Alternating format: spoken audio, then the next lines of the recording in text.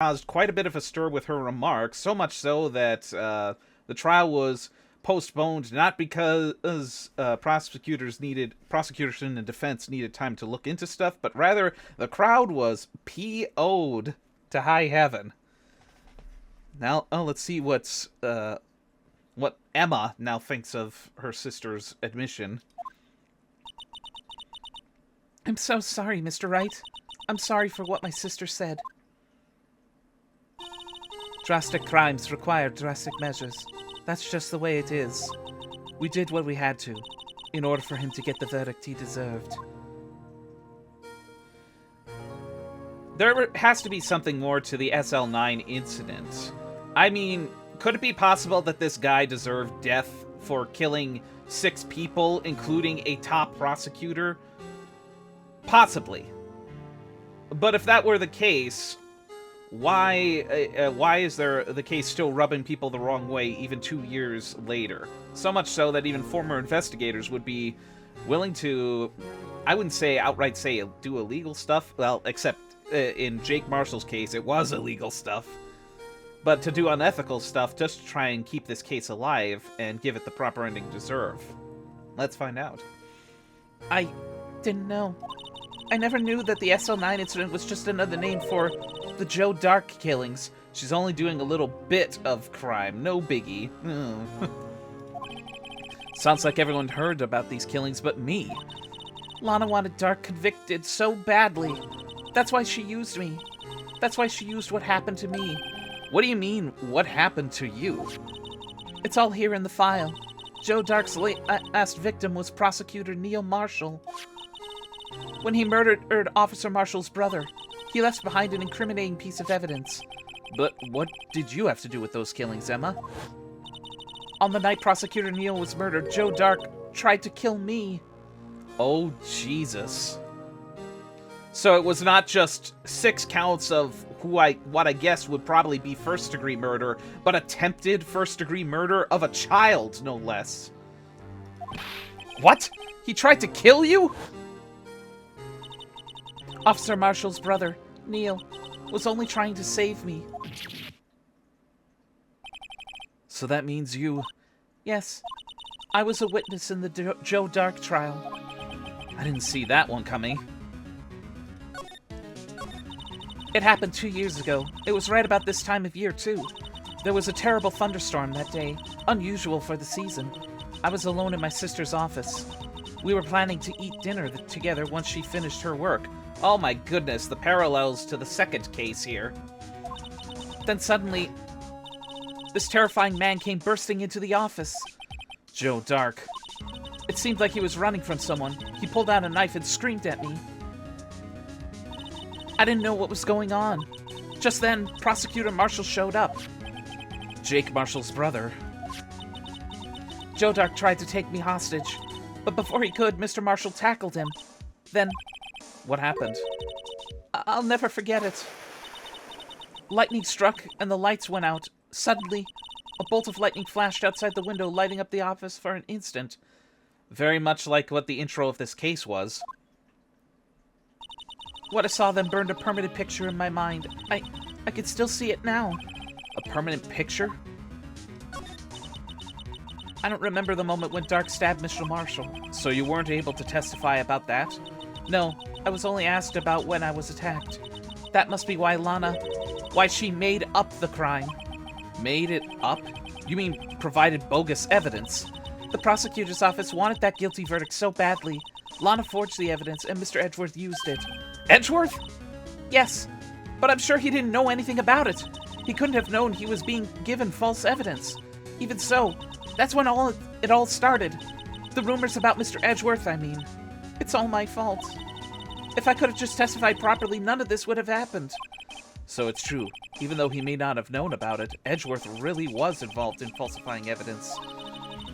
After that case ended, Lana was never the same. She became cold like she is today.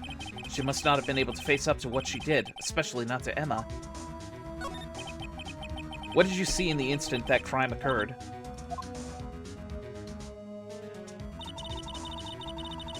Dark knocked down Marshall and raised his knife. Neil Marshall was stabbed right in front of this poor girl. I don't remember what happened after that. Apparently I passed out. When I came to, Lana was cradling me in her arms. Poor Emma. You've been through so much.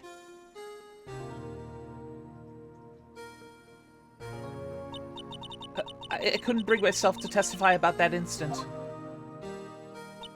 I tried, but the words just wouldn't come out. I drew a picture, but it wasn't any good. 2 years ago. You must have been 14. That's understandable.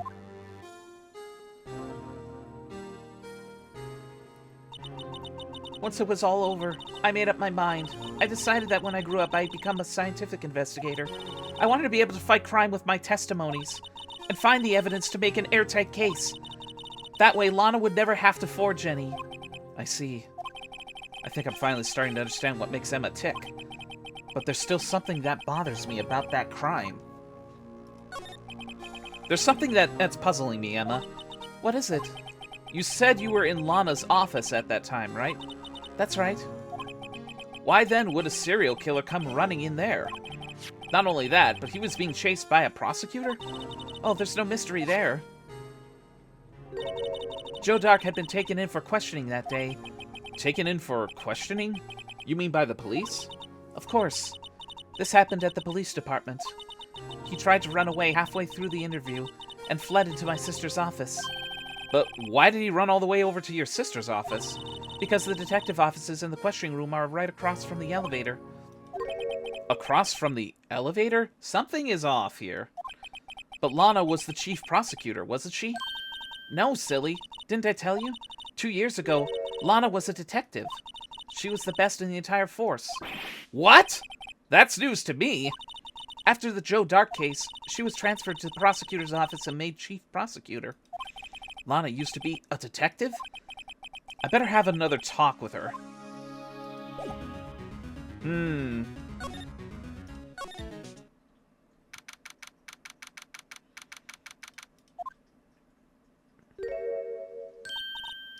Lana. Mr. Wright, it seems I keep causing you trouble. Falsifying evidence. I didn't think you were the type. Criminals don't mind playing foul. Why should we? Sussy bakas. Exactly. Look, I understand the temptation all too well to have to throw it all, say hell with the rules, and in some cases, yeah, there is just pretty much no justifiable case. It's like, if they're... never mind. Long rant. And cut short. Moving on. But Lana, if you're wrong, an innocent person might be found guilty. Believe me, I understand the risks. Lana, Emma told me about you. Oh? About how you were a detective 2 years ago, and how the SL9 incident was the reason for your transfer to the prosecutor's office. That's right. Could you fill me in on the details, especially about that unusual change of jobs? I suppose you have a right to know, Mr. Wright. A lot of revelations were uncovered at the trial today, not the least of which was the fact that this case is largely connected to another one 2 years ago. Evidence from that case was stolen as well, though I expected as much. I know how obsessive Officer Marshall can be. That trial, it really wasn't fair, was it? I believed in you, Lana. I believed that no matter what happened, you'd always stick to the truth. It couldn't be helped, Emma. At that trial 2 years ago, I sold my soul. Well, all drama aside, the fact of the matter is, at 5:15, there was no murder at the police department. Tell me it's not true, Lana, what the witness, Miss Starr, said. About you stabbing Mr. Goodman with a knife. Lana, I don't understand. Why won't you tell us? Emma, this doesn't involve just me. I don't think I've ever seen Lana look so fazed before. A crack in that cold demeanor. It's true. I was a member of the police force 2 years ago. She was amazing. Damon Gant. They still talk about all the cases she and Chief Gant cracked together. Chief Gant? He was a deputy chief police back then, but he still worked the crime scenes. Damon Gant. He was everything I aspired to be. They were the best team ever. They solved crimes before the reports could even be filed.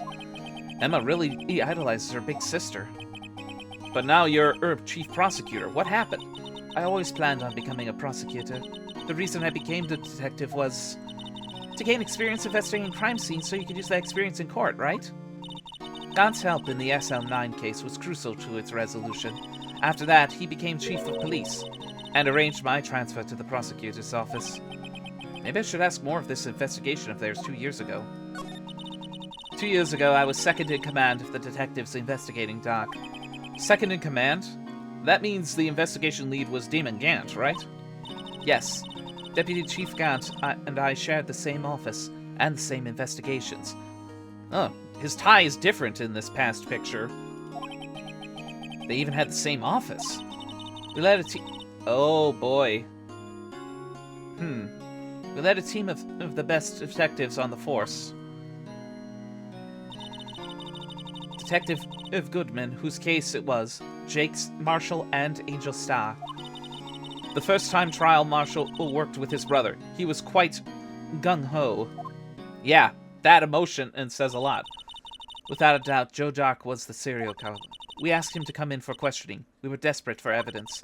That was when his final murder took place. When he tried to murder Emma. Prosecutor Marshall was trying to save me from Dark. You see, the first person who happened upon the scene of the crime was me. Now you tell us. Damon Gant and Neil Marshall were the ones questioning Dark that day. The investigation was in its final stages and Dark must have suddenly panicked. So he waited until Gant and Marshall let the guards down, then fled the room. From there, he ran straight to the office shared by Gant and myself. I'm wondering if maybe Gant was... Well, wait a minute. If Gant and Marshall were down there, why would he have gone straight up, unless he was intending to go after Lana, but countered Emma instead? That's where you found me. So you were the first person to run into the scene, Lana? It appears so. I was filing some papers while Gant and Marshall were questioning Doc. When I returned to my office, I saw 3 bodies on the floor and smelled blood. 3 bodies? Prosecutor Marshall, the victim, Emma, who had passed out, and the suspect, Joe Doc. During the struggle, it seems Mr. Marshall struck a final blow before he died. Joe Doc had incurred a minor concussion and lay unconscious. What did you do? To be honest, I panicked. I picked up Emma, carried her out of the room, and just held her. Can't blame her. After all, her sister must have gone through. After that, I placed Doc under immediate arrest. Let me get this straight. You were all involved in the SL9 incident? That's right. Quite a coincidence, I don't buy it. What are you saying? There's no way everyone involved in this trial was also involved in that incident. Just by chance. But that case was solved 2 years ago. At least one person went to extremes because they didn't believe it was truly solved. Officer Marshall. Yes, his actions came as a surprise to me as well. Ever since his brother died, he changed completely. I guess he wasn't convinced with the ruling against Joe Dark. Life doesn't end with the closing of a case. Everyone has to live the rest of their lives with their memories. That case just might not be over yet. Emma was assaulted by Dark at the police department, right? Yes, in the office that Damon Gant and I shared. The office that Mr. Gant now occupies by himself. The Chief's office. Maybe we should have a look at the Chief's office, the site of the final SL9 murder.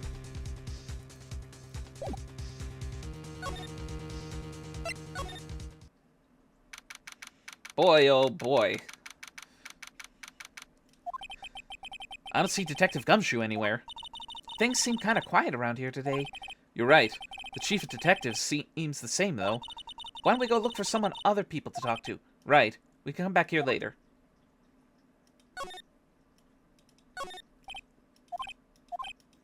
What? Dark case may have been fabricated? That's what I thought all along. I just never bothered to tell anyone. Now there's a guy who cares about his work. Dick! Yeah. Marshall. Howdy, Bambina. Oh, Mr. Marshall. I never thought things turned out the way when I woke up this morning. Que sera. You never know where life will lead you. Eh, Bambina? Thank you for that hydrate. Eat wolf.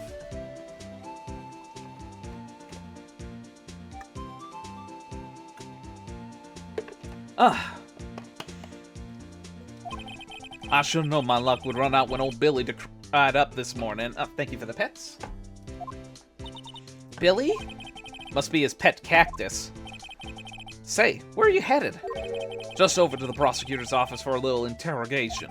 It's a voluntary appearance, but we all know I won't be coming back. Sorry, but you can't go in the evidence room today, partner. But Mr. Marshall, why did you do it? Why do prospectors head west? If ever there was a case I needed to know the truth about, it was that one. Before you turn yourself in, Mr. Marshall, would you mind telling us exactly what happened? Looks like I won't be getting a steak lunch today. Something was fishy about that trial from the beginning. It wasn't just me, either. All the detectives thought so. What do you mean, fishy? Some of the facts reported were inconsistent with the evidence found. For example, the murder weapon. The murder weapon? You mean the switchblade knife with the broken tip? That was Joe Dark's, alright. But in the initial autopsy report, a question was raised. A question? The blade of the knife was not a perfect match with the wound the victim sustained. What does that mean? It means there's a good chance the knife was not the murder weapon. However, in the report that was finally submitted, that possibility had been erased. Could the facts have been concealed with forged evidence? That case left behind scars on all of us. The scars that the SL9 incident left behind? I got the looks, but he got the brains. He was one of the best prosecutor around. You got the looks? I don't know, I'd say Neil is kind of the handsome devil himself. I had just made detective when it went down. It was our first case together. How old was he? Your brother? He was 27 at the time. He was awarded the highest honor that very day. The highest honor? You mean the King of Prosecutors. I knew it. What are you looking at me like that for? That's an honor for a prosecutor.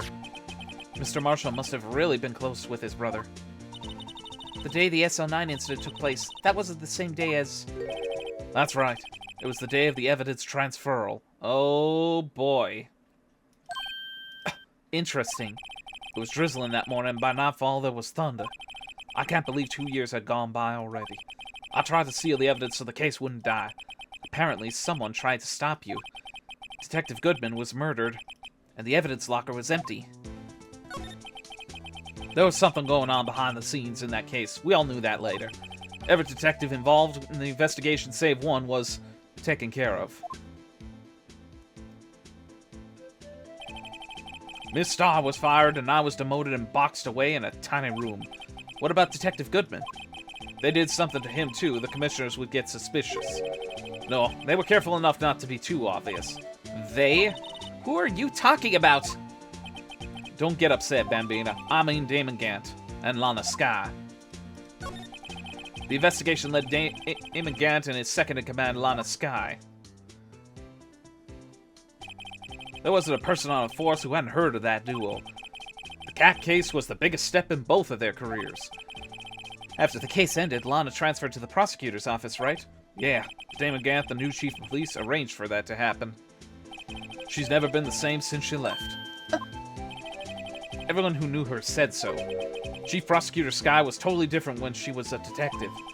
Now that he mentions it, Emma said something like that too. Tell me, what happened to my sister? Sorry, Bambina, but her secret is too well guarded. I never found out. Lana's secret. It all started 2 years ago. So there you have it. That's my story. Did you enjoy it, partner? It was certainly enlightening. There's one thing for sure I found out in court today. That boy Edgeworth isn't my enemy. He was the one who used falsified evidence to get a guilty verdict, but someone else was the one who gave him the evidence and planned everything. That someone is Damon Gant. Don't believe me? Well, I don't blame you. I wouldn't be a patrolman after today. I won't even be a patrolman after today. Too bad I won't be around to work with you when you become a real scientific investigator. Adios, Bambina.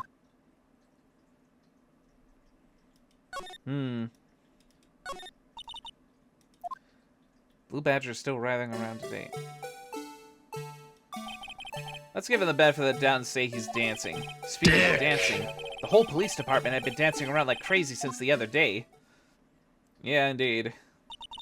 Can I take out his batteries? I just can't help but feel he's going to do something naughty. Alright, what are these duo gonna do? Look, that patrolman is saluting the other guy. He must be a detective. So I cuffed the lout, right? Then you know what he says? What are you, a moron? I'm an undercover agent! Oh man, I hate it when that happens. I guess he wasn't saluting, he was just listening to how his friend messed up. They make a good pair. Ugh, okay. I don't think there's really much to go about. We obviously can't go to the evidence locker anymore. So I guess the next place to go, possibly, is the prosecutor's office. No one's here today, not even Miss Starr. Everyone's probably busy looking into what exactly went down in the evidence room. That must be where the detectives are. But we proved in court today that on the day of the crime, no one was murdered in the evidence room at 5:15. Yeah, I thought we were finally making some headway in our case. But instead, it looks like we just ended up making Lana look even more guilty. Hang in there, Lana. I've got to find all the answers by tomorrow.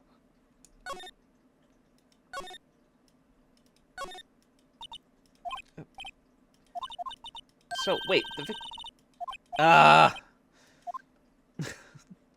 okay, it sounds like it's gonna be a repeat here, so let's see.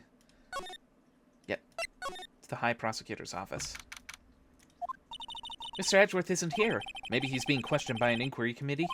He took a real beating in court today. Yeah, with Lana admitting to falsifying evidence 2 years ago. I guess we'll just have to come back later. Or, let's see if something happens to pop out.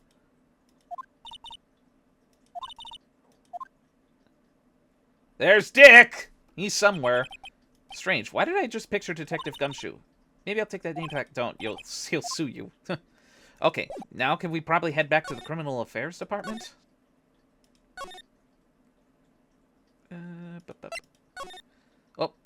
Wrong place.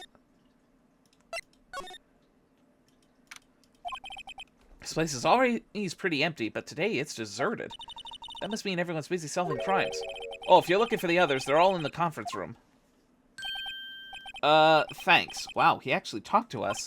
With the chief prosecutor saying what she did and the decision about what to do about Mr. Edgeworth, not to mention our statement to the media and tomorrow's trial, there's more chaos going on than Thanksgiving and Christmas put together. I think festive is the word usually used for those. Sir, we'd like to have a look around Chief Gant's office. Just use the connecting hallway to the other building and take the elevator to the top floor. Really? You mean it's okay for us to go in there? I mean, we aren't police officers or anything. Hey, you're right! You can't go in there! It's off limits! Now I see where Detective Gumshoe gets his unique charm. Well, what are we waiting for? Let's head to the chief's office. I was honestly expecting a block there, but I guess not. What the heck? A full-blown organ! Good grief. Okay, I know I was kind of... now I kind of see why I was thinking he was a priest at first, before realizing he was the chief of police.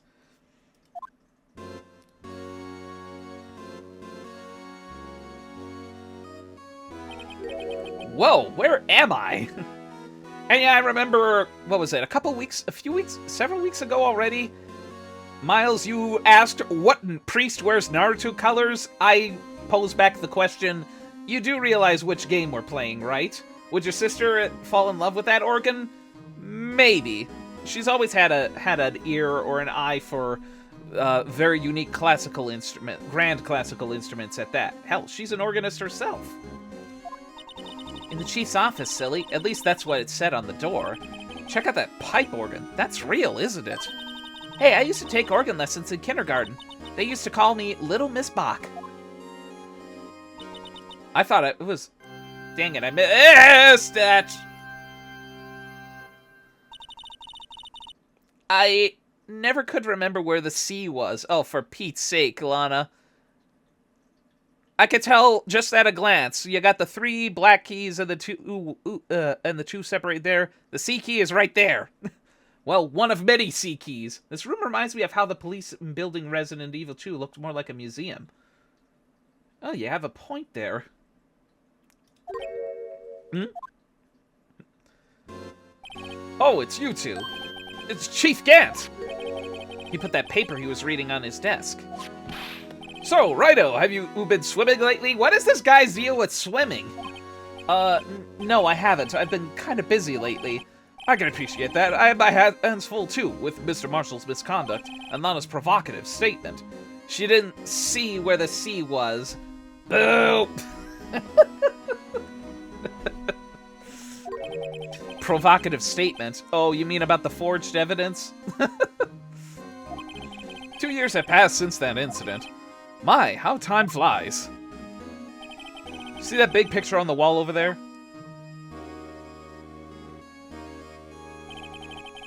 That's a picture of Lana, Neil, and me.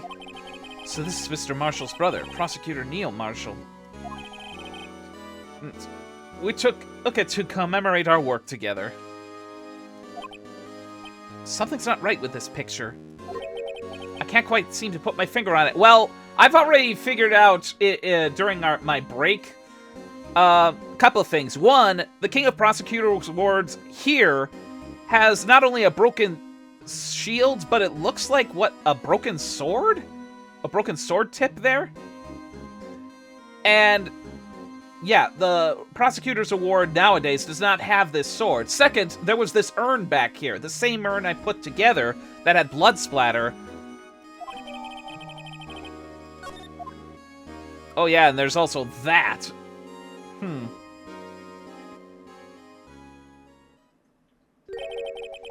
Anyway, I'd like to reminisce all day, but there are matters that need my attention. I'm going to lock up here, so let's go out together.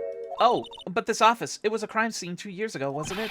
I guess it's long since over. There's no need to investigate it anymore. All the same, we'd still like to have a look around. Well, perhaps you didn't hear me. I said there's no need to investigate it anymore. There's that look again. Now hurry up and get out. I have a meeting to attend. Ay, ay, ay. Looks like we aren't welcome. It seems the case isn't over with yet, after all. What do you mean? Chief Gant denied a request to search the crime scene. That means there must still be a reason he doesn't want us looking around in there. You mean like a clue? There's gotta be a way we can get inside the Chief's office.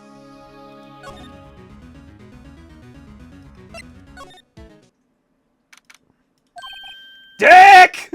Hey, pal! Detective Gumshoe, aren't you supposed to be in a meeting? Yep. Just take a breather. My feet hurt. From sitting so long? Actually, from serving everyone coffee. Oh boy, I could use some coffee myself. Sounds like Detective Gumshoe's still out of the loop. Say, have either of you seen Mr. Edgeworth? Edgeworth? No. Why do you ask? Ew, coffee. Yeah, I know. Not a lot of people are partial to coffee. Drink this instead. Oh, I think I know what's coming up here. Yep. Well, I do have water here.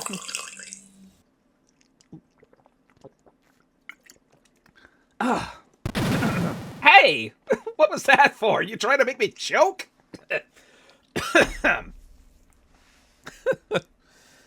Why do you ask? He's under fire from both the police department and the prosecutor's office. It's almost like the battles between you two in court. That sounds serious. Is it because of what my sister said? That's basically what it all boils down to. That falsified evidence 2 years ago? Now Mr. Edgeworth has the whole world after his blood. Yikes. But why would Edgeworth be blamed? It's not like he knew the evidence was forged. Lana Skye is the guilty party here, isn't she? Regardless, the prosecutor responsible for the evidence they present in court. Not only that, but as you know, there's been a lot of rumors going around about Mr. Edgeworth. His amazing talent as prosecutors kept him safe from those who don't like him. But now with this... Are there really so many people who hate him? Well... yeah, in our world, only those with talent rise to the top. Mr. Edgeworth not only has that, but he's young. There's no better recipe I know for making enemies. Hey, Dick, keep up the good work! Yes, sir! Let's go out for lunch again sometime. My treat. Yes, sir! You gotta take me back to that joint sometime, okay, Dick? Yes, sir! Oh my god, what a dick! It seems you don't have any problems with enemies. Yeah, well, I'm careful not to stick out. Anyway, I'm a bit worried about him. Under all this pressure, I'm afraid Mr. Edgeworth just might crack. Actually, I took a look at that file earlier while the coffee was brewing. He seems genuinely concerned for Edgeworth. Well, did you find anything? The only evidence Dark left behind was during his final attack. His final attack, you mean when he killed Prosecutor Marshall, who was trying to protect some girl? Me. It seems Detective Gumshoe never realized Emma was the girl. That's when he left most incriminating evidence of all. Well, what was it? Oh, let's see. I think it had something to do with a murder weapon. Oh, I forget. Look, it's all written somewhere in here, okay? His powers of recollection never fail to impress. Maybe we should show him the murder weapon. It might jog his memory. Well, let's finish talking first. Joe Dark was 42 at the time of the crime. He was just your run-of-the-mill businessman. Businessman? What made him take to serial killing? One day, on his way home, he hit someone with his car. With his car? So it was an accident? An accident, yes, but it transformed him into an animal. An animal? He killed a man that witnessed the accident. Then he killed a lady who saw the second crime. A kid walked by just then, so he killed him too. Then it was just big body. A jogger came up to see him. Well, he was killed. Finally, he turned himself in. Jesus Christ. Seems like he was a pretty careless animal. He did all the crimes. Yikes. Of course, this is all conjecture. There wasn't a single shred of evidence, so he turned himself in. Yes, but in the middle of his questioning, he fled and murdered his final victim, Prosecutor Marshall. That crime was witnessed by someone too, but luckily Dark was arrested on the spot. Oh boy. Yeah, this is rather careless. It almost feels like he may have been possessed more than anything else. I don't think anyone would suddenly snap like that over an accident. Something smells here. And this time it isn't the butts. It was a good thing that last witness wasn't killed. That last witness? AKA Emma. Like the purple man from FNAF. Yeah. You are never gonna find out what that smell is, so get that thought out of your head. Very well. About this. Hey, is that... It has a tag attached to it with the label SL9 incident on it. I believe this would be the broken murder weapon you were speaking of. What are you doing with that? Ever since that case was closed, the knife's been locked away in a locker. On the day Detective Goodman was murdered, this suddenly disappeared from the locker. And was found in Mr. Edgeworth's car muffler. That's it! Now I remember what that incriminating piece of evidence was. When you showed me that knife, it all came back to me. Well, what is it, Detective? Quick, before you forget again.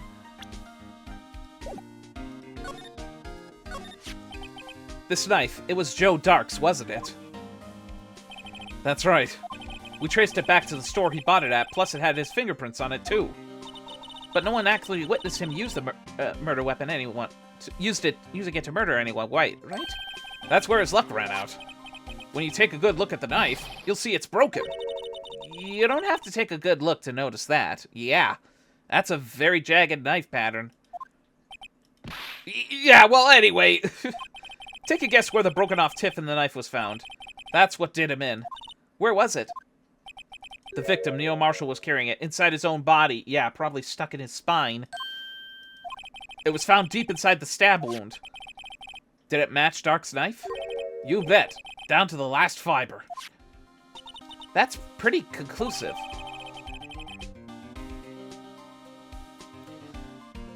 Stabbed in the back, died from a punctured heart and lung. A knife tip was in the wound.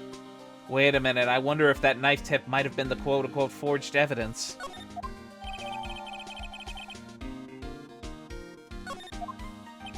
I better put that out of my way, because I'm getting dark theories pretty damn quickly. Well, there you have it in a nutshell. That's all I know. Can I ask you one more thing? What is it? If it's money you need, you should ask Chief Gant. It's not money, but it does concern the chief. His office is a crime scene, right? It's where Prosecutor Neil Marshall was murdered. The chief's out now and his office is locked, but we'd like to have a look around if that's okay. Well, any detective's ID card can unlock the door. What? Really? But if I let a civilian in there, I'd be charged with breach of trust. Breach of trust? Simply put, I'd be canned. Oh, sorry, pal. I don't plan on getting fired because of you. Well, it's a good thing we have this now, don't we? I mean, the crime happened only a few days ago. Did they actually get a chance to purge the deceased's data from the system? How about this ID card? It was Detective Goodman. Oh yeah, bingo. I was way ahead of you on this, Emma. That won't work either. Did that? Fuck! Well, there goes my theory. Oh. GG. So in other words, Jumpshoe is our only chance of getting into that office. I wonder if there was something we could show him that would make him change his mind. Oh boy. Okay. Nope. What? Dick! I don't know, maybe this? Yeah, that didn't work.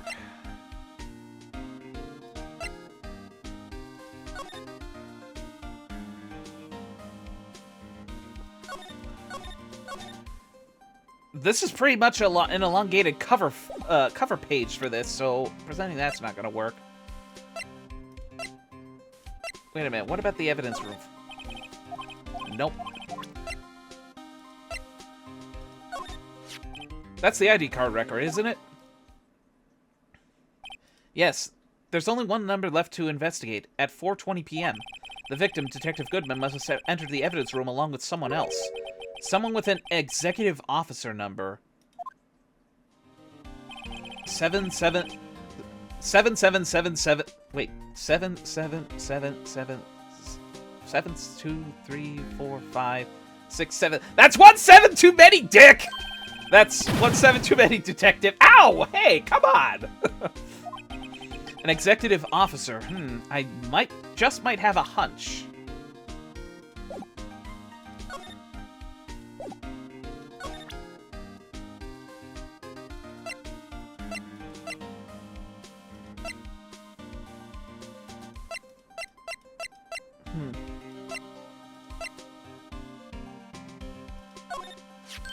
Oh, a lost item. Very impressive, Detective. You knew it was right off the bat. Well, I'm a master of misplacement, you know. Master, has such a cool ring to it. Not in this context. The way I see it, if things are meant to be lost, then they're meant to be lost. There's a higher power at work here. Wow, a higher power. Maybe I shouldn't let Emma hold any evidence.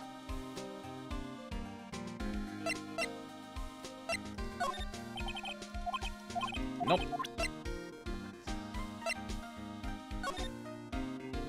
Oh, I didn't mean to do that.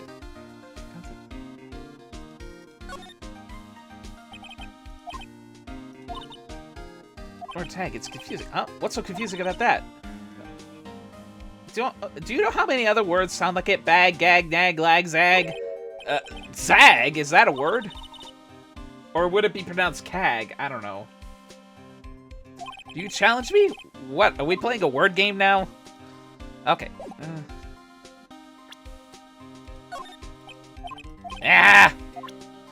There's so much evidence here! Oh. I don't know. The lock? No locker can be opened without fingerprint match. Besides, there's no reason for the murderer to touch his own locker.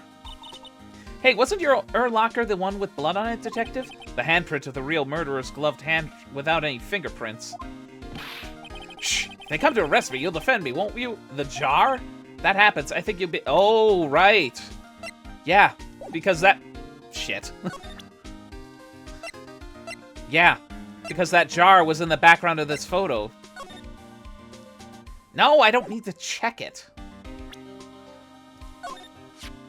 About that jar, I think I've seen it somewhere before. Somewhere?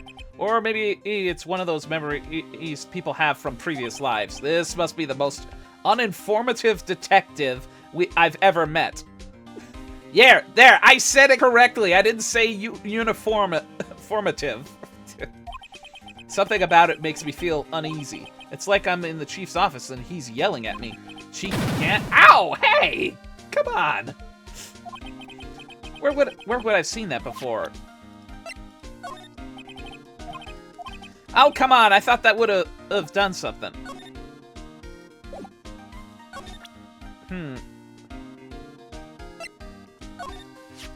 Hey, that's it. That's the king of prosecutors where Edgeworth got the other day. Blue Badger? Really? Huh. Of course, I got awards. Congratulations. What? And why is it broken? I'll tell you later. Apparently he's forgotten. This guy almost made us lose the case today. What are you talking about? He was guarding the bloodstain on that evidence locker with his life. That's more than you can say about most officers nowadays. It would have saved us a lot of trouble if he hadn't guarded it so well. I have to admit, he's right, though. Yeah, if the Blue Badger would have probably malfunctioned a little bit more and probably revealed the locker and that blood print, that probably would have been a good contradiction to bring up on the videotape. Thanks to the Blue Badger, we were able to prove another possibility today. The possibility that another murder took place prior to 5:15.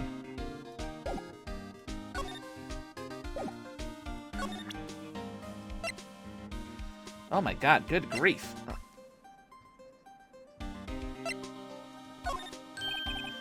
Hey, to spot some of that stuff. Now I can go around detecting blood traces too. That is not luminol! That looks like hand sanitizer! Wow, is that a new type? I've never seen that bottle before.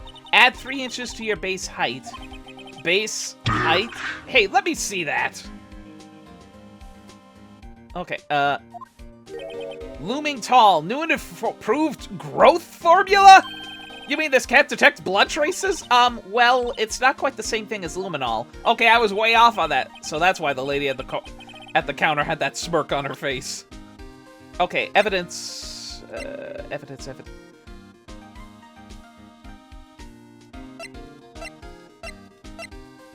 Okay, I'm looking. Evidence list, evidence. Was it the ID card record or the actual evidence list here?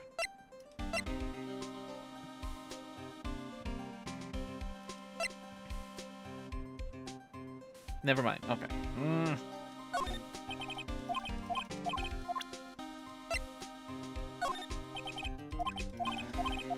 All else fails, present everything, I guess. I've been studying up on those files. There's nothing wrong with Mr. Edgeworth's presentation. To think people are accusing him of injustice. I ain't for one ain't buying it, pal. You're looking into the case for Mr. Edgeworth?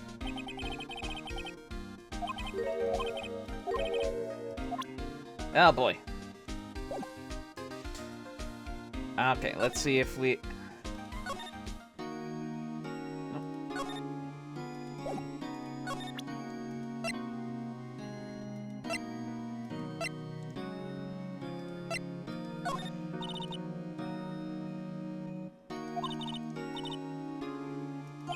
She really means it.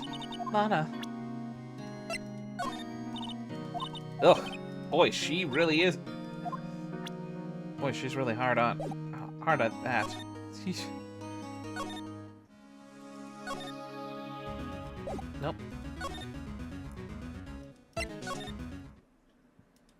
Oh boy, oh boy, oh boy, oh boy.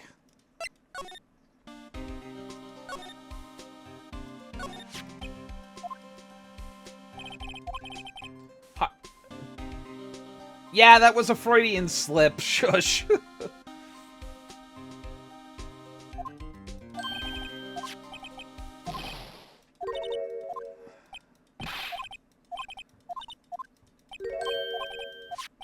Yeah,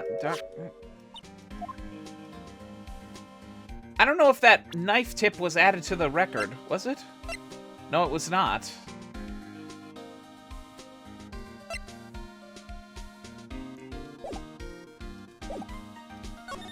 Oh boy. Yeah, chat, if you have an inkling as to where what I should be doing next, please chime in.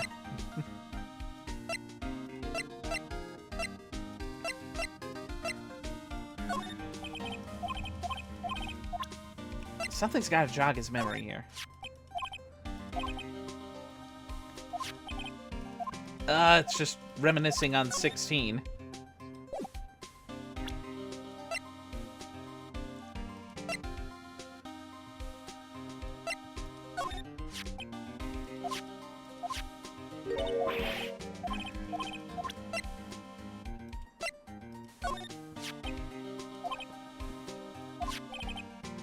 It's only scary because you keep dropping your card, Detective. I forget my secret number a lot, too. I'm scared of myself.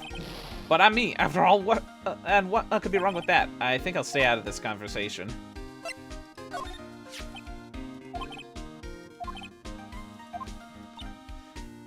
If an ID card would be nice. Ugh.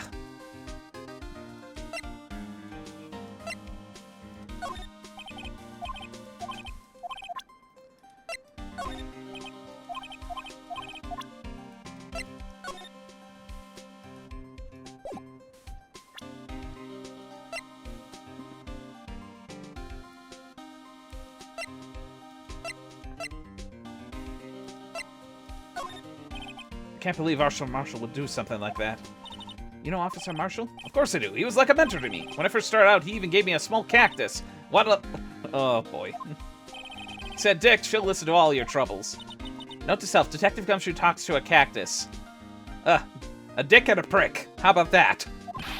Hard to believe he's just a patrolman now. Some ought to trade places with him. Why are you looking at me like that?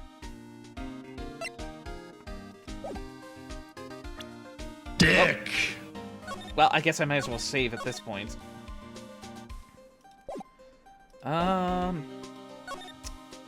Okay, I do have an inkling. Is there probably something else?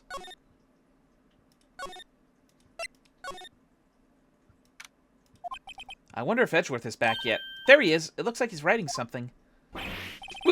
What are you doing here? He sure was quick to throw that paper on the floor. Tough day in court, huh? I've had to live the past 2 years with rumors flying around. What's another allegation to me? Cheer up, Mr. Edgeworth. I'm rooting for you. That's Edgeworth for you. Always trying to hide his real feelings. So, what do you want? Unlike some people, I don't have all day. There's no excuse for what I've done. 2 years ago, I used false evidence to obtain a guilty verdict. That's what it all breaks down to, and nothing I could do could erase that fact. But you didn't know, did you? I mean, that the evidence was falsified? The police department and the prosecutor's office share a bond of trust. That bond is broken, we stand to lose everything. The police department's error is my error. My responsibility as the prosecutor in charge. That fact remains the same no matter what excuses I might have. Mr. Edgeworth. I take pride in my work, so tell me why. Why has it all come to this? Even Edgeworth can't keep this kind of emotion bottled up. Are you up for the trial tomorrow? First last year's trial and now this one. It seems all you do is worry about me.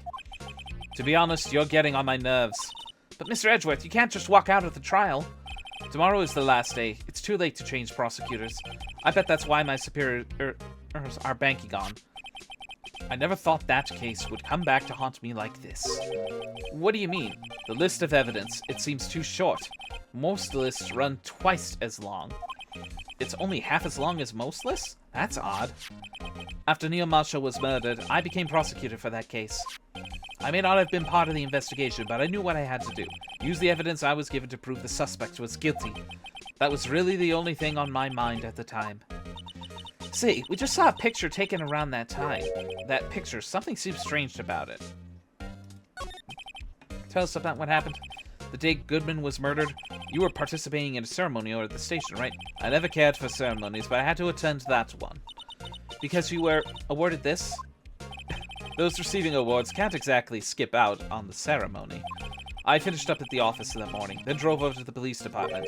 You finished up at the office? Yes, just odds and ends, clerical stuff. I didn't plan on returning to the office that day. That is, until I was asked to take something back. Take something back? This. Oh yeah, Chief Gant asked you to hold on to that, didn't you? Yes, it was a piece of evidence in this case that closed half a year ago.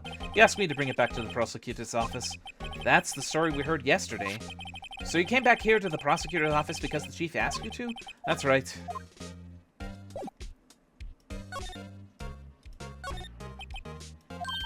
Come on, Mr. Wright, let's take a look. Are you crazy? Edgeworth is sitting right there. Just distract him. I'll check it out. Hey, Edgeworth. Is that Detective Gumshoe out the window there? Oh no, he's falling to the ground. Hold on. First, let me see what this girl's doing crawling around at my feet. He didn't even look. What? Letter of... It's a letter of resignation.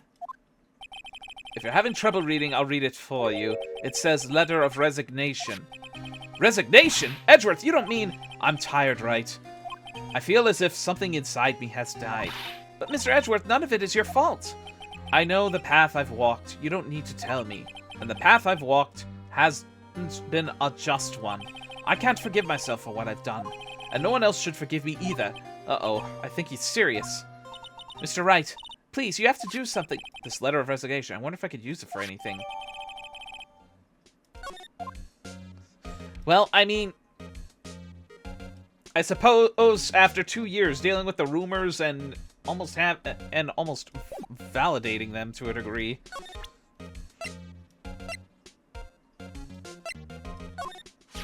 This picture was hanging on the wall in Chief Gant's office. What would Gumshoe say if he saw that? Oh, yeah. Prosecutor Near Marshall. He had just started making a name for himself. Looks like this was taken when he received the King of Prosecutors trophy. Speaking of that, there's something that bothers me. Yes? The trophy Mr. Marshall is holding. It's a little different than yours. Yes, you're right. Ah, I remember now. Remember what? That was what the official prosecutor's trophy looked like until 2 years ago. There's a story behind its design. A story? Sounds interesting. Would you mind telling it to us? It's simple, really. Contradiction. That's what the award's based on.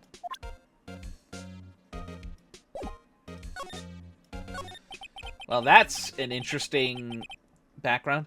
This award originates from an ancient Chinese tale. Yeah, hint, hint. In Chinese, the word contradiction is written with 2 characters. The first means halberd, and the second means shield. Have you heard of this story?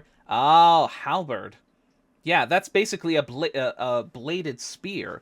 Although, oh, granted, the so-called halberd that was in this picture looks more like a spear than a halberd, but halberds do come in very different designs. Anyway. And the second means shield. Have you heard this story? Me? Sure. Everyone knows that. Why don't you tell it, though, for Emma's sake? Very well.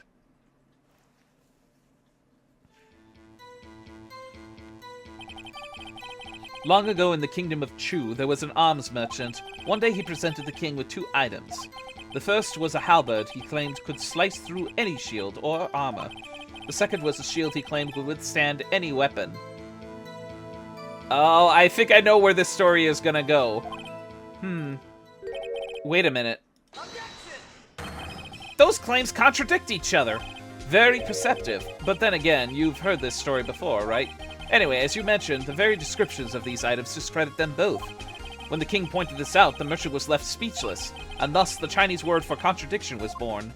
What is the Chinese word for contradiction? Now that I know, now that that's been brought up. If someone in chat could look that up for me, I'm just kind of curious myself here. Oh, I see. So the chipped shield and broken knife symbolize... Precisely so. They symbolize the merchant's items. Not it. Wolf, you're part Chinese. You look it up.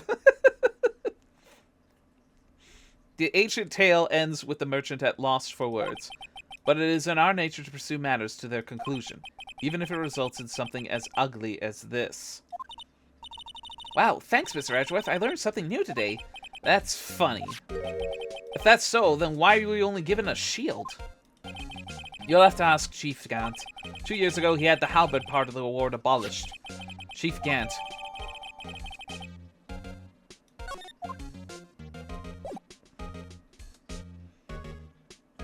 Alright. Well.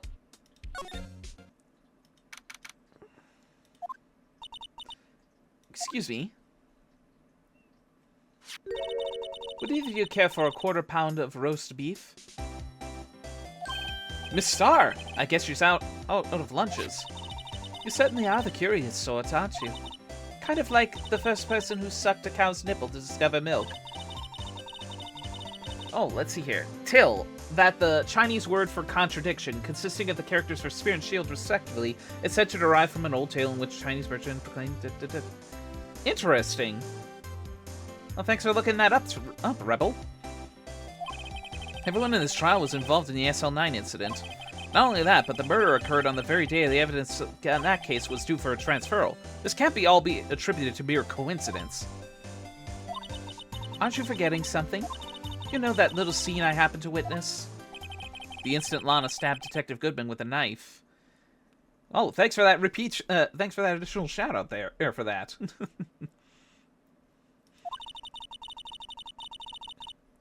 Maldoun, which literally means spear and shield. Interesting. A form of thanks. Oh, thanks for doing that, Wolf. No matter how much of the past you dig up, it won't change what I saw. Roast beef is meant to be savored when eaten. Miss Star's hatred towards Lana. It all dates back 2 years ago. Joe Doc. That's a name I'll not soon forget. We trailed him for half a year. Oh, the pressure. Still, I don't think I was ever more alive than I was then. Those days were steamier than a bowl of hot gravy.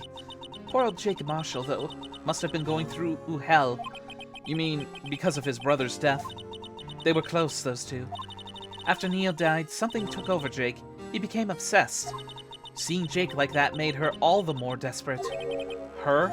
Lana Skye. My sister? The best of the best were put on the SL9 case. Of course, they were led by that legendary duo. Lana and Chief Gant. That legendary pair was the reason why we were able to keep up with our investigation. That's why we were so shocked over how it turned out. You mean, with the forging of the evidence? Don't get me wrong, Joe Duck got what he deserved. Still, it was obvious the evidence produced in court was being manipulated. Items our team never found would suddenly appear, while other items were kept secret. But you don't have proof anything illegal was done? I've proof enough of what happened. After that case, all of us save Goodman were relieved of our duties, most without even so much as an explanation. Then Lana Skye transferred to the prosecutor's office and became chief prosecutor. Lana always wanted to be a prosecutor. Nothing's quite as simple as it appears. Lana Skye was merely being used as a pawn. That's my take on the matter. She was being used? Damon Gaunt and Lana Skye. Gaunt led the investigation with Lana second in command. They were the best. They solved all kinds of cases together, didn't they? Damon Gaunt's magnetism in particular was almost unreal. His magnetism? By that, I mean his ability to attract evidence. He'd produce the most incredible evidence in cases he handled. Incredible evidence? You don't mean... Oh, yes. There were rumors about him even back then. No one dared confront him, though. I take it she's talking about forged evidence. Back then, everyone looked up to Lana. All the detectives wanted to be like her. Really? Oh, yes. Myself included. I was a fool, really. She hated anything crooked and always watched out for the other detectives. That's why she was so concerned for Jake. Mr. Marshall. When Jake's brother was murdered, she felt as if she had lost her own brother. If it wasn't for her, I don't think Jake would ever have recovered from his shock. That's what it makes it all the more infuriating. Miss Starr. That's why I'll never be able to forgive her. Why did she have to turn so cold after that? Lana transferred to the prosecutor's office 2 years ago, didn't she? Yes, thanks to Chief Gant's powerful influence. Chief. That's right. Having solved the SL9 case, his position was chief was secured. There was only one thing left for him to control, and then no one could stand in his way. The prosecutor's office. What? You mean, that's why Lana was transferred? If he could control the chief prosecutor, he could control the prosecutor's office. That must have been his goal all along. But how could he control Lana? I don't know, but one thing's for sure. Ever since that case ended, she's never been the same. It's only logical to conclude there must have been a reason for her to change. At last, I'm finally getting close to the bottom of this ugly mess. Thank you, Miss Starr. You listen to me, rookie. It takes more than just ingredients to create fine cuisine. I hope you turn out to be a better chef than I have been.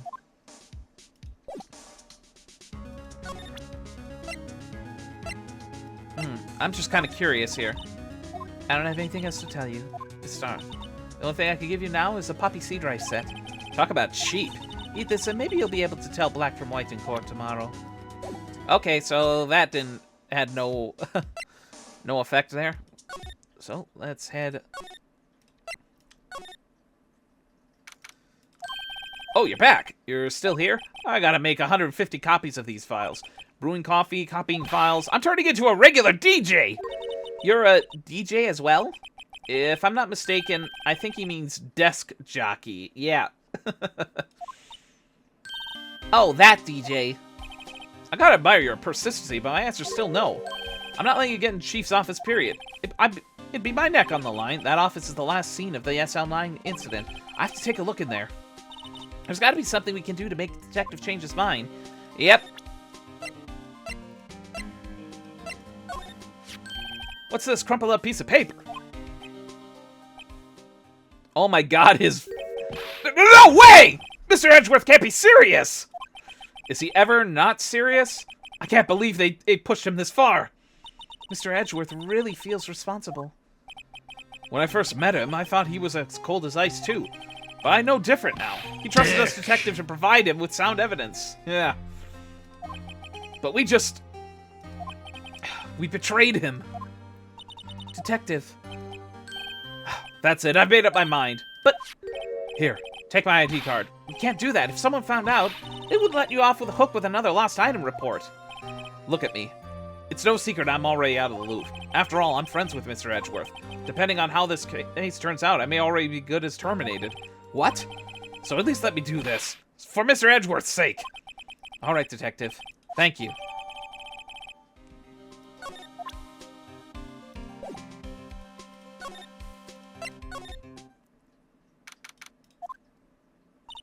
Here goes, Mr. Wright. Sounded like it got swiped.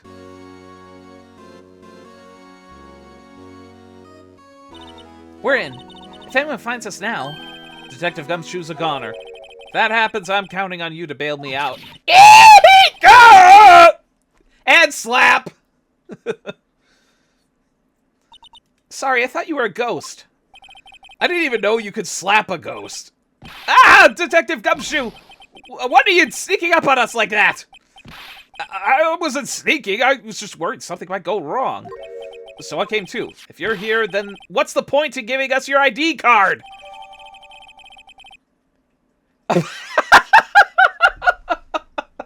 Oh my god! Just... Oh boy, Phoenix, I think you might need to treat that hand after that. Hey! Don't do that to my card! Dick! I hardly get a chance to come in here, so I figured I'd have a look around myself. Besides, we're all in this together now. You really want to get fired, don't you? No, not if we're lucky. Now come on, let's find and see if we can find out. I gotta have a feeling about this. That desk on the other side of the room, was that your sister's? Yes, that's where I was waiting for Lana, on that day 2 years ago. Is anyone using it now? Oh, thank you for that hide. That dick is directed at you now. Oh, Pete's sake.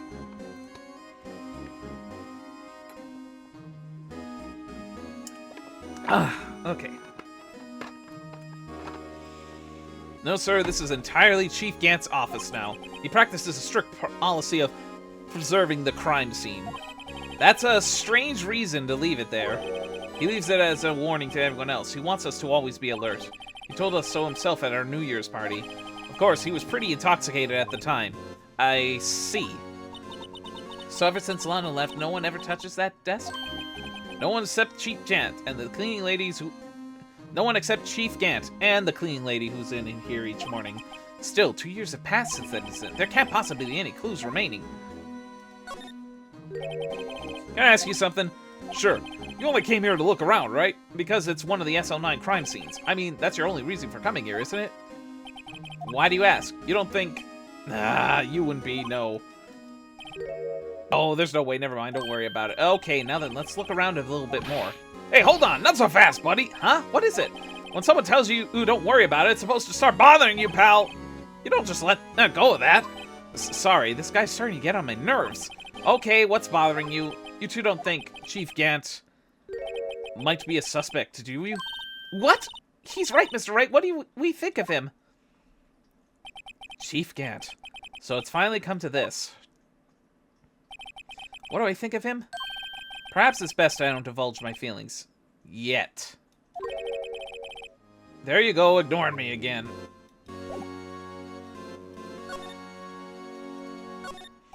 This is safe, isn't it? Safe. That word is ripe with intrigue. Okay, if you say so. It looks like a code needs to be entered in this panel to open it. Oh my god, I already know what we're doing. A 7-digit number. I think I might just know what it is.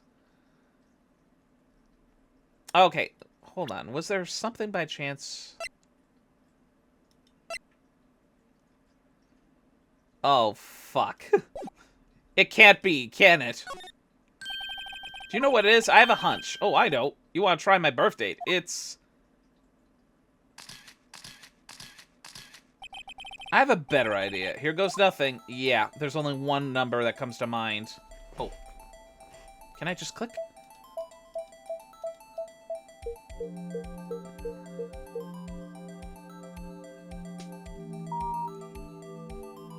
I knew it. Bingo. What number did you enter? Whose birthday was that, pal? 7 sevens. The final ID card number on that record. What? The number of the mysterious executive officer who entered the room that day. You mean 7, 2, 3, 4, 5, 6, 7, that ID number? I think you're 1 7 shy this time. Just gonna let me one thing. That's Chief Gant's ID number. Say, anyone care to look inside?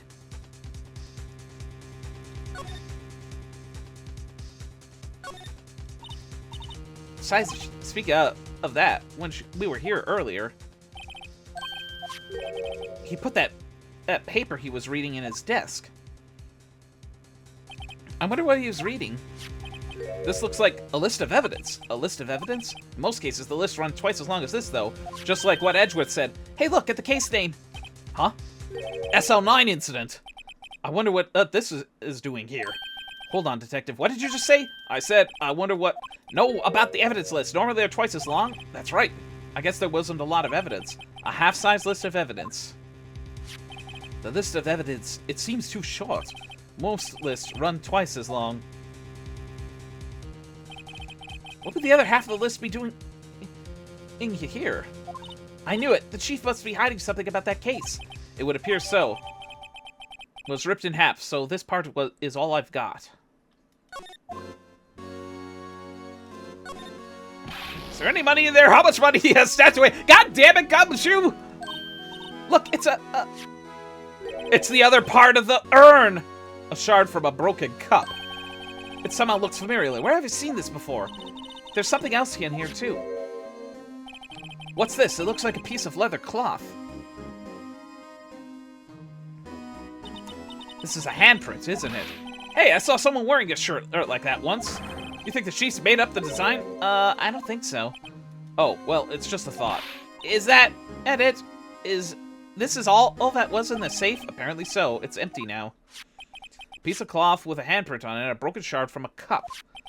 They look like pieces of evidence. Yeah, but unless you can prove they have something to do with this case, I'm afraid I can't just let you take them. After all, it's my neck on the line here. Great. Now I have to prove their relevancy to get them. How are these two SL9 items related to SL9? Come on, there's got to be something you'd show the detective. Okay, so I was in the ballpark with presenting an earlier a piece of evidence.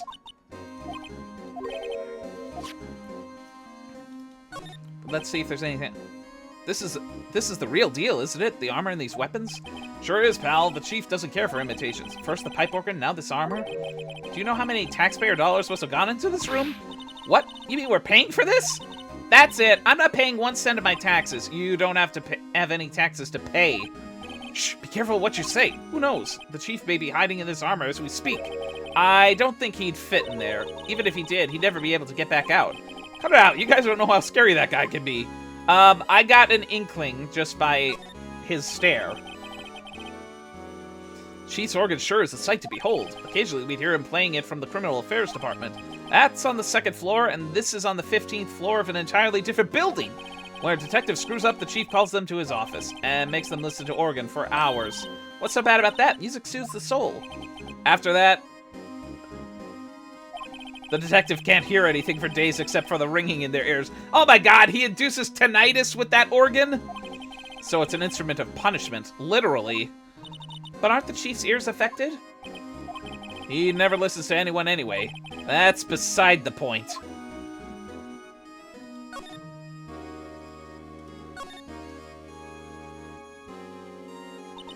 This was taken on that day 2 years ago. The day Joe Dark ran out of the questioning room and tried to kill Emma.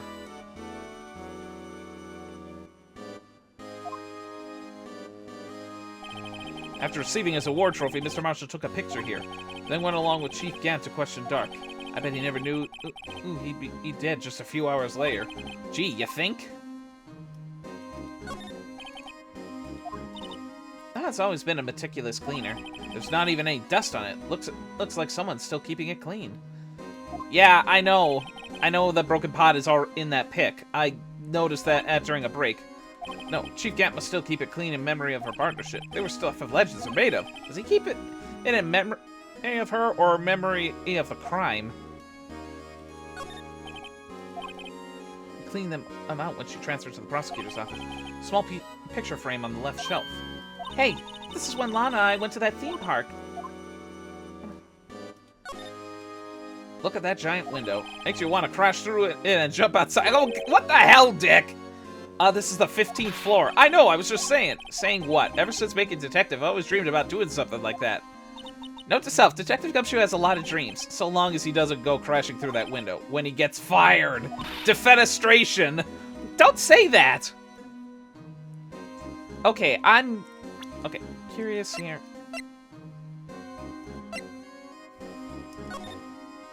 I have an inkling. Boy, that is a very faded blood stain. Whoa, this area must have been covered in blood.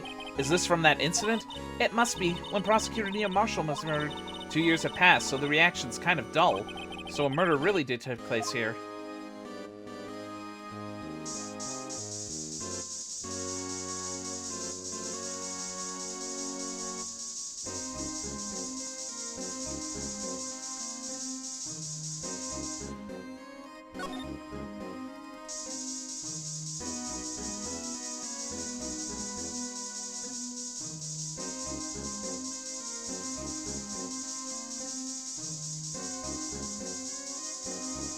Okay, I guess it's safe to say there's no more possible luminol places here, aside from that blood spot. What else? Okay, can't use it yet. Alright, back to Gumshoe and present some relevant evidence here.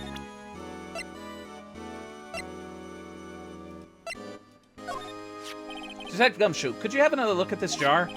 I remember when from 3 of us put it back together. Ah, those were the days. It's kind of early to be nostalgic. Was this jar a piece of evidence from that case? That's right. One of the shards had an SL9 incident sticker on it. Doesn't this ring any bells? You know, that fragment we just found? You mean this one? That was in the safe? Yeah, that one. That was in the safe. He's piecing it together, albeit... I think the cogs need a lot of oiling. Now that you mention it, it's ringing a lot of bells. Let's see if it fits. Assemble the fragments. Here, let me see that shard. I'll take a crack at this. Go ahead, pal. Show us what a rookie can do. Mr. Wright, here's some glue. If I can piece this together again, it'll prove Chief Gant was knowingly hiding evidence. Here goes. Okay.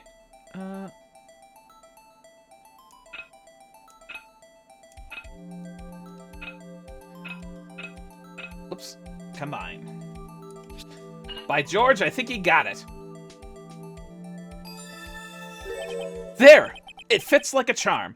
That, of course, means Chief Gant willingly and knowingly hid a piece of this jar in his safe. In other words, he concealed a piece of evidence from the SL9 incident. But, hey, guys, get a load of this. What's this? This piece you just attached. It's different from the others.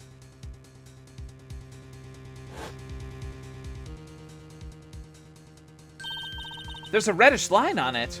Something was written in blood. A reddish line.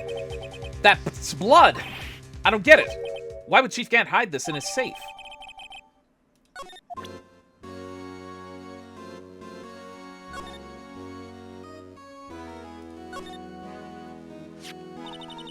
Look there. It's hard to make out, but there's a dark red stain here. Looks like blood. This piece the chief has is different, though. The blood stains on the other pieces are just spots, but this one's a line. That's odd.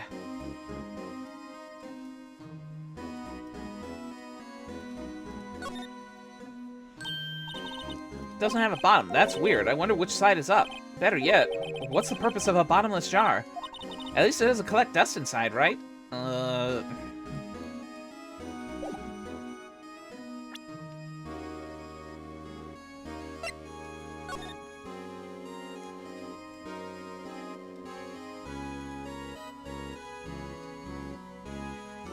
What the?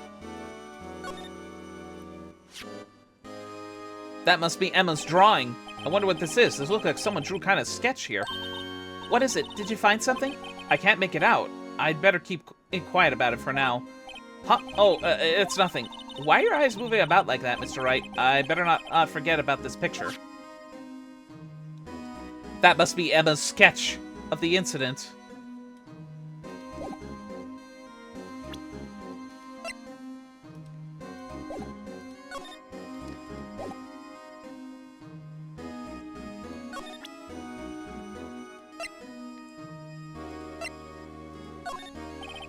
Detective Gumshoe, I'd like to have a look at this. Hey, I know what that is. So, you want to take some fingerprints? That's a great idea, Detective. Alright, go to town. Sheesh. What are you doing? Why are you sticking out your hand like that? Go ahead, take my fingerprints. It's not your fingerprints we want to take, huh? Come on, this isn't the time for jokes. We're talking about that cloth we found in the safe. Oh, I knew that. The one with the handprint on it, right? Sheesh, where's your sense of humor? Dick! Okay, Mr. Wright, let's check for prints. Circle the powder on the cloth.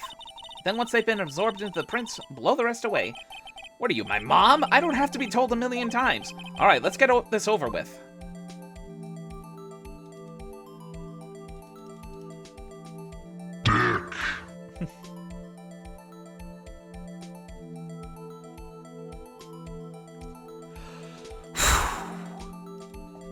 Oh, apparently I didn't have enough air. Oh, I was the wrong button. I gave it my best shot. That kind of result won't be any good for matching prints, will it? But it does look like we'll get a clear result from this print. Okay, let's try a different finger then. Alright. Let's try the thumbprint.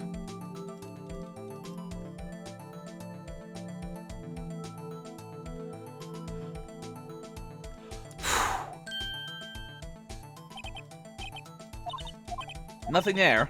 Okay. Well, given that there's no lack of dicks, I'm just gonna humor and go with the middle finger on this one.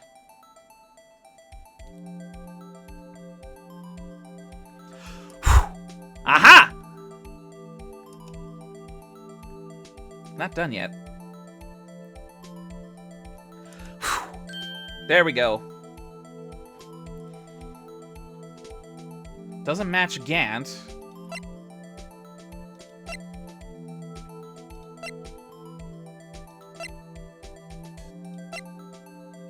No. What?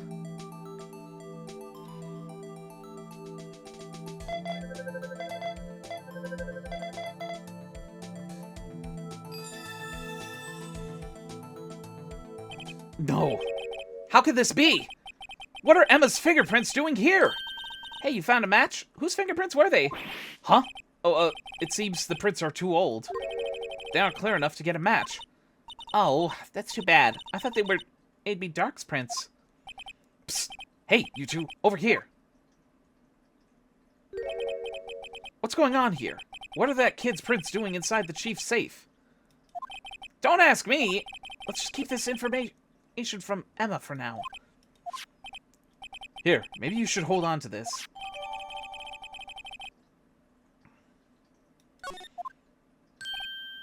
Well, was I any help? Of course. Thanks to your ID card, we were able to get some hard evidence. Now, that's not very kind, is it? In other words, if it was for his ID card, he would have been useless. Oh, fuck. Is that right? Ain't you in the coat? Chief Gant! We didn't think you'd be back so soon. Fortunately, I'm a man who believes in signs. As I was walking to my meeting, I happened to look out a window and saw a stray dog run right into a pole. Just then I thought of a certain detective. Do you mean me, sir? Jesus, what the hell kind of power of perception is that?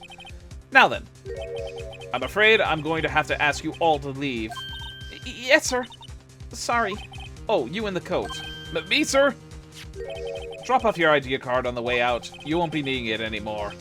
But, sir! Now get out! Yes, sir! We'll be on our way too, then. Oh, wait, the one without the spiky hair. Don't go yet. Me, sir? I'd like a word with you. But, sir, I'm not a licensed investigator yet. You with the spiky hair, you're free to go. Mr. Wright!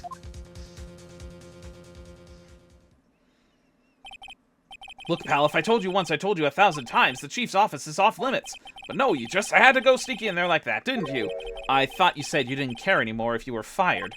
Yeah, but if I knew it'd be like this, I never would have said it! Now that I've seen the evidence Chief Gant was hiding in his office, I think I'm finally starting to get the picture. But why has she kept eerily silent about it all this time? Anyway, you listen to me? I'm gonna try and smooth things over with the chief again. Later, pal! After that, I heard from Emma. He said the police wanted to ask her some questions. She'll be busy for the rest of the day.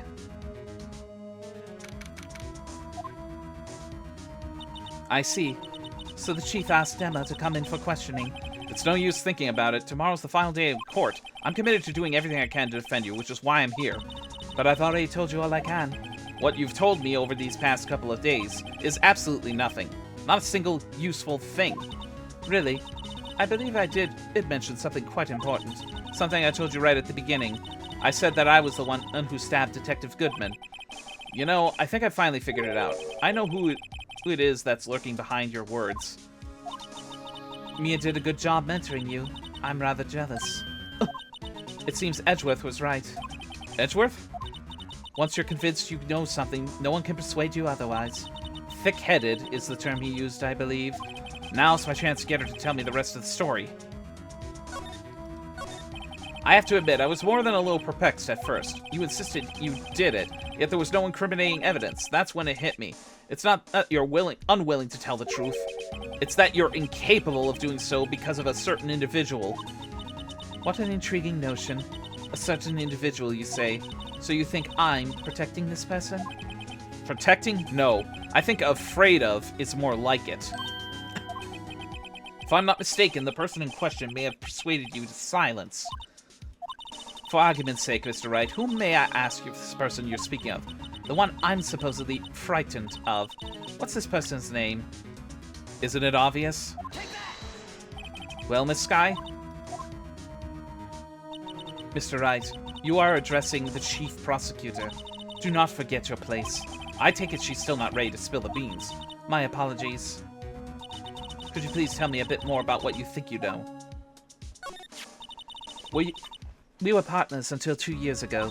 I respected him as a detective. Assuming he's respectable, then tell me something. Why would he try to hide his crimes? His crimes? Both you and Edgeworth will be brought before a board of inquiry for what you did, specifically hiding and forging evidence. Of course, these are serious offenses. Why is it, though, that Chief Gant's name was never mentioned? Chief Gant? Edgeworth didn't know the truth behind the forgery. The only party who could have possibly tampered with the evidence was me. I had access because I was second in command of that investigation. Yes, you, but also one other, Damon Gant. If you intend to accuse Chief Gant, you'll need more than just words. Show me proof that Chief Gant falsified evidence in that case.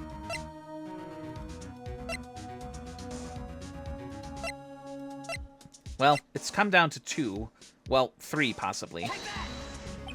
You want proof of the chief's wrongdoings? Here it is. That evidence proves someone is doing something wrong, all right, but it's not the chief. Who would that be? Why, you, of course. Me?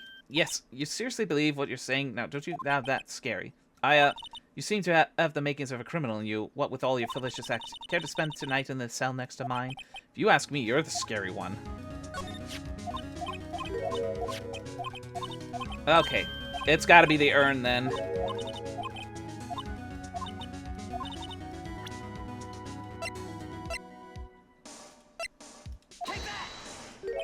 I just found this in a safe in the chief's office.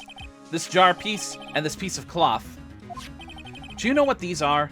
They are pieces of evidence from the SL9 incident. The person concealing evidence was none other than Chief Gant himself. Now tell me, why are you taking all the blame for him? Touché, Mr. Wright. It's as you surmised. I cannot disobey the Chief's orders, even if it means being found guilty of murder. Why not? Come now, Mr. Wright. You can't possibly expect me to be able to tell you that. 3 days ago, I had no choice but to cooperate. In the murder of Detective Goodman. Or perhaps I should say follow orders. Yes, that's more accurate than cooperate. Although I can't tell you in the details, I can say that I was given an order that day. I need you to dispose of Bruce Goodman's body. You'll find it inside the trunk of Miles Edgeworth's car. Just as I suspected. Despite what everyone believes, you were not the one who murdered Detective Goodman. Correct. I was trying to take the body out of Edgeworth's car. The trunk's lock was broken, and I discovered that a murder weapon while inspecting the body. The murder weapon... The murder weapon? You mean Edgeworth's knife? No. When I found the body, this was the knife stuck in it. The knife from the SL9 incident. Serial killer Joe Dark's knife. I couldn't just leave that knife in him, so I took it out and stabbed him with the other knife. That would be Edgeworth's knife? That's right. Even though he was already dead, my hands were shaking at the thought of stabbing him. That's why I ended up cutting my hand. And that's the reason for the bandage on your right hand. Yes. It seems I got blood on the victim's shoes as well. And then... she saw me just as I plunged the knife in. Miss Starr, huh?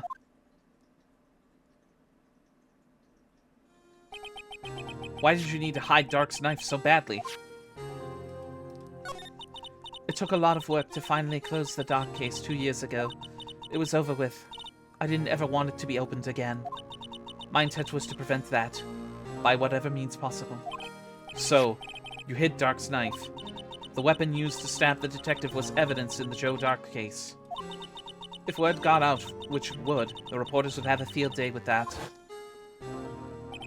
So you wrapped the knife in your scarf and hid it in Edgeworth's exhaust pipe. Right. Then I called my sister to tell her what happened and to ask her to hide the knife that was inside my muffler. You asked Emma? I didn't want anyone on the force to know about this. That would explain why Emma is so confident about Lana's innocence. Speaking of phone calls, I had a bad feeling about one of them that day. A bad feeling?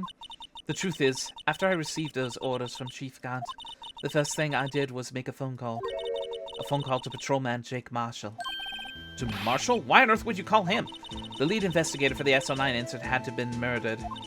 I wanted that fact to be kept hidden, and I needed help. He was the only other person I could trust. Or at least, I thought I could trust him at the time. However, it seems that after I spoke to him, he went off on an escapade of his own. Oh, you mean... Not wanting the case to die, he decided to take things into his own hands. He disguised himself as Detective Goodman and tried to steal the evidence. He had already stolen the ID card, but it seems he still hadn't made up his mind to break into the evidence room. After my phone call, any remaining doubts he had must have disappeared.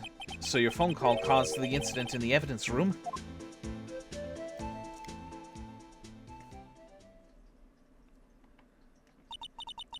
I'm afraid that's all I can tell you. But Lana, you've earned my respect, Mr. Wright, both as a defense attorney and an investigator. Now please, don't pursue this any further in court tomorrow. Tomorrow's trial. There's only one way to drive off Lana's demons. I've got to get to the bottom of everything. Detective Goodman's real murderer.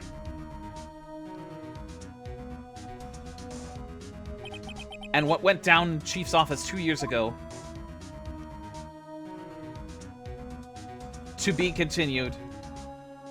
Oh, hour and a half in, and now we're into the final trial. This is probably going to be the most difficult one, and as I've asked before and was pointed out by our Miles, Miles Saintborough, that there is one tricky mechanic that is added into this final day of the trial that could definitely throw people off. But it's apparently hella subtle, so we'll see how subtle it actually is.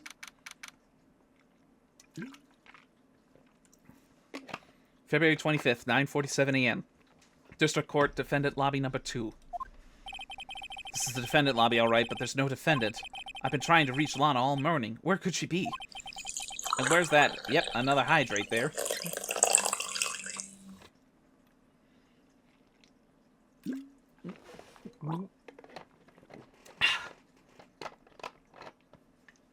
Trying to get the upper part of my mouth moisturized. Oof. And where's Emma, for that matter? It almost seems as if something's been happening behind the scenes. Edgeworth!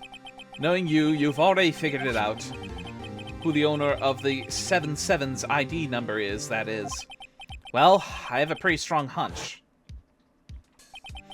Looks like I'm not the only one who's figured it out. You know, the only reason this trial didn't reach a verdict yesterday is because there was still room for doubt regarding this ID record. If that number does belong to whom you suspect, then no doubt will remain. After all, he hasn't been officially charged with anything. True. Not yet. In any event, once all doubt has been removed from that list, I can call for a ruling. 5 minutes, Wright. 8, and Chief Prosecutor Skye will be found guilty. But she didn't do it! I figured you'd say as much. That's why I came here, to hear what you have to say. This is the first time he's ever done something like this. Lana's hiding something, and the only way we'll ever know the truth is to draw it out of her. The truth? Everything goes back to the SL9 incident. Don't be stupid. Today's the last day of the trial. You don't have time to reminisce about the past. That depends on you. If she's found guilty, you'll lose your only chance to find out what really happened. I'll think about it. See you in court, Wright? This is it. If I'm ever going to find out what Chief Gant has on her, it's now. Order, order in the court. Will everyone please rise? Court is now in session for the trial of Miss Lana Skye. The defense is ready, Your Honor. The prosecution is ready, Your Honor. Normally this is when the prosecution puts forth its opening statement. But before that, the police chief has a proposal to make. Chief Gant.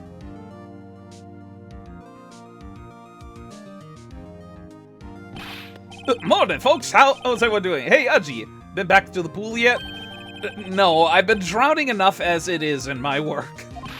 Oh, that's a good one. Don't think I can top that. If you don't mind me asking, Chief, exactly what is this proposal of yours? Oh, for Pete's sake, man. Lana, that is to say, the defendant, has asked me if she could speak directly to the court. She wants to do what? Having heard what she intends to say, I feel she should be granted her request. In the end, it should save everyone a lot of time and trouble.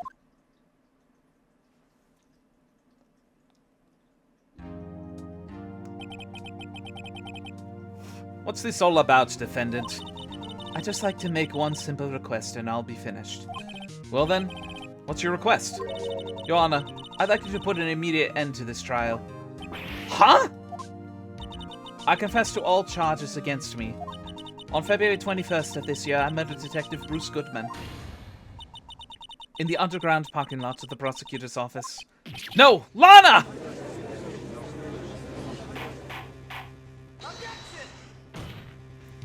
You can't! Your Honor! The defendant's claim does not change the defense's plea! In that case, Mr. Wright, I no longer require your services. But Lana! Your Honor, I hereby forfeit my right to an attorney. The prosecution may lack direct evidence against me, but it has sufficiently proven its case through testimony and circumstantial evidence. I would like you to render your verdict now, if you please. Well, the defendant certainly has the right to self-representation. A request is legally valid, although this is an unprecedented situation. Indeed, it appears there's no further need to continue this trial, even if Mr. Wright may feel otherwise. This can't be happening! It appears the time for the verdict has arrived. This court finds the defendant... Objection! One moment, Your Honor. Mr. Edgeworth? The prosecution has not yet proven the defendant guilty beyond reasonable doubt. Any ruling at this stage would certainly be premature. Come now, Worthy. I understand this is a difficult time for you, but why don't you just be a good little boy and keep your mouth shut, hmm? I don't think I care for your tone, Chief Gant. What? Creating another fabrication to cover up your past mistakes? Sorry, but I'm no longer the naive little boy you would have me be. With this sudden confession from the defendant, it's obvious to me some kind of deal was struck behind the scenes. Some kind of deal, hmm? Not everyone operates as you do, Worthy. I thought so. Your Honor, the prosecution would like to change its first witness. Oh? To whom? As its first witness, the prosecution would like to call Miss Emma Skye. I request the court hears her testimony. Well, this was unexpected. Mr. Edgeworth, I am exercising my right to self-representation. I don't think we need to continue. I don't care what you think, Miss Skye. The exposure of truth sometimes results in tragedy. However, no matter how tragic the truth may be, it would be an even greater tragedy to avert one's eyes from it. Yeah, Dick too has a point. Very well. The court shall grant the prosecution's request. That's okay with you, right, Chief Gant? Worthy, you'll live to regret this. Mark my words. Miss Emma Skye, please take the stand. Looks like Edgeworth has decided to take the horse by the reins.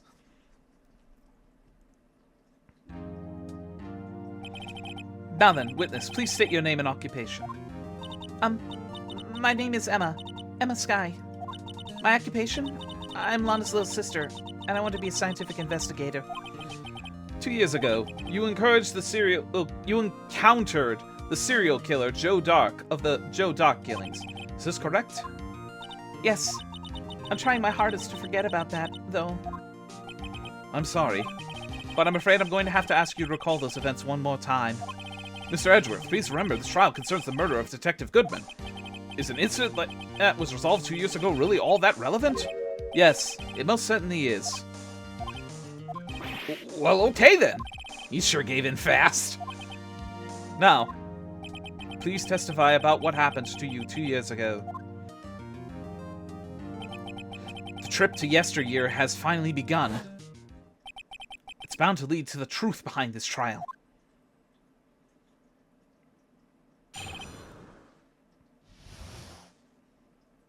Two years ago. I was waiting in my sister's office that day. A man came running in and took me hostage. Neil Marshall rescued me. But I'll never forget what I saw in that instant. The man raised up his knife and stabbed Mr. Marshall in the chest.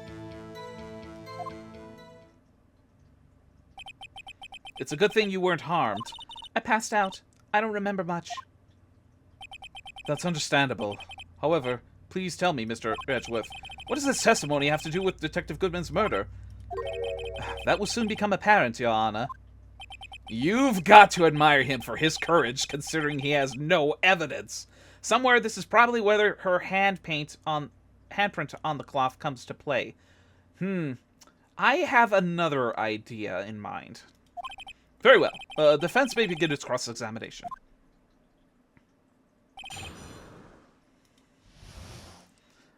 I think you mean handprint. Yeah. But that's not what I was immediately thinking. Unless she's part Octolingo, for goodness sake.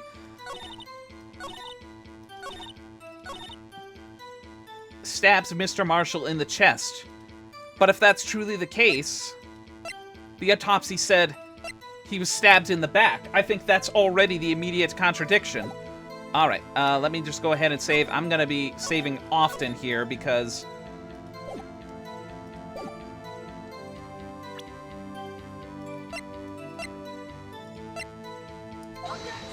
What? Your Honor, what?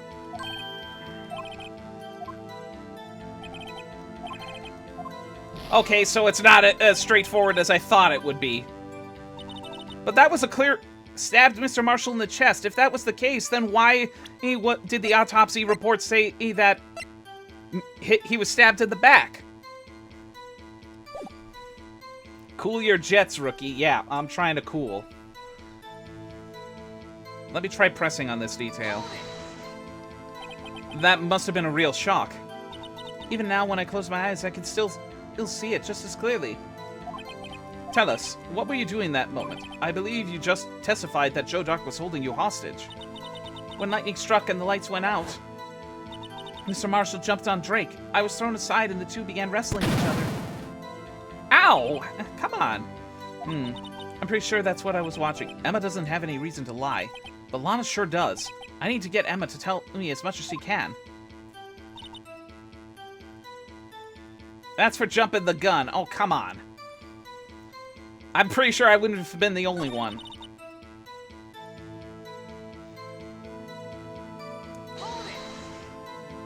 A man? Yes, Joe Dark. It was a serial killer. Joe Dark was brought in for questioning on the day of that ceremony. Oh, bull crap.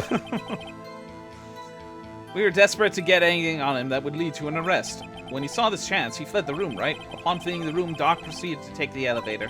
He must have been in a panic because the elevator was going up. Then he ran into Sky and Gant's office. There was a lot of noise coming from outside, so I opened the door to have a look. That's when I saw him.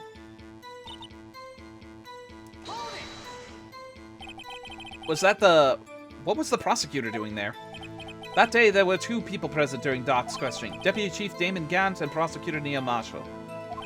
Almost forgot about Gant. Hello, Coiliolo. Welcome on in. Unfortunately, I don't have Yar sound effects, but how are you doing today? I love the swoos emotes.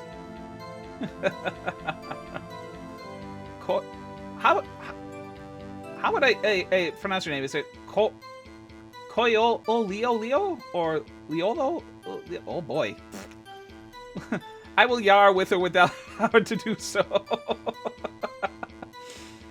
Yep, okay, fair enough. Almost forgot about Gant. Neil Marshall had just received the King of Prosecutors Award. Young and dedicated, he went straight to the questioning room after the ceremony. I assume that would also be why he was the first to run after Dark. When Dark grabbed me, I thought I was good as dead. And that's when Prosecutor Marshall came running in. I don't clearly remember what happened then, but I'll never forget what I saw in that instant. Can you tell us about that? Mr. Marshall jumped on Drake. Just then, the lights went out. The lights? It was just about this time of year. There was a terrible thunderstorm going on, and lightning struck nearby. So the electricity went out? Wait a minute. If it was pitch dark in that room, you shouldn't have been able to see anything, right? Right, but then, just then, lightning flashed again outside. That sudden flash of light led an unforgettable image in the scene of my mind. I see. I told the detective about what I saw then. The detective? Yes, Detective Goodman. He was in charge of the case. Koyo is fine, but if you feel the Koyoto, Leo, you can Oh wow. That's quite a statement. Detective Bruce Goodman, the victim. Ow! What was that for? So you spoke with Detective Goodman about this 2 years ago? Yes. That's what was so scary about this trial. And you told Detective Goodman about what you saw? Yes, but at the time the words just wouldn't come out. That's why I drew a picture. A picture? Yes, I think she mentioned this before. Well, Mr. Wright, have you heard enough? This picture the witness drew. I believe it has a very important meaning. But the list of evidence I given 2 years ago doesn't contain a picture. Witness, would you mind if we added this statement to your testimony? Yes, Your Honor.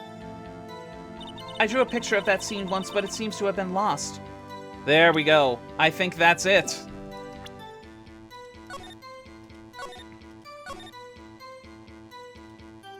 No Coleoli in this Christian Minecraft server. I'll allow it. But I think now, that's where our...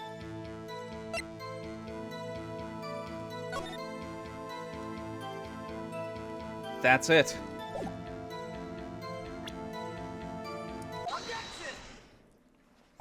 Mr. Edgeworth.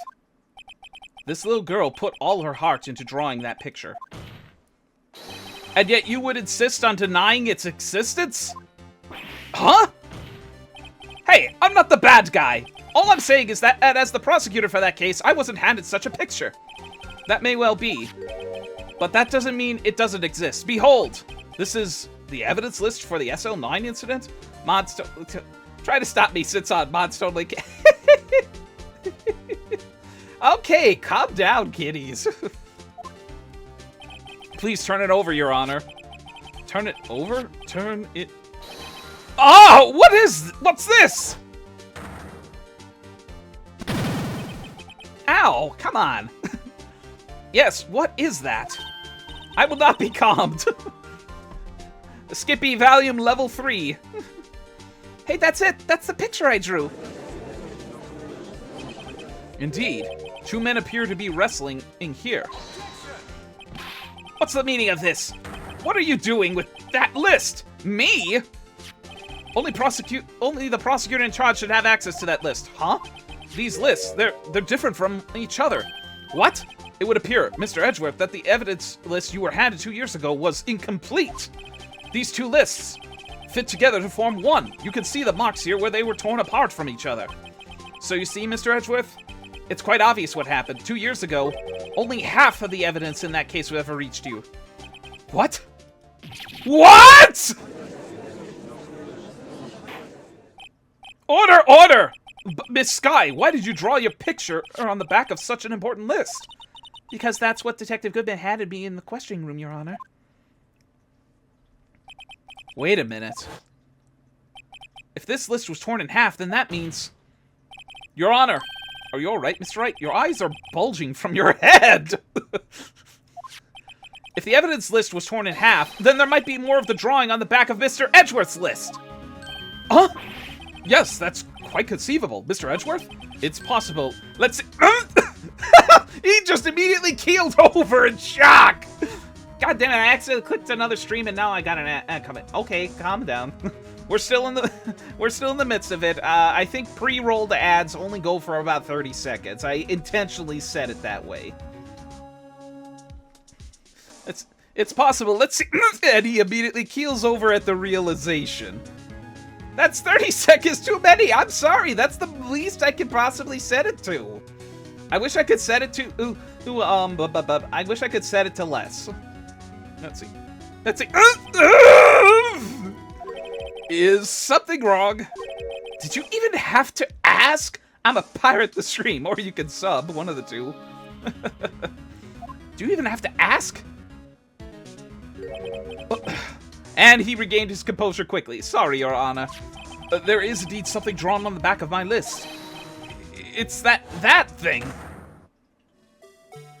The Blue Badger? That's that thing. That thing was dancing in the evidence room. Clearly, this is an act of vandalism. It is the work of a certain chief of detectives. Badge, badge, badge, badge, badge. The mouse sound like he's got diarrhea. I guess he was out of scrap paper.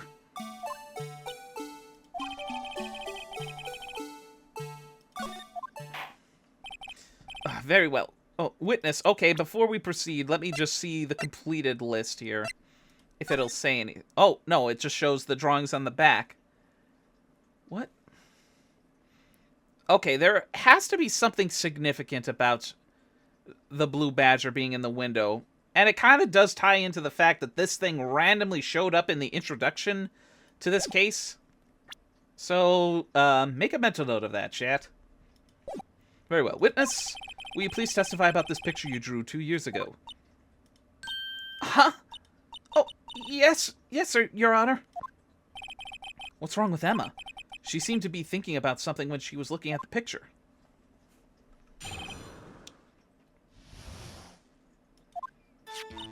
This is the picture I drew 2 years ago. The flash of lightning was so bright, all I could see were shadows. After that, I must have fainted. This picture shows exactly what I saw in that instant. To think a flash of lightning could burn such an image in your mind. Thanks to that, though, she was able to show us exactly what she saw. Well, I don't see any contradictions here. This clearly shows Dark about to murder Prosecutor Mio Marshall. The defense may now begin its cross-examination.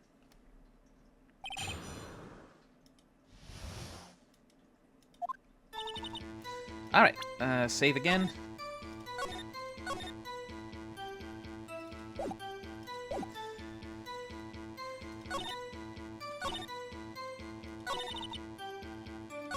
That's strange. She claims this is exactly the scene that was imprinted in her mind, and yet, there's clearly a contradiction here.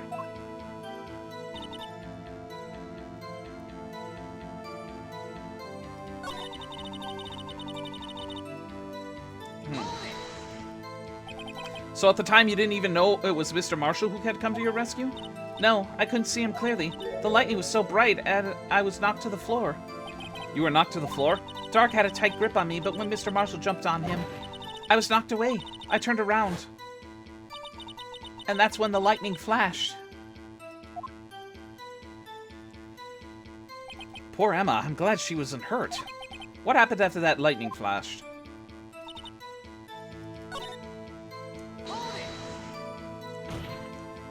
Sorry for asking so many times, but are you sure that you drew exactly what you saw? Of course, this is the exact scene. It wasn't influenced in any way from your talks with the detectives?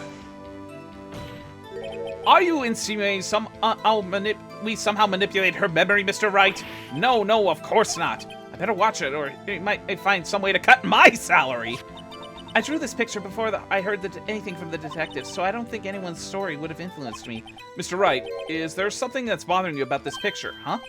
Oh, well, that's strange. She claims this is exactly what's printed in her mind, and yet there's clearly a contradiction here.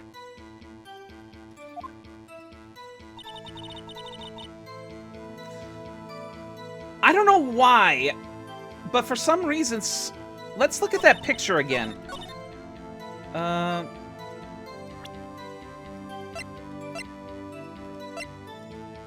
Yeah, hint. What is it? Clearly a contradiction here.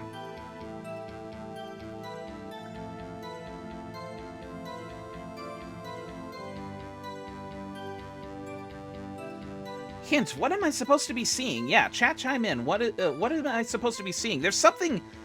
The game pretty much spelled out that there's something funny about this picture. But what is it I'm supposed to be seeing? The only thing I can think of... Well, I probably shouldn't draw too much. This was a child that drew the picture after all. I stepped away. What happened? I'll press once more just so that you can see what happened. What you saw. Of course, this is the exact scene. It wasn't influenced in any way from your talks with the detectives? Are you insinuating we somehow manipulate her memory, Mr. Wright? No, of course not. I better watch out, or he might find some way to cut my salary. I drew this picture before I heard anything from the detectives, so I don't think anyone's story would have influenced me. Mr. Wright, is there something that's bothering you about this picture? Huh? Oh, well, that's strange. She claims this is exactly the scene that was imprinted in her mind, and yet there's clearly a contradiction here. Is it the fact that it was on the evidence list itself before anyone got to her?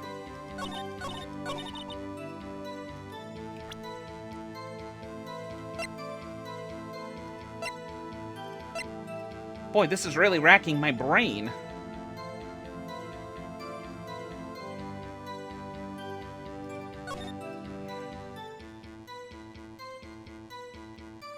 Was the list on it? No, I have not presented anything. I just only pressed. Something is... There is something off about the picture, apparently. But I have not presented then, I guess. Nope.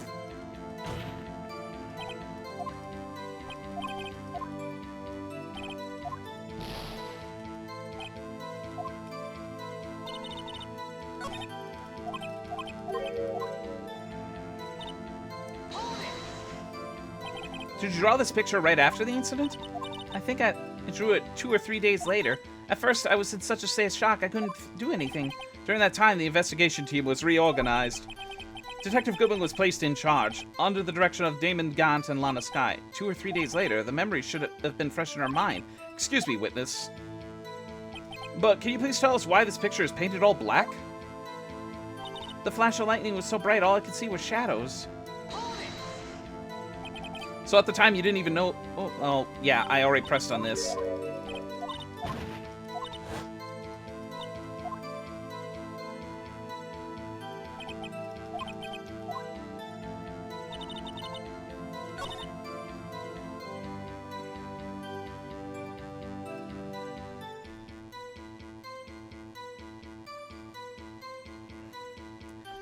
Alright, I'm gonna save here, but if we fail on this presentment again, I'm just gonna reload here.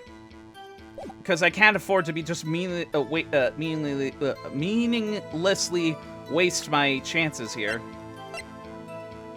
So you think it's the autopsy? Stabbed in the back. I mean, I know that in her earlier testimony, she said she was stabbed. He was stabbed in the front, and I jumped the gun on that one. I suppose. I hate to be the bearer of bad news, but this picture the witness drew contains a blatant contradiction. What? But I still remember like it was yesterday. Mr. Wright, perhaps it would be faster if you simply pointed out this contradiction for us. What part of this picture contradicts the autopsy report?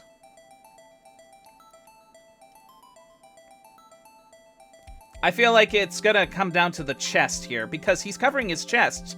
So if he was stabbed through the front, I think this part here, I don't see what's so strange about that. That's because the drawing stinks. Mr. Wright, how could you? The act of making it should warrant the death penalty. The weapon is blank. I guess it means I shouldn't shift the blame to others. Dick. Oh, I was thinking elsewhere.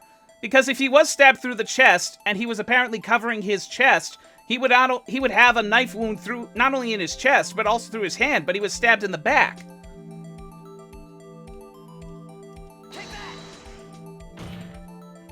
The contradiction, of course, lies here. Take a look at the knife the man is holding. If you look closely, you can see the tip is broken. Even I don't have to look closely to see that, Mr. Wright. But, Mr. Wright, look at the evidence. See the murder weapon? Its tip is broken, too. If I recall, the tip of the knife was found broken off in the victim's body. It was a conclusive piece of evidence that proved Joe Dark was the murderer. I'm afraid it's not so simple, Emma. And where, pray tell, could you possibly see a problem? It's obvious, really. The victim suffered a single stab wound to the back. If the victim was only stabbed once, then the murder weapon should not yet be broken. Ugh! What's the meaning of this? Perhaps the knife was broken beforehand.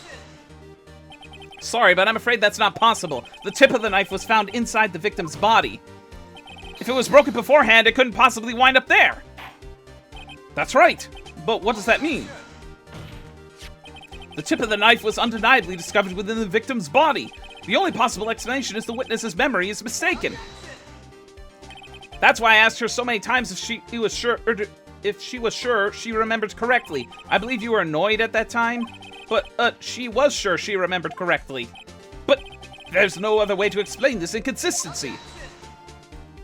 Oh my god, all these objections being lobbed. Not so fast, Mr. Ashworth. There's another explanation. Have you forgotten already about a little something called falsified evidence? You're treading on thin ice, Wright. All I'm saying is that the broken tip might have been in the piece of evidence that was forged. You can't deny the possibility. No. Ugh! Order! Order! Order!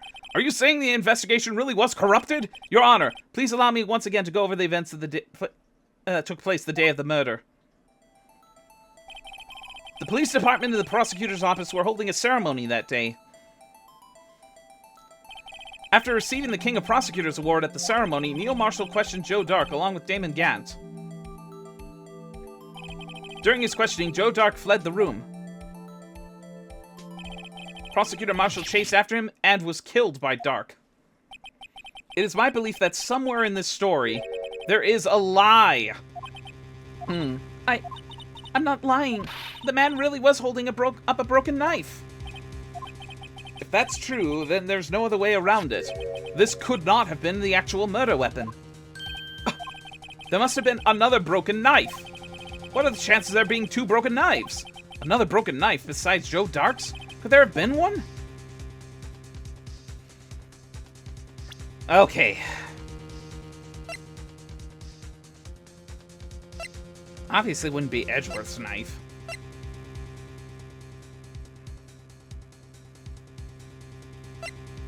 I'll take a large number 2, no mayo, no ketchup, extra jalapeno. Yeah, this is getting pretty spicy, and I'm treading on thin ice. Wait a minute.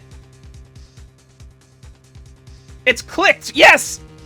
I just thought of it. If the witness is adamant about the accuracy of what she saw, it can't just be explained away by a simple observation error. Texas double whopper. Woof. Mr. Wright. In that incident, Emma really did see a broken knife. I assume then that you have some other information about this other broken knife. If so, please feel free to enlighten us. Murder weapon was already broken prior to the murder. There's only one way. Take a look at this. Here's the real murder weapon. I'm gonna take a wild guess. It's gonna come down to the murder weapon being the halberd from the King of Prosecutors Award. But the question is, what do I show? The picture or the actual prosecutor award? This is gonna be a explicit answer. I am guessing it is the prosecutor award, but which version? Is it the one in the picture? Yes, chime in, yes or no. I'm guessing it's a yes. If it's yes, then I'm presenting the picture. If no, then I'm presenting the prosecutor award. Picture, yes, I figured. The answer lies in the past, 2 years in the past. Right here inside this picture. This is a picture of the awards ceremony. This is a picture of the awards ceremony. Ah! What is it, Mr. Edgeworth? It's the broken murder weapon. Notice the award prosecutor marshal is holding. That's a broken knife. As we earlier concluded, the knife in the drawing was not Joe Dark's knife. That being the case, the knife the witness saw was in all likelihood from this award. Order! Order! Order! Neil Marshall was awarded King of Prosecutors that day. As a reward, he was given this broken shield and knife. When he chased after Joe Dark, he pulled out this knife. Being a prosecutor, he did not carry a pistol. This broken knife was the only weapon he had in this dangerous situation. But that can't be. Oh, and why not, Mr. Edgeworth? Because if the King of Prosecutors award knife was the murder weapon, then the murderer and the victim would be reversed. What do you mean? I mean, the man raising the knife would have been Prosecutor Neil Marshall. Oh. Oh! But the prosecutor was the one who actually died. That's true. What's going on here? It seems Mr. Wright has been a bit too eager to jump to conclusions. Hold it! Wait! I remember now! I remember everything! Witness? Mr. Edgeworth, What is it? could you show me your evidence list again, please? His list? The one with that picture scribbled on the back?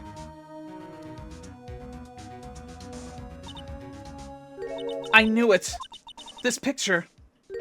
I'm the one who drew it. What? You drew that? That's right. The list wasn't torn in half at the time I drew this picture.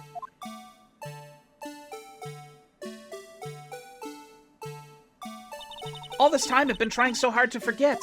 I must have locked this part away deep inside me. Perhaps it would be best if we added this to the witness's testimony. Would you please tell us what you've recalled, Miss Skye? Yes, Your Honor. First the knife mix-up, and now the blue badger? This should be interesting. And not in a good way, either. And here come the beats, but is it the actual crescendo?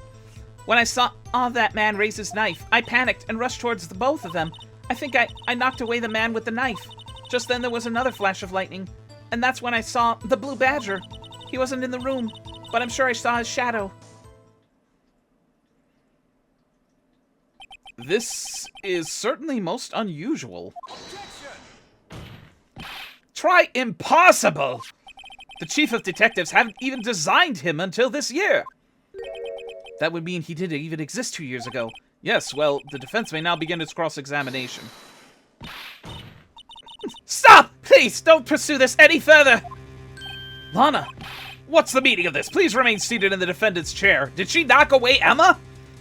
But you can't do this. I've already confessed to the crime. Why can't you just leave it at that? Chief Prosecutor Sky, we've already come this far. It's too late to turn back. Silence! The defense will now begin its cross-examination. Bailiff, please detain the defendant. It seems we're finally getting to the core of the matter, and now I'm kind of wondering if this is the landmine. Am I right, 8 Miles? We're now in the landmine territory. If we press on something wrong, it's not the judge that's going to automatically jump in. It's Lana. She's not going to let this go quietly, and she'll be found guilty on the spot. Is that right? Let me go ahead and save here.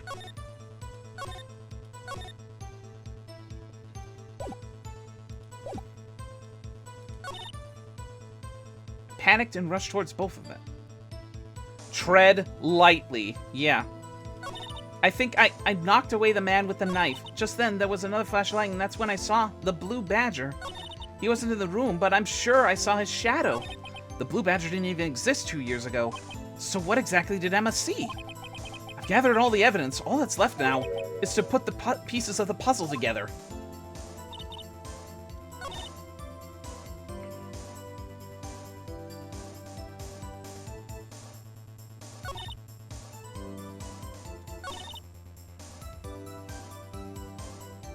Press what? Press what? Woof. Is it this statement? I was initially leaning on this one because it seems to be the only one that doesn't have any potential bearing that Lana might snap and interject again. Is that it, Woof? Huh? Press the rushing. Oh. Why would you do something so dangerous? What else could I have done? He was about to stab Mr. Marshall. She seems convinced that Dark was the one holding the knife. But as we just theorized, Mr. Marshall was the one holding the knife. Well, I didn't know that at the time. And that Dark guy knocked me down, all I could think of was I gotta help that other person. I think I knocked away the man with the knife. Okay.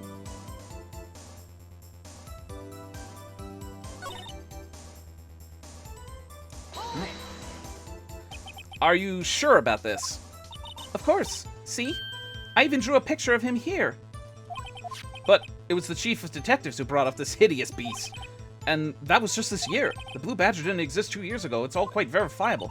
I know it sounds strange. I was surprised too when I saw him at the police department. I had this nagging feeling that I've seen him before somewhere. Now I finally remember. Oh, brother, just when you had thought that thing had caused enough commotion.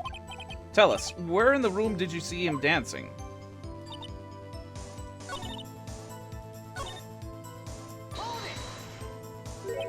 What do you mean, you think? It all happened so fast, and I was in shock. I don't remember everything clearly. What I did, it's all kind of a blur. Miss Sky was almost killed before she was a witness to a murder about to take place. So much happening in a matter of seconds, a little disorientation is only natural. I saw that man about to stab the other person who I thought was Mr. Marshall. I knew I had to stop the man with the knife. What you did was very brave, young girl, so then what happened next?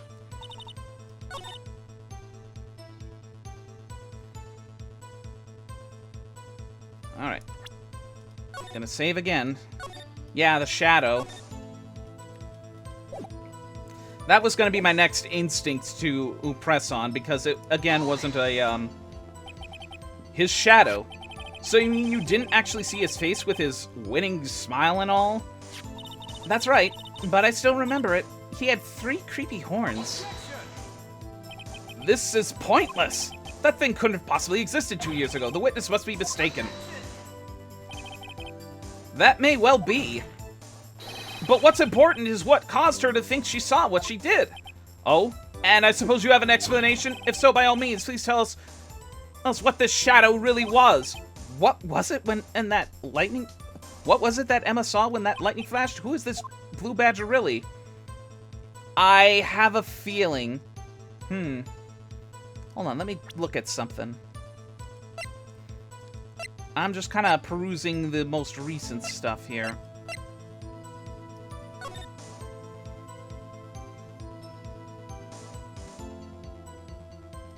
That's probably either...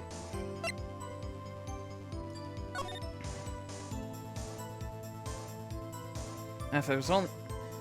If only we could see more of the picture.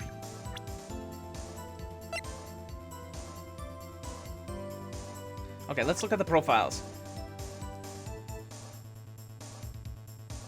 I wonder... Okay, well... Yeah, no one has...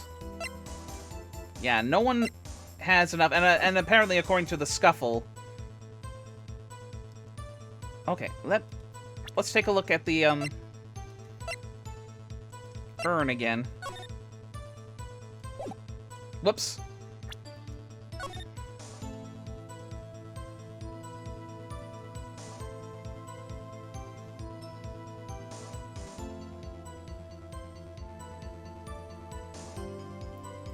That could be it. The urn might just be it. Okay, I'm gonna save again.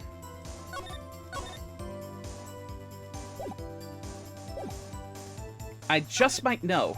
The Blue Badger hadn't even been dreamt up when Emma drew this picture, yet she's certain she saw its shadow. Ladies and gentlemen, it's the defense belief that on Fateful Day 2 years ago, there indeed was something that looked similar to the Blue Badger. Something that is now sitting in this very room. Mr. Wright! In this room? Very well, Mr. Wright. What is it that the witness saw in that instant? Please show us this mysterious Blue Badger look-alike.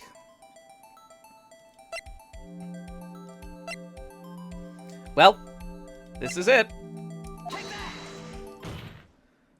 The mysterious Blue Badger was in fact this! But that's... what exactly is that? I believe it's some sort of jar. But Mr. Wright, that doesn't look anything like the Blue Badger. Indeed it doesn't. As it stands now, it's just a plain jar. However, what if we were to change our viewpoint? Our viewpoint? I've got to show them the correct angle to look at this from.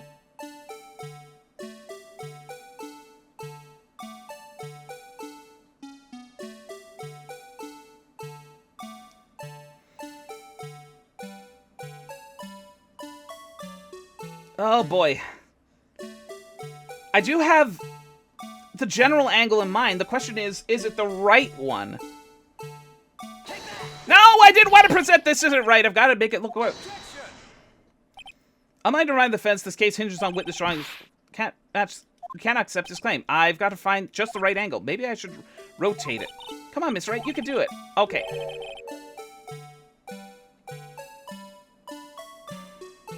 I was trying to hit R. Okay. Yeah, the big side facing forward is what...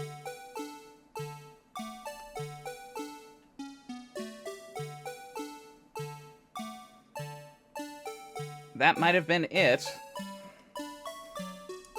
At least I'm not dinged. This isn't right. I've got to make it look more like... Okay, yeah.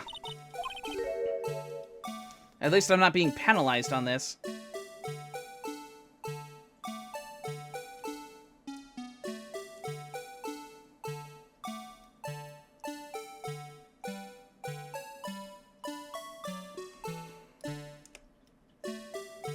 And then I gotta listen to the worst ice cream music here. This isn't right. Do I have to tilt it down further? It's a good thing.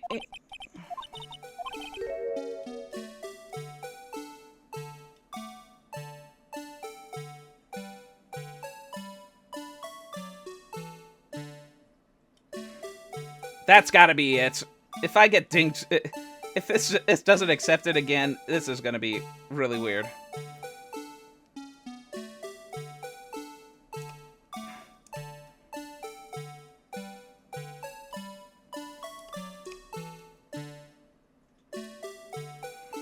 That's gotta be it. This isn't right. Come on!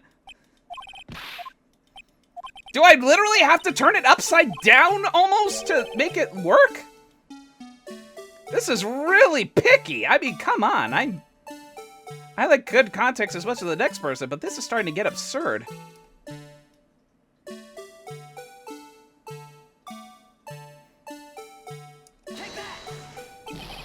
Oh, come on! Okay, and that's why I said it skipped this episode. Oh, brother.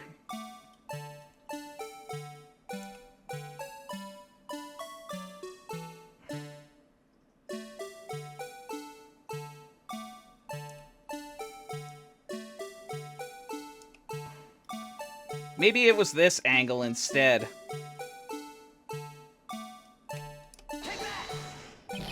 Oh, for fuck's sake!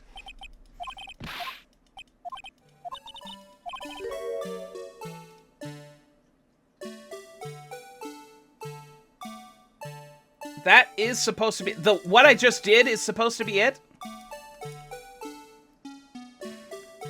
Maybe I just have to angle it up a little higher.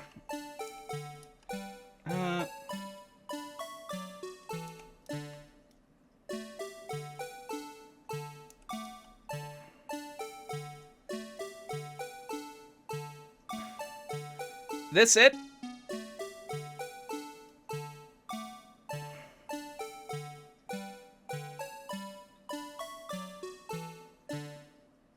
Big part facing forward. Okay.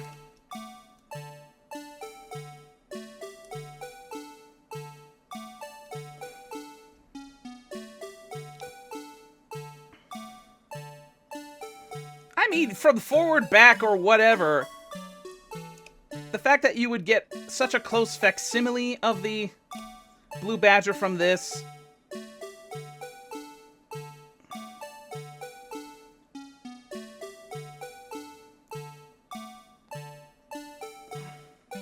Alright, is this it? Is this supposed to be it? Or do I have to, like, very gingerly tilt it up?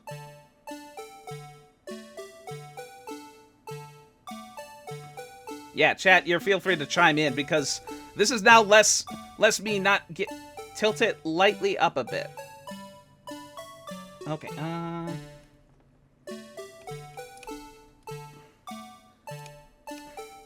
I mean, I know I have the right answer, it's just that this is being ridiculous. I don't know either. Is this it, Wolf? Might this possibly be it?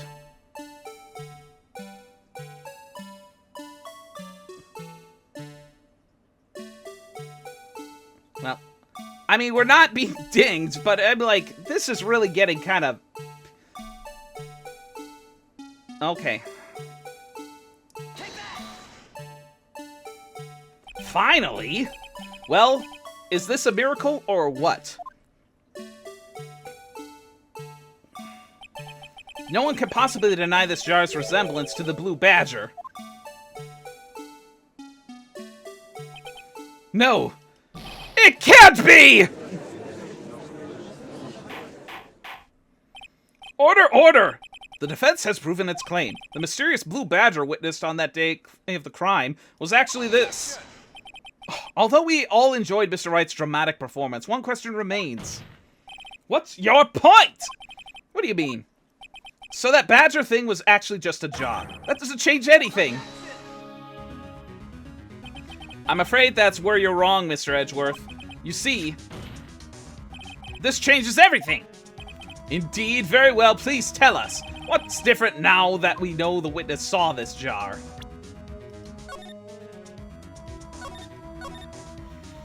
Oh boy, What is different now that we...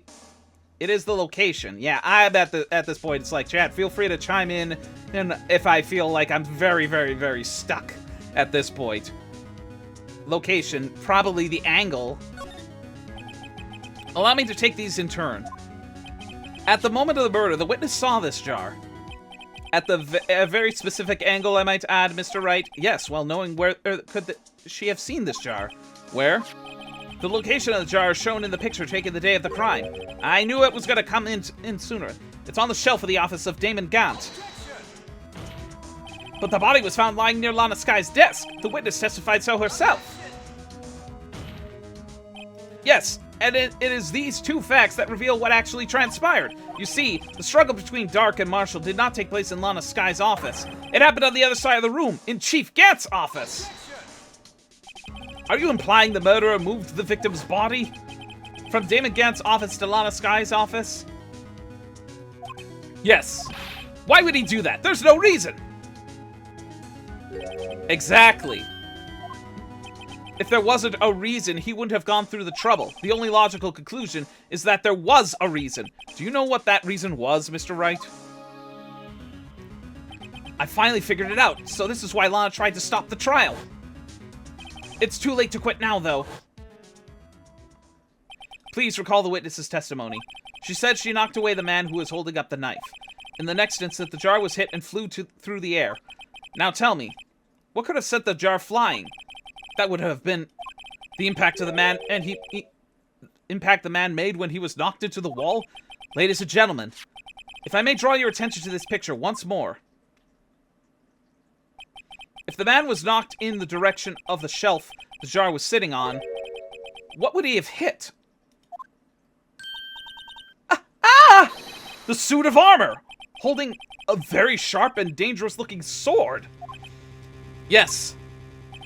And since that man who was knocked into the armor was carrying a broken knife, he would have had to have been Neil Marshall wielding the King of Prosecutors trophy. No, Mr. Wright, you can't be thinking. Yes, there is another possibility of what actually transpired in that room. Another possibility? Of course, the perpetrator would have no idea, but nevertheless. I don't know if I can go through with this. Mr. Wright, what's the matter? If events took place as the defense theorizes, then the outcome is obvious. In that moment, assuming that man Emma Sky knocked away was actually Prosecutor Neil Marshall. Oh my god.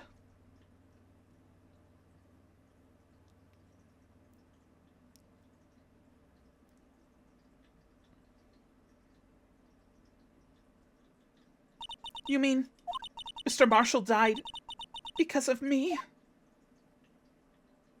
No!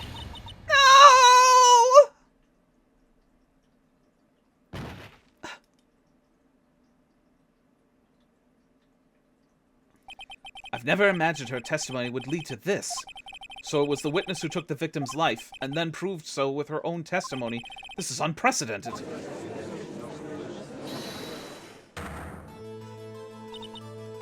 What are you saying? I'm sorry, Miss Sky, but given the circumstances... Joe Dark murdered Prosecutor Marshall. How can you think it was Emma? How dare you try to print in this crime on her? Imagine that coming from you. If you recall, it was you who admitted to forging evidence 2 years ago. The reason you moved Prosecutor Marshall's body was to keep anyone else from finding out about what Emma did, wasn't it? I assure you, Mr. Edgeworth, I have no idea what you're talking about.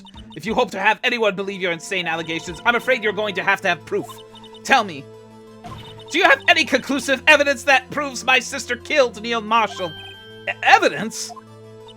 I'm willing to bet you don't. Yes, it certainly would be difficult to prove this with evidence. If we don't have evidence, then we'll have to rely on testimony. I'm afraid that won't work in this case. Both parties involved in the incident are dead. We certainly can't get dead people to testify. This all has to have been a wild goose chase from the beginning. Touché, Miss Sky. Of course, that only leaves us with one possibility. You mean there's still another possibility? What do you mean, Mr. Edgeworth? I mean the possibility that the victim has left us a message. For better or worse, Mr. Marshall did not die instantly. He may have left behind the name of the person who took his life, in one manner or another. That's impossible. Wait a minute. Hold on. This is the only possibility left to you. I have a feeling. Let's take a look at that jar again. Those pieces...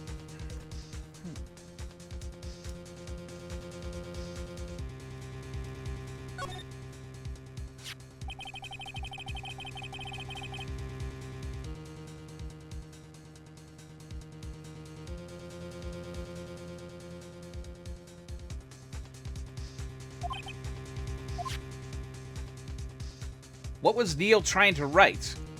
If we look back at the picture here. Yeah, landing on that sword, there would have been blood spatter on the urn. Neil probably would have had time to try and write a name in blood.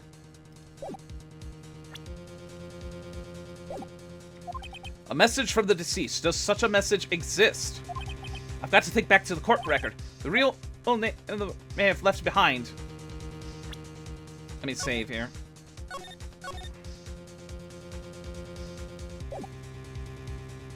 Is in the evidence.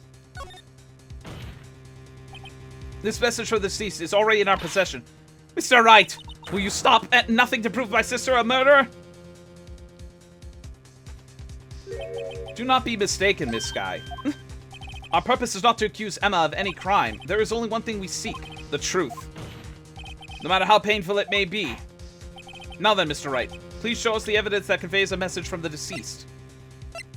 It has to be the urn, because that is written very suspiciously, and Gant would not keep that one piece apart from the others for a reason.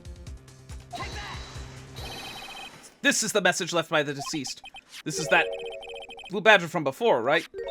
Oh, he's just going to speak the killer's name? If that... Wait a minute, what did I... Looks like everyone's forgotten this is just a jar! I had a heart attack thinking I somehow selected the wrong piece of evidence! A message was left here, on the surface of this jar. What do you mean? If you look closely, you can see a faint trail of blood on this jar. It looks like someone just wiped the blood away. Yes, but notice, for some reason the blood on some of the fragments was not wiped away. Yes, there's a line here, drawn in blood. So, what you're saying is that these dots were once lines? Prosecutor Marshall did not die instantly. He used a few precious moments he left him to leave behind a message. One that someone apparently wiped away, but blood must have seeped into the jar where the lines changed directions. Precisely so. All we need to do is connect these points, and the victim's message will become apparent. No! Mr. Wright, what kind of message did the victim leave for us? Your Honor, I believe these dot stains will reveal us the answer. Oh, I've got to connect these dots to make letters.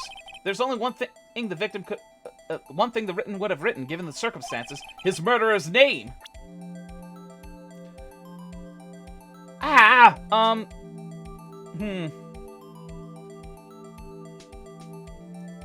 I was hoping to be able to use luminol to connect the dots.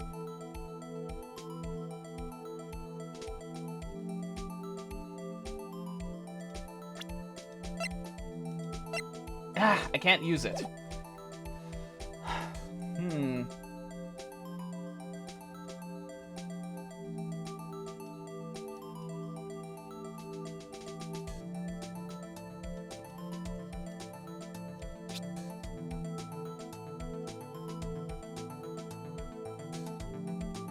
Oh, God.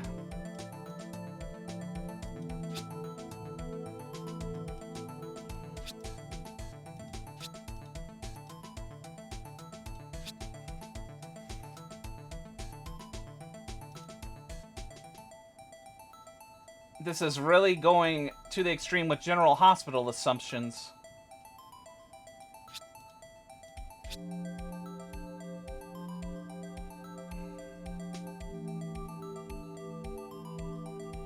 Is it really coming down to that?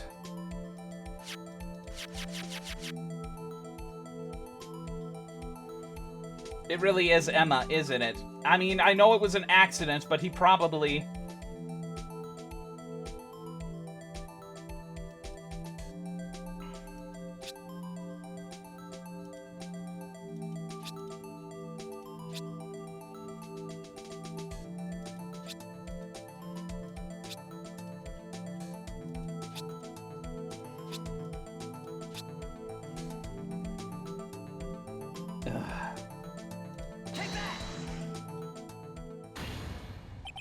It's a defense attorney's duty to prove their client's innocence. That's why all I've been thinking about is saving Lana.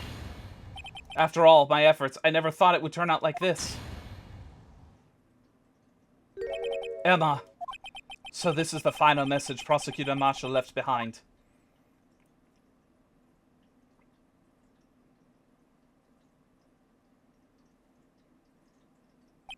Of all people. She may not have meant it, but in the end, the one who took the victim's life was Emma Skye.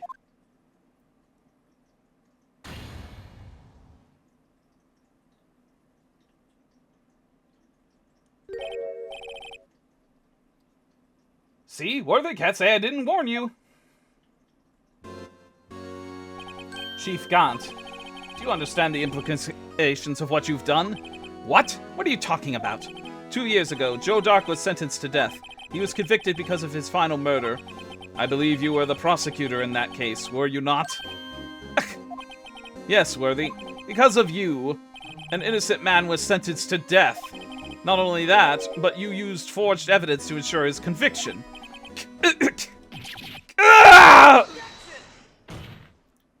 But Joe Dark really was a serial murderer. That is undeniable. I'm afraid that's not important. Didn't you know? We weren't defenders of justice. What? We're merely keepers of the law. Sentencing a man to death is no light matter. Even if there wasn't any cover-up or evidence forgery, ultimately the responsibility falls on the prosecutor in charge. Despite what anyone may say, this fact cannot be denied. What's going on at the prosecutor? They might have sent an innocent man to his death? How can he just stand there and swallow? Order! Order! Order! Order! The gavel's pounding fell on deaf ears. Unable to settle the crowd, the judge declared a recess. Where the trial is headed, no one knows. To be continued. Oh boy. I said I was gonna get through the end of this. I mean that. We are close to the end. I intend to see this through.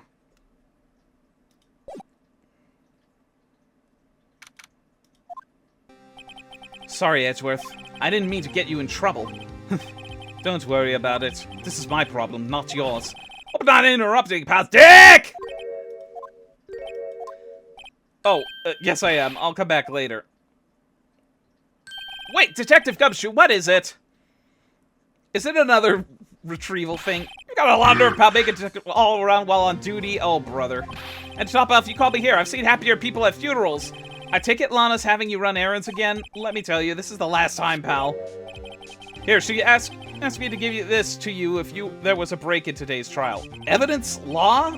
Edgeworth was talking about this just the other day. You must know the 2 rules of evidence law. Rule number 1, no evidence shall be shown without the approval of the police department. Is that right, Mr. Wright? It seems so. You could at least study some evidence law, really. The chief prosecutor also wanted me to give you a message. Message? She said, if you're planning to take him on, you're going to need this book. Him. I guess I need to give this book a thorough read. Doesn't look like that book will do you any good now. All that's left now is the chief prosecutor's sentence. That's where you're wrong, detective. Huh? Haven't you figured it out yet? Why I'm still sitting in that prosecutor's seat, despite all these allegations being thrown at me? Mr. Edgeworth, the real trial today hasn't begun yet. What? What else is there left to do? Your credibility's all but ruined with this forged evidence you were unaware of. Emma Skye found out she was unwittingly caused a man's death. And now, you're telling me you want to do more? You gotta be kidding me, pal! You're missing the point, detective. Lana didn't murder Detective Goodman. She merely stuck a knife into his dead body. That means the real killer is still out there. What? And we're going to expose him, no matter what it takes. This case has hurt too many people. It's time to bring it to an end.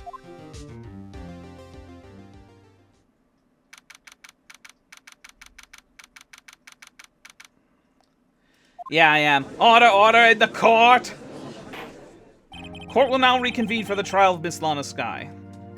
Alright, let's take a look here. It's just basically the truth. No evidence shall be shown without the approval of the police department. Unregistered evidence presented must be relevant to the case on trial.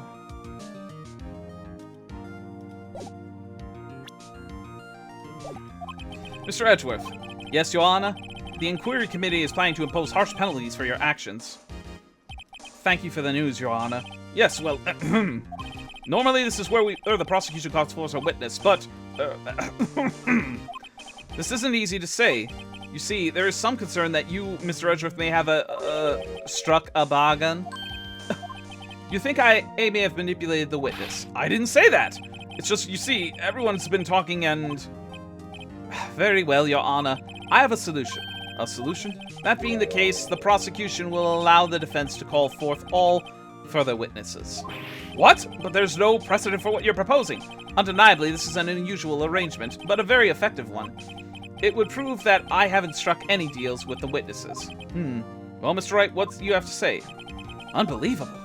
Edgeworth has found a way to continue the trial. Very well. The defense accepts the prosecution's proposal. Then it's settled. The defense may now call forth the next witness. Mr. Wright, you do realize this is your last chance. If you call the wrong witness, this trial is as good as over. The defense calls...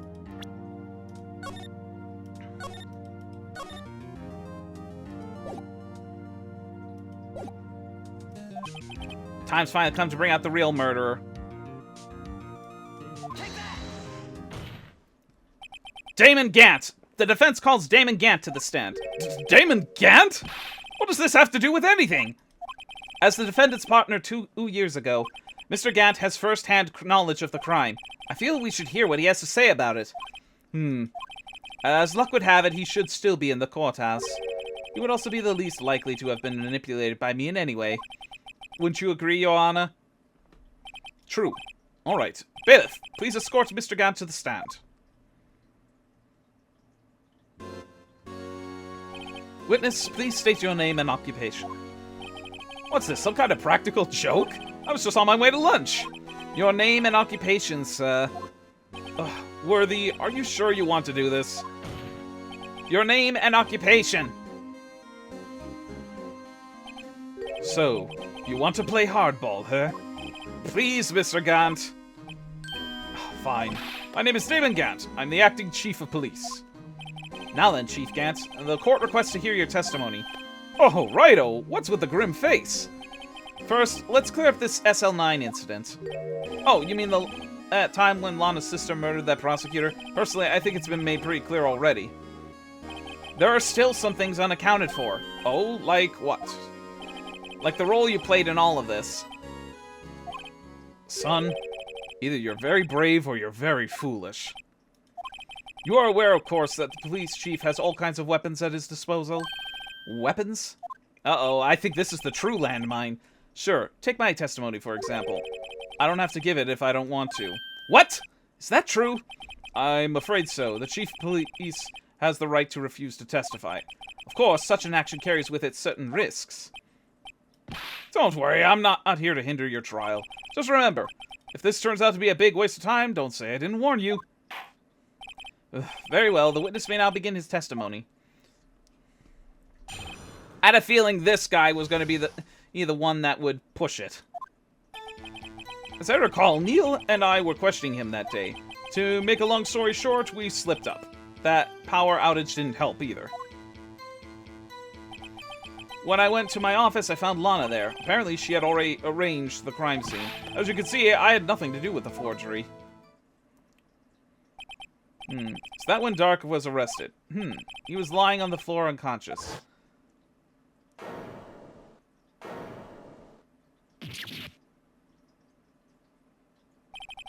When Emma sent Neil flying, it seemed Dark bumped his head. I see. Everything seems pretty clear-cut. If the police chief has the right to refuse to testify, then I better hit him hard and fast!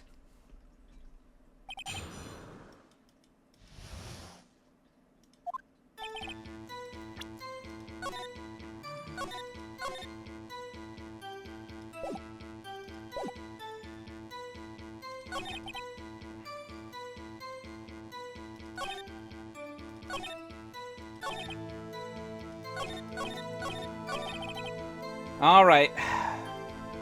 Gotta tread lightly, even further now.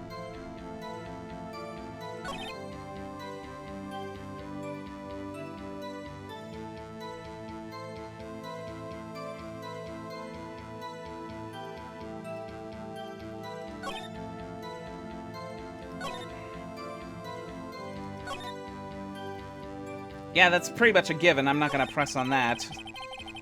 I feel like I should press on this, though.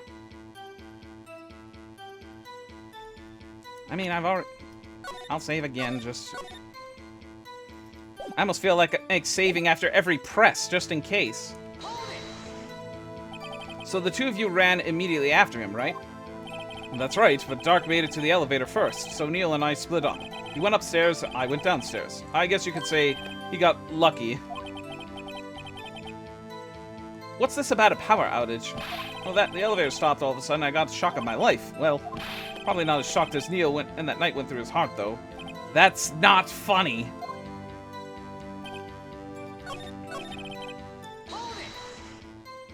As I recall, a ceremony was held at the police department that day.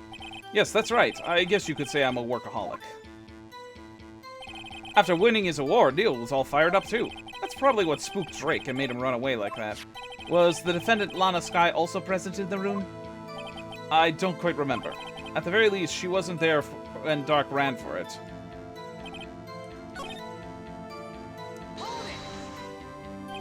Could you tell us what you saw? It was a shocking sight. Neil and that serial killer were lying in a heap of floor, all tangled together. Dark was also lying collapsed on the floor. Yes, apparently he hit his head and was knocked out. Next to them were those two poor girls, Lana and Emma. Lana was cradling Emma in her arms. Looking back at it now, she must have already known what her sister had done.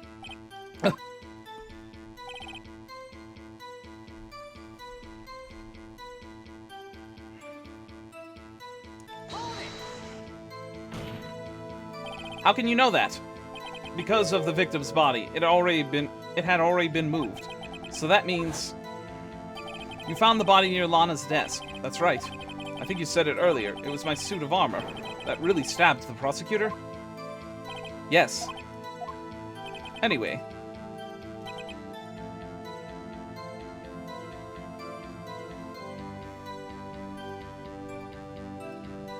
Well, do I go ahead and risk the press on this one?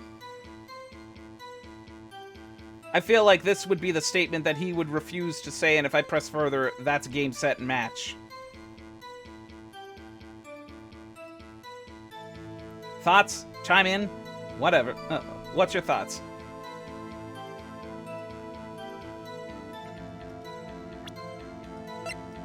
I mean, the fact that he would object with the evidence list... Oh, yeah. Yeah. It's like, if you had nothing to do with forgery, why were you holding on to half of a torn sheet? You claim you had nothing to do with the forgery? But I'm afraid that's a claim you cannot back up. Explain yourself. Several pieces of evidence were found in your office. Take this list, for example. That's the list Emma Skye drew her picture on. This was discovered in your desk. Not only that, but a piece of this jar that was sitting in your office was found inside your safe. It was found where? You see, Chief Gaps, these articles are evidence uncovered in your office are both concrete proof that you also play a part in an illegal investigation. Chief Gaps, what's the meaning of this? Oh, here's a defense attorney who may even rival Worthy. So you admit to it then, that you were involved in the forgery? Who, me? Or do you mean you? Me? Why would I have anything to do with that? Well, you were the one who snuck into my office when you found this evidence. Prosecutors aren't the only ones capable of forging evidence, you know. Defense attorneys could do so too. Isn't that right, Righto? However, Detective Gumshoe was present during the investigation. Worthy, my boy. Not even detectives are exempt from the law. Rest assured, Dick will receive his due punishment. What? Detective Gumshoe shall he drops any further, he'll end up paying to work. Yes, well, in light of the detective's presence, please give us your testimony regarding these pieces of evidence found in your office, and their relation to the forgery that took place at the crime scene. My. Kids these days no longer know how to put two and two together.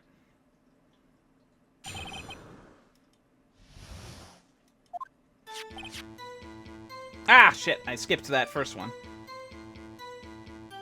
It was now a jar fragment and a list. For all you know, you could have planted them in my office. Anyway, you can't prove when those pieces of evidence were discovered. They were found after Dark was convicted. They're worthless. There's no reason I'd participate in a forgery. Rearranging the crime scene wouldn't help me out in any way. Mr. Wright? Yes, Your Honor? When investigating the crime scene, you should have been more careful to observe protocol. You do understand that I am the chief of police, right? There will be consequences. Oh, indeed, I believe I will press charges so you won't make the same mistake again. My apologies, Chief, but would you mind waiting until tomorrow for that? Today is, well, you know.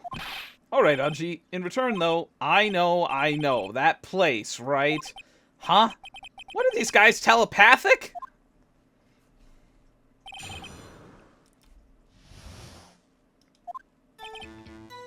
Alright, save again.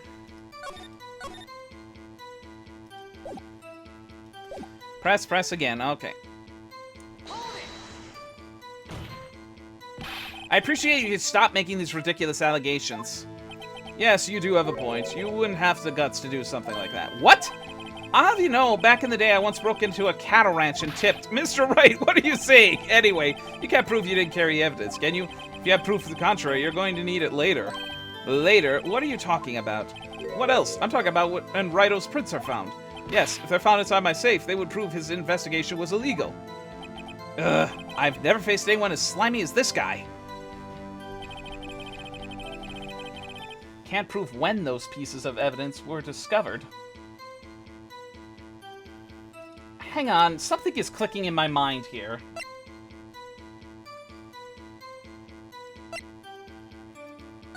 I mean, we can confirm that 7/7s was Gant, based on the fact that it took his combo to open the locker.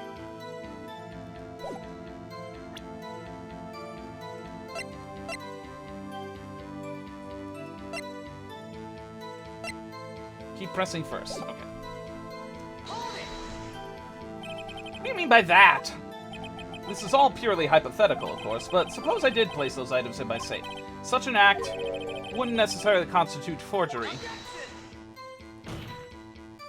If concealing evidence found at a crime scene isn't forgery, I'm not through speaking yet, Righto. It all depends on when the evidence was discovered.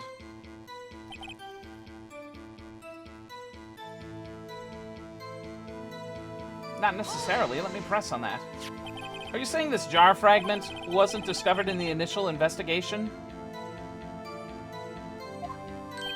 It would appear not. After all, it wasn't listed in the evidence list. For all we know, it could have suddenly materialized the day after Dark was sentenced. Oh, and wouldn't that be convenient? Right. The Chief is talking about possibilities. So long as you can't rule that out, your remarks, however clever they may be, will only succeed in wasting time. Tell me something I don't know. Come on, Righto. Think about it.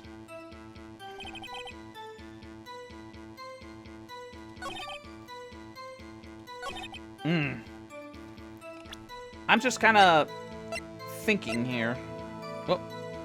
Oh my God! There's so much evidence. There's so much in here that. Ah, fuck! I didn't mean to do that.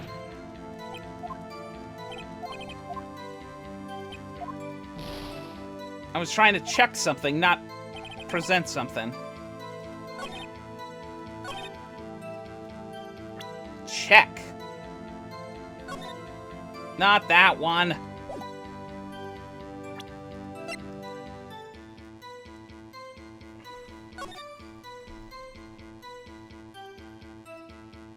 I'm gonna say it must be.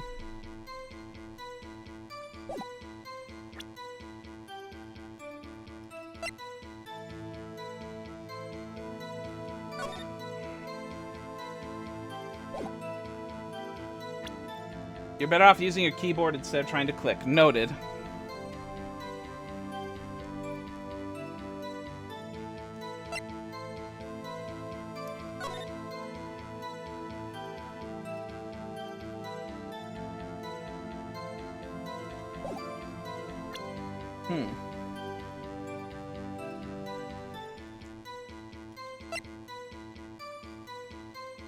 Am I still safe to press, though?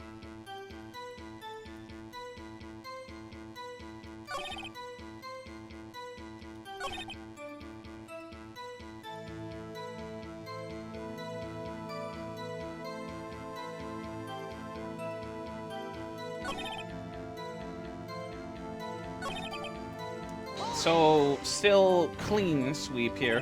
How can you look at the eye and say that? Because I'm innocent. Remember? Who was it that murdered Neil?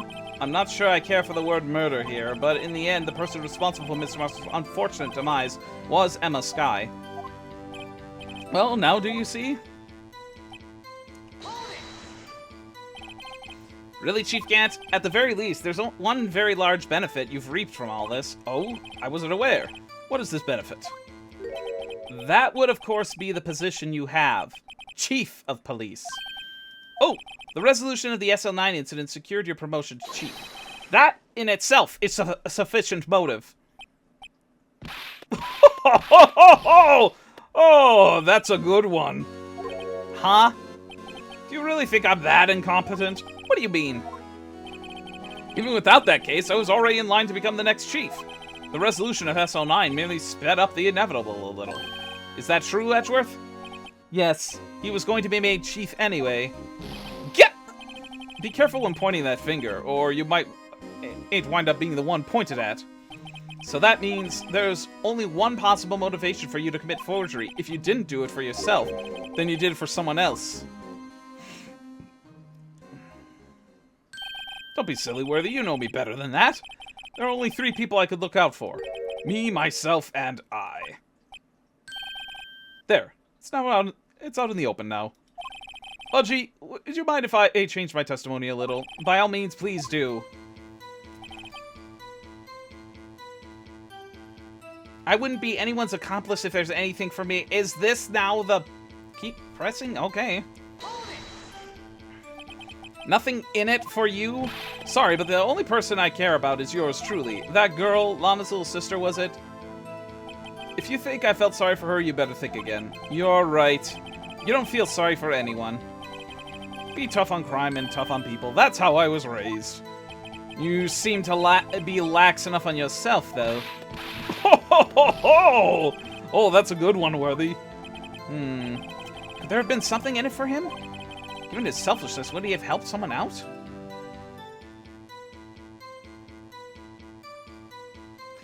Yeah, if he was truly helping someone out, Wait? Really? Point out an accomplice? True, you might not have helped anyone for their sake, but if it would have benefited you, you might decide to assist someone. Mr. Wright, it appears you're positively determined to portray the chief as a nice man who likes to lend people a hand. That's not what I mean. Very well. Who is this person you believe Chief Gant may have helped forge evidence?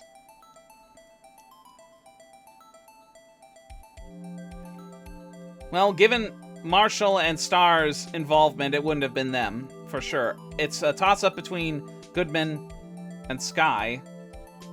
It is Lana, I think. Yeah. The partner, the duo. Yes, those two. Chief Prosecutor Lana Skye. The defendant? I believe it's quite obvious in light of the circumstances. Okay, well, I think we can probably slow down a little bit on the answers here.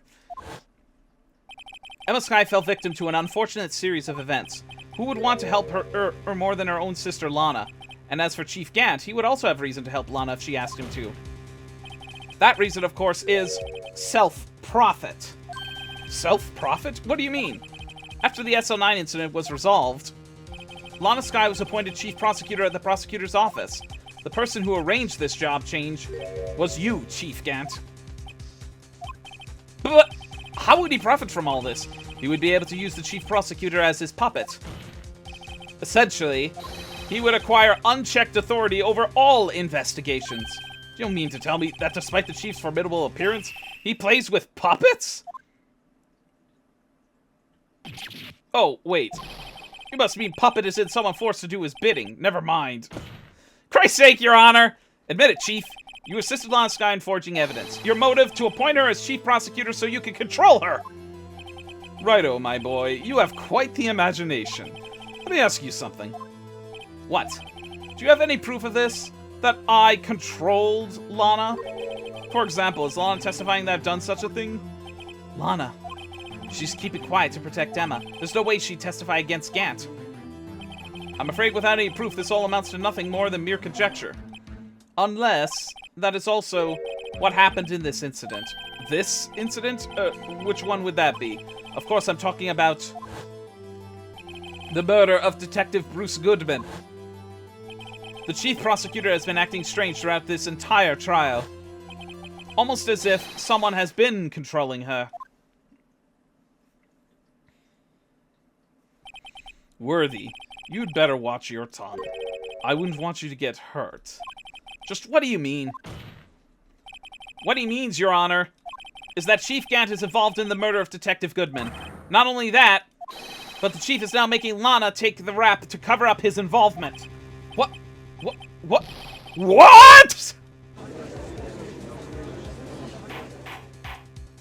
Order! Order! Order! I said order! Mr. Wright, you can't be serious! Huh? This is an affront to the highest ranking officer in our law enforcement agency. Thank you for that hydrate. I am overdue for it.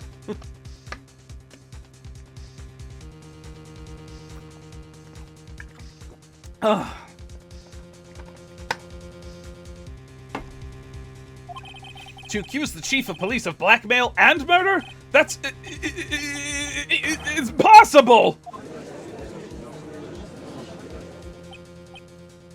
Your Honor, I was merely reiterating what Mr. Edgeworth said in easier-to-understand language. It's too late, Mr. Wright. There's no turning back for us now. It looks like he's the one who's decided to go through with this. Can you prove this, Mr. Wright? I am saving here.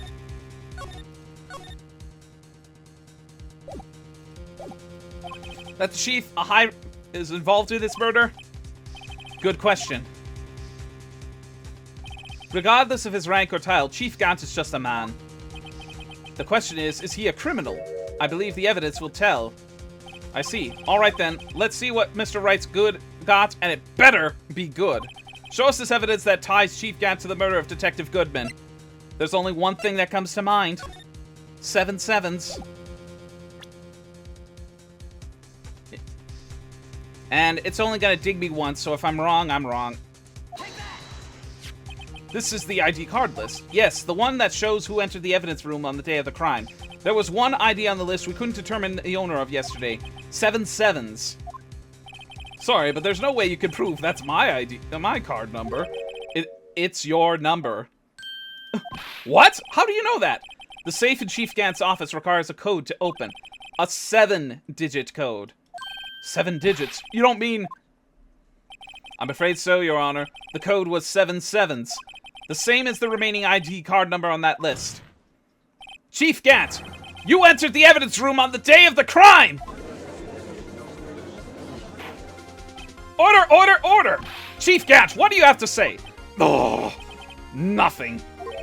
The defense's search of my office was in violation of regulations. And I will demand Mr. Wright be punished to the maximum extent of the law. But right now, this court demands an explanation from you. Thank you for the pets, woof. About the use of this ID card. Oh. Chief Gant, so you admit it. You entered the evidence room on the day of the crime? What about it? I'm chief of police, whether it's the evidence room or the bathroom. What's the difference? I can go anywhere I want. Tell me, when you entered the room, were you alone? I always go to the bathroom alone, as I do with the evidence room. Detective Goodman wouldn't have happened to be with you on that day, would he? Of course not. Why would he be? I hadn't seen him in days. You hadn't seen him in days, Chief Gant? I'm afraid you've just undone yourself. On that day, you had to have met with Detective Goodman. What do you mean? This trial's purpose is to determine Lana Sky's guilt. No, it isn't, Your Honor. This trial's purpose is to determine the truth. If Chief Gant met the victim on the day of the crime, then we need to determine one thing. What transpired during that meeting? In that case, Mr. Wright, I'm going to have to ask you for evidence. Show us proof that the victim went to meet Chief Gant on the day of the crime. I didn't get a chance. I wasn't able to save before that.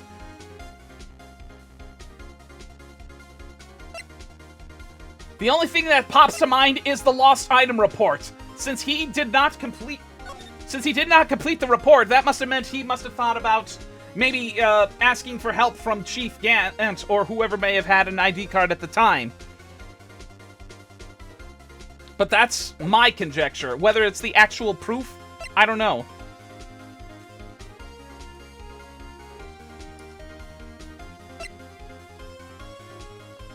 Yep, I knew it. Yeah, he probably he thought to fill this out and then went to ask Gant for help. Take that! Detective Goodman lost his ID card on the day of the crime. Or to be more accurate, Jake Marshall stole it. So Detective Goodman filled out a lost item report. He would have had to give that report to the chief of police. Yet you are in a position, yet you are in possession of the report, which means you can't be sure if he filed it. He filed it? How do I know, you ask? Because he needed to enter the evidence room that day. He needed to? Yes, to transfer the evidence out. Oh, Detective Goodman took the form to you, Chief Gant. Then, you accompanied the detective to the evidence room. I accompanied him? There's no other way the murderer and Detective Goodman could have entered the room.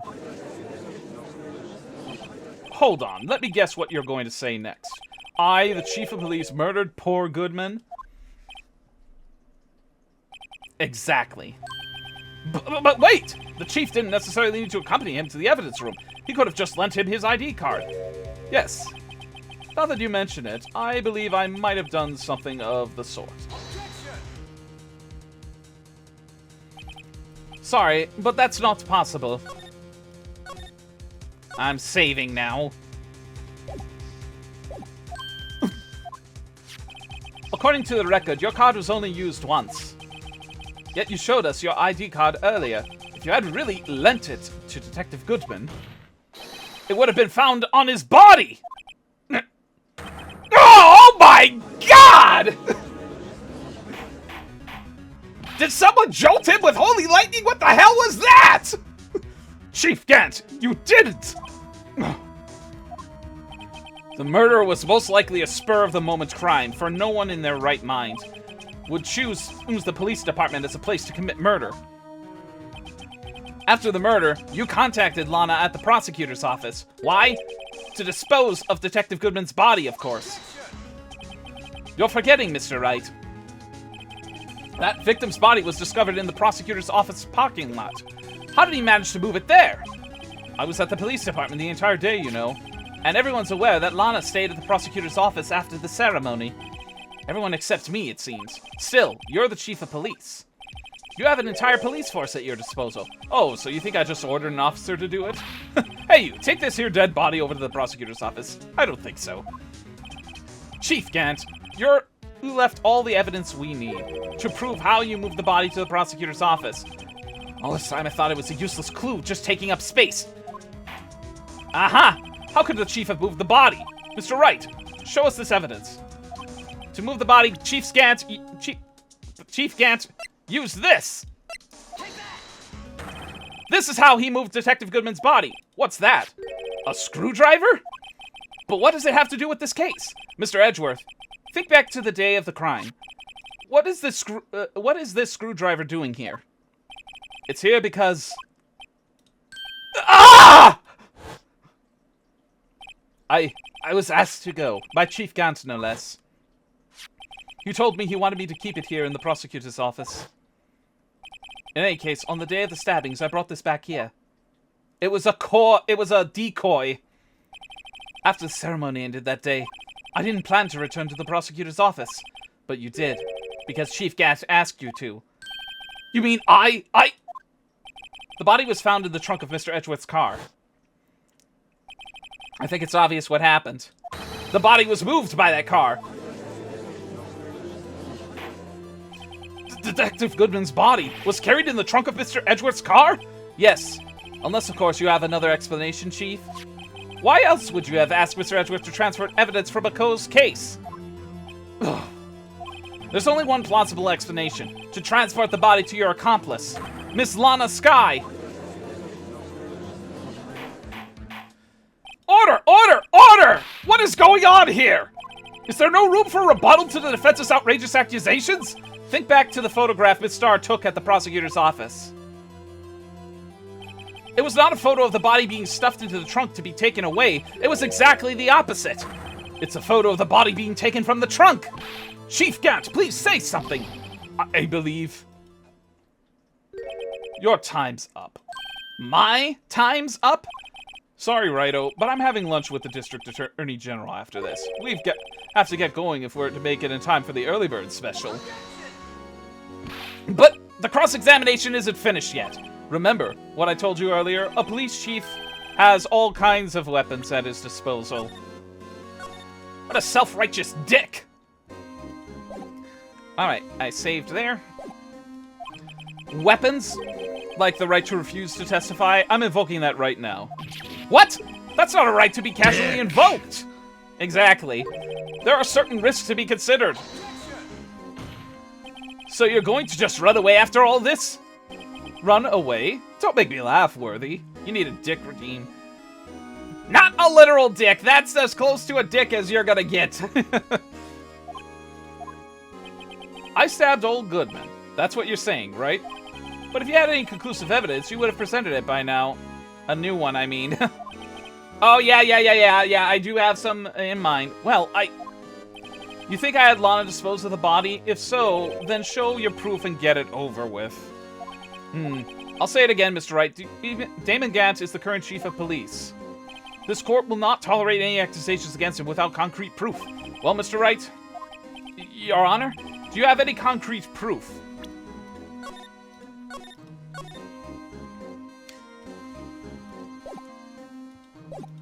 Proof that Chief Gant murdered Detective Goodman made Miss Sky dispose of his body.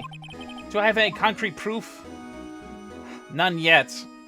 Yeah, looking back at everything that we have, there's nothing that solidly ties it outside of the conjecture of his number being used to enter the evidence room. It's no use showing evidence I'm not even sure of myself. No, Your Honor, at present, I have no conclusive evidence. CLG? In that case, this court is forced to penalize you for your allegations against the chief. What?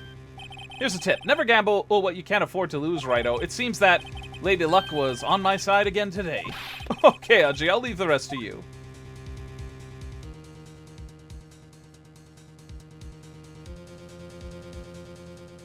I warned you earlier, Mr. Wright. This is an affront to a senior officer in our nation's law enforcement agency.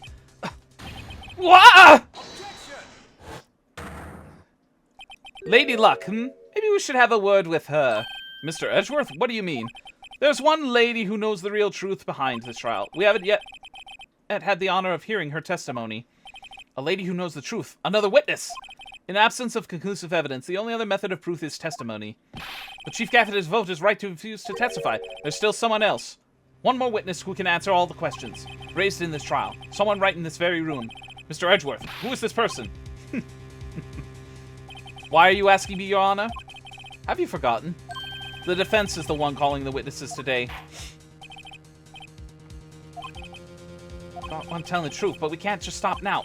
Yes, Your Honor. The defense calls forth the only person that has not testified in any capacity outside of dead people. Lana herself. The defendant? Miss Lana Sky? She was in the underground parking lot at 5:15 on February 21st. Her task, to dispose of the victim's body. In accordance with a certain someone's orders. Mr. Edgeworth, prosecution has no objections, Your Honor.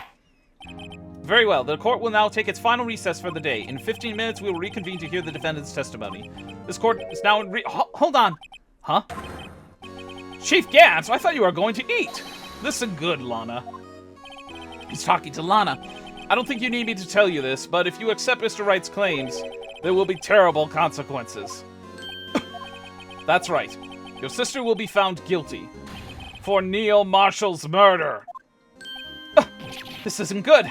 Of course, you'd never support such outrageous claims anyway, right? Just something to think about. All right, then. I got lunch date to meet. Jesus Christ. Even the judge is really... Okay, if there aren't any further objections, this court is now in recess. Yikes. I think he just primed the landmine now. Dick! Exactly. Looks like we managed to stay in the game. Yeah, thanks for your help, Edgeworth. That chief, he's something else, eh, pals? Detective Gumshoe. I'm not a detective anymore. Oh yeah, sorry about that. Don't worry, I already decided where to work now. At your office! My office? Sure. I'll take the place of that top-knotted girl you used to work with. Could he mean... Maya? Still, looks like we're all out of moves now. Chief Gant's done it again. How does he always gets the upper hand? It's not fair he has the right to refuse to testify. Settle down, Wright. Remember what the judge said?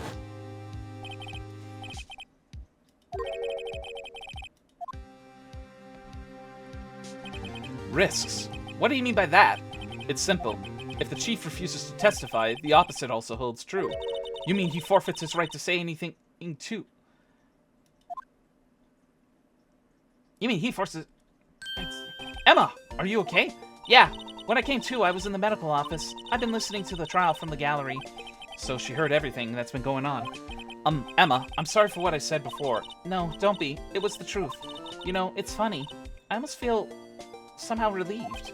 Relieved? Yeah. Now I finally know what really happened. To think that all this time, my sister was being blackmailed by that terrible man. And she did it all just to protect me. Ever since her appointment as chief prosecutor, everyone who knew her said she's changed. Perhaps it was easier that way for her. What do you mean? What do you think I mean? To follow Chief Gant's orders. She must have shut herself deep inside to force herself to do anything and everything the chief told her to do. That must be why she became so cold. It was all my fault. It was all because I murdered Mr. Marshall. Hey, don't go blaming yourself now. If you want to blame anyone, blame society, pal. Chief Gant may be able to fool everyone else with his forgery, but he can't fool my memory. I remember now. I knocked Mr. Marshall into that armor. I see. Well, we better get back. It's time for the final act. Emma, why don't you wait here? No, I'm going with you. Oh, I want to be there. When Lana tells the truth. Let's go, Wright. It's time to end this. Indeed. We're about 15 minutes overtime, but like I said, I intend to end this today. It's dragged on long enough.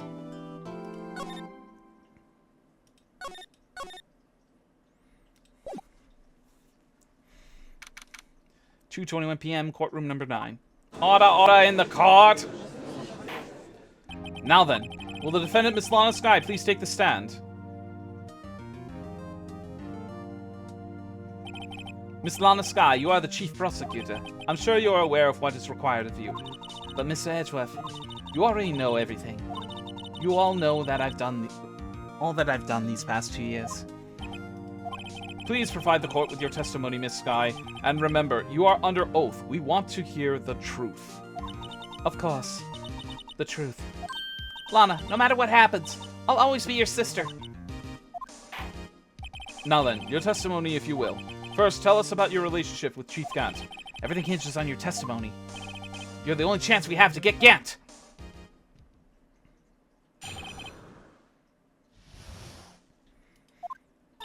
I worked alongside Gant for years. There's no truth to his blackmail theory.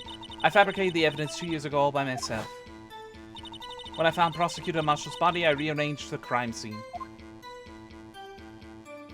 My only motivation was to get Ark convicted.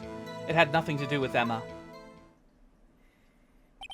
Are you sure about this testimony? Your Honor, I'm confessing to a capital offense. Of course I'm sure. But Lana! If this is true, then that means Chief Gant has nothing to do with this. That's what I've been telling you from the beginning. Please, Mr. Wright, you've got to help her. She's sacrificing herself because of me. But what if she's telling the truth? She's not. I know my own sister. What? And she's speaking stiffly like that. She's hiding something inside. Deep down, she's really screaming in agony. Yeah. This is no time to start second-guessing myself. The defense may now begin its cross-examination. All right. Here we go. Yep, press. That's what I'm gonna do. No turning back. How many years exactly? Ever since I made senior detective. Let's see. I was 24 then, so that would be 5 years. Detective Gant and the Detective Skye were legendary partners. I personally saw them testify in numerous cases. She must have been good, coming from the same school as Mia. Damon Gant was a respectable detective. That's why. There's no truth to his blackmail theory.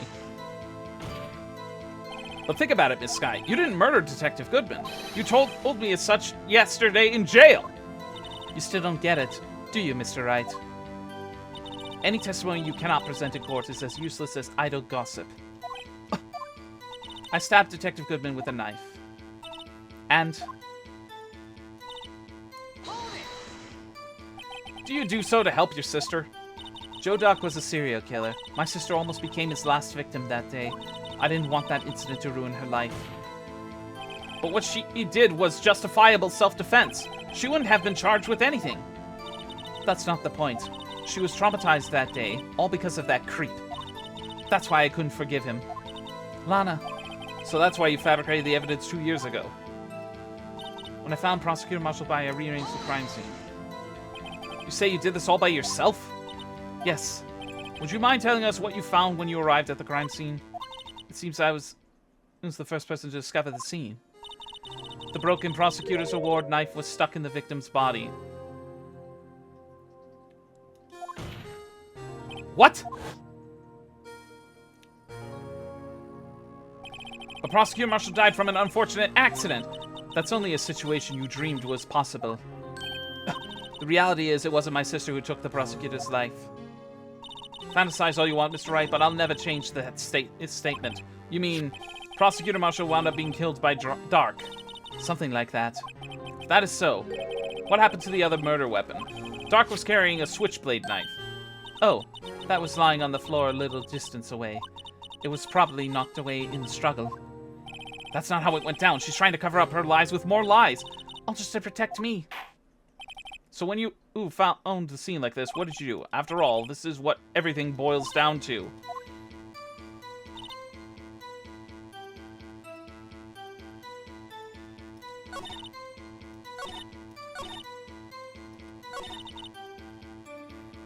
Am I still free to press woof? Yes, you can chime in.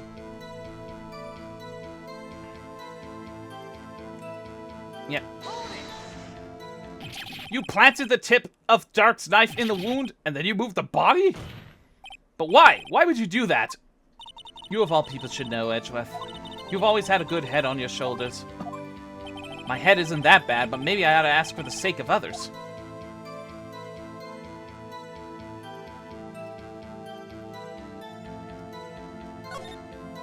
But why did you do that? Come now, Mr. Wright. Even you should be able to figure it out. Very well, let's add this to the witness's testimony. The reason Miss Skye fabricated the knife...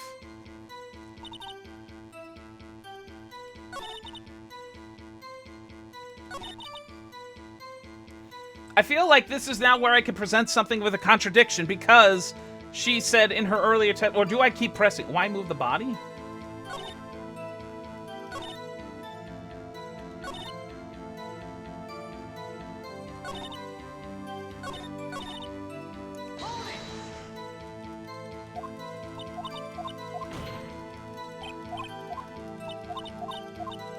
Okay, fast forward.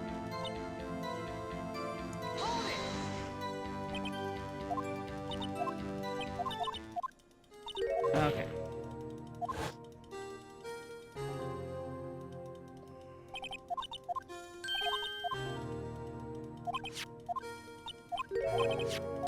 Yep, fast forwarding here.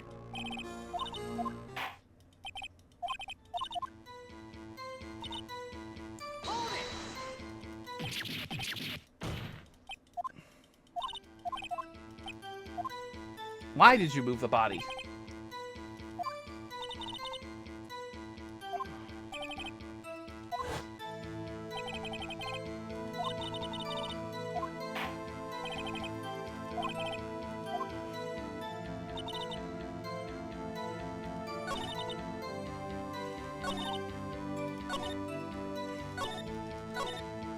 Broke off the knife, planted inside the wound, then moved the body. The pieces of the jar that shattered during the events threatened my plan. Okay. So, just a hint chime in with just this kind of hint. Do I press, or is there something I could present? Press or present? That's all I'm asking you to say.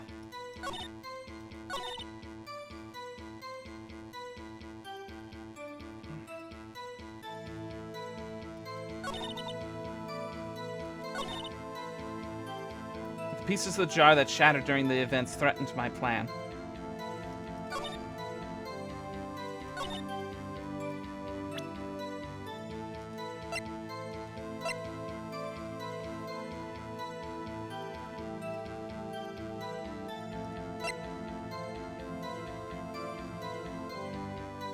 Is it the jar again, or is it something else?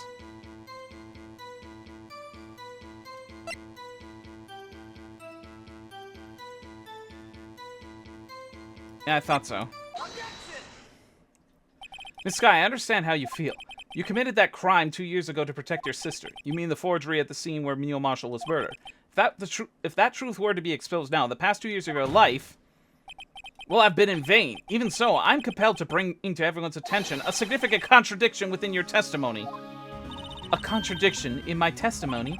You testified, and I quote, "The pieces of the jar that shattered during the events threatened my plan." That's right. Do you have a problem with that? It's a simple oversight, really. You see, a message was written on this jar with the victim's blood. Yes, the prosecutor must have written it in his final moments. Exactly so. And this is where the contradiction lies. In order for the victim to be able to write his message on the jar, it must have not yet been broken before he died. He couldn't have written Emma's name on a shattered jar. Order, order! Your Honor, it would appear more information is needed in regard to this jar and its bloody message. We may be missing something critical here. Something critical? Chief Prosecutor, it seems you're as in the dark as we are about the truth towards which we are headed. What? Just tell us exactly what you saw. We'll piece together the information to arrive at the truth. Very well. The witness may now continue her testimony.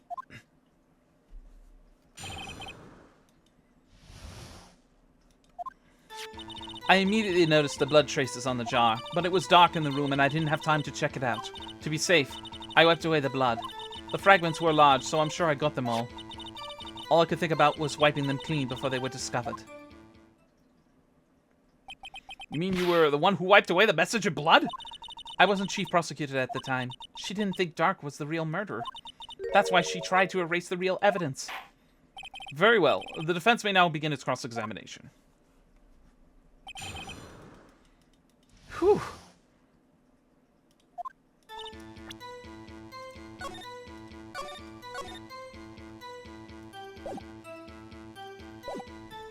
Alright, let's see.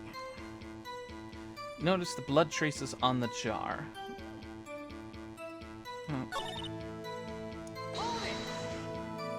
So you didn't know your sister's name was written on the jar?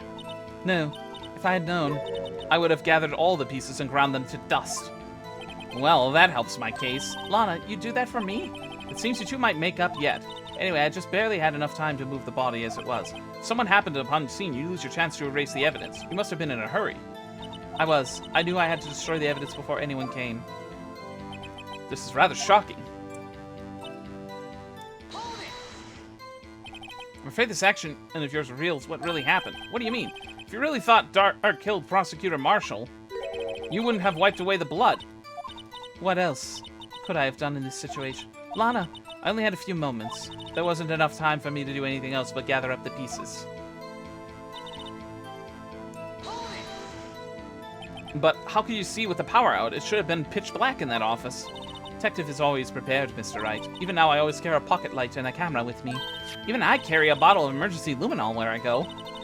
I never miss anything. I got every last piece. So you illegally arranged the crime scene? Yes. I don't have any excuse for my actions. I'm so sorry, Lana. I didn't know. I treated you so badly all this time. It's not too late. There's still plenty of time to make up. After we've gotten to the bottom of this incident. No doubt this day will leave a permanent stain on the history of the prosecutor's office. More contradictions have surfaced in her testimony. Your sister's really putting up a fight. She must really care about you. Still, she's not doing this the right way. I think I've finally figured out the contradictions in her testimony. There's one final possibility that might turn everything around.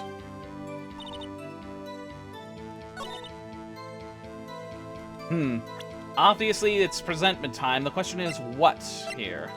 I'm looking here. Don't chime in yet with an answer. I guess the hint is, which statement should I be focused on? And then see if I can do something from there.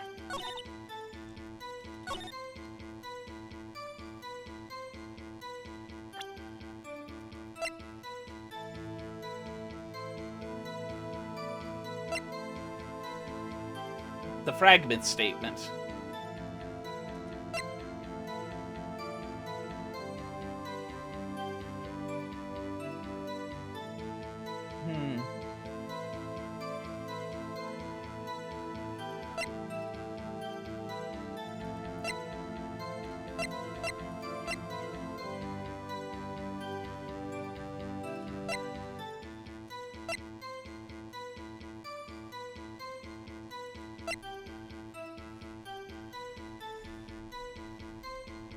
Oh boy. Is it really coming down to the jar again? Fragments were so large, so I'm sure I got them all.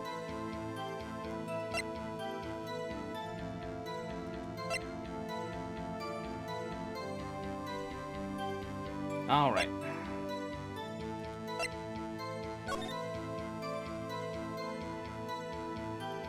It is the jar again. Man, this thing is really becoming a... I could kind of see where some of the pacing goes off, because it feels like this case is constantly going back to... Well, it feels like it's going back to one piece of evidence again and again. I mean, they should spread it out and at least give a little bit more hint as to whether something might end up being presented again. Miss Sky, I believe this jar conceals a truth even you were unaware of. What? We found the final piece of this jar in Chief Gat's safe. In the Chief's safe? But how? I knew it. She really didn't know. There's something even more disturbing about that final piece. There was... still blood on it. But the witness just testified that she gathered every last piece and wiped the blood off of them. Yes, which leaves us with only one explanation. On the night Prosecutor Marshall was murdered, you were not the first one to show up on the scene. Chief Gant got there before you. But couldn't the defendant have simply missed a piece? I'm afraid that's unlikely. The pieces are too big for anyone to miss, let alone an ace detective. That may well be, but everyone makes mistakes. Even I once wasted an entire day looking for my dentures. They were in my mouth all along. Oh my God, Judge. Can you believe? Objection. Have you forgotten, Your Honor? When this witness arrived at the scene, the jar was already broken. Oh, that. There's no way a name could have been written on the shattered jar. Another person discovered the scene prior to the witness. I hope you're not implying this person was Chief Gant. At the time, he was looking for Dark downstairs. Oh my God, am I clicking too fast? The question is if he arrived there first, why didn't he hide that why did he hide that fact for 2 years? Well, Your Honor, can you answer us that? No! Everyone's getting their chance to say no today. Wait, I'm not the one on trial here. Damon Gant arrived at the crime scene prior to the witness. He proceeded to break the jar and purposely hid one of the broken pieces. Question, what is this action called? Fabrication of evidence.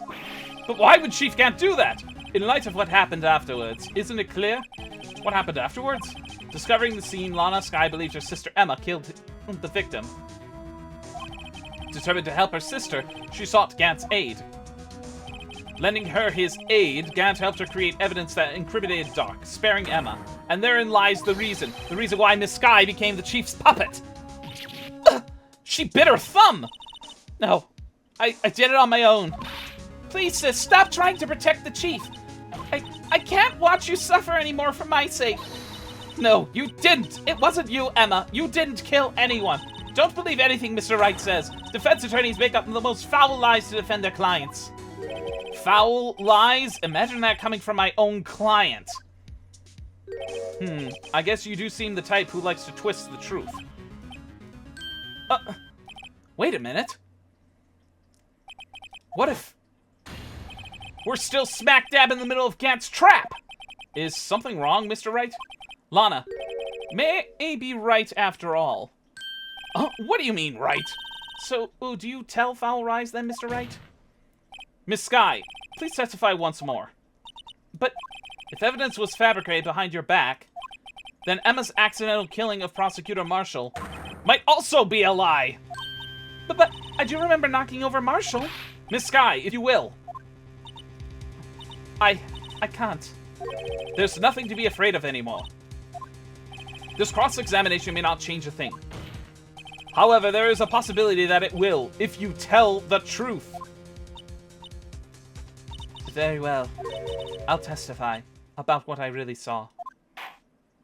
Alright. The witness may testify once more for the final time. Okay, this has to be where the trap is. If this is truly the end... Yes, this is the crescendo.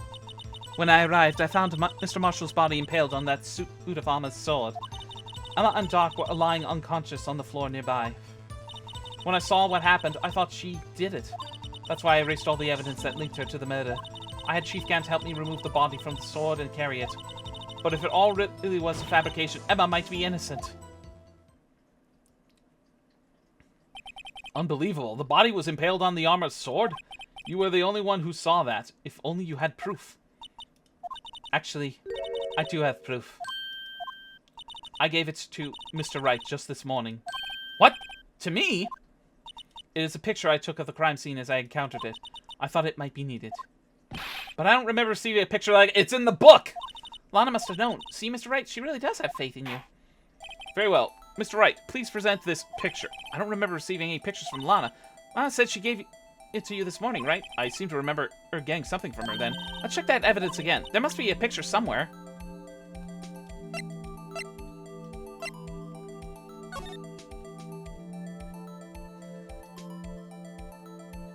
Wait a minute.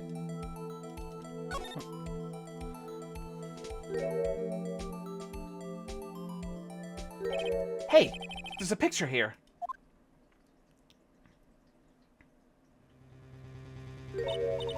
Oh my. This is the actual crime scene. No other detective saw the crime scene like this. Because I contacted Criminal Affairs only after I had rearranged everything. Mr. Wright! That piece cut out from his vest. That piece cut out from his vest. Could that be the cloth we found inside Gant's safe?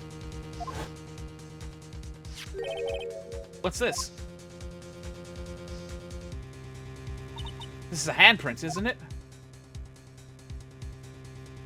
That cloth, it had fingerprints on it. Whose ever fingerprints must be the real murder. What? But those fingerprints, they're yours, Emma.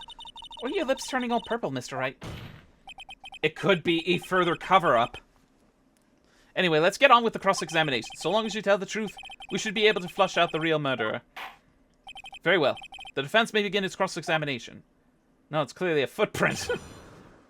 No footsies.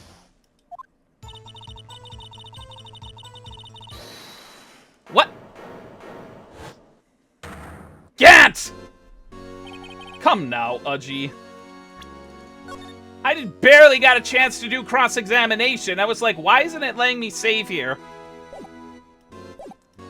This is the poorest excuse of a trial that I've ever seen. Chief Gant. What? Now you want to make me out as the bad guy too? If so, I'd like to put a word or two to my defense. I'm afraid it's too late for that. What? You already declined to testify. That means you forfeited your right to make statements of any sort. This must be that risk we were talking about earlier. Just sit back, relax, and enjoy the sound of the noose tightening around your neck.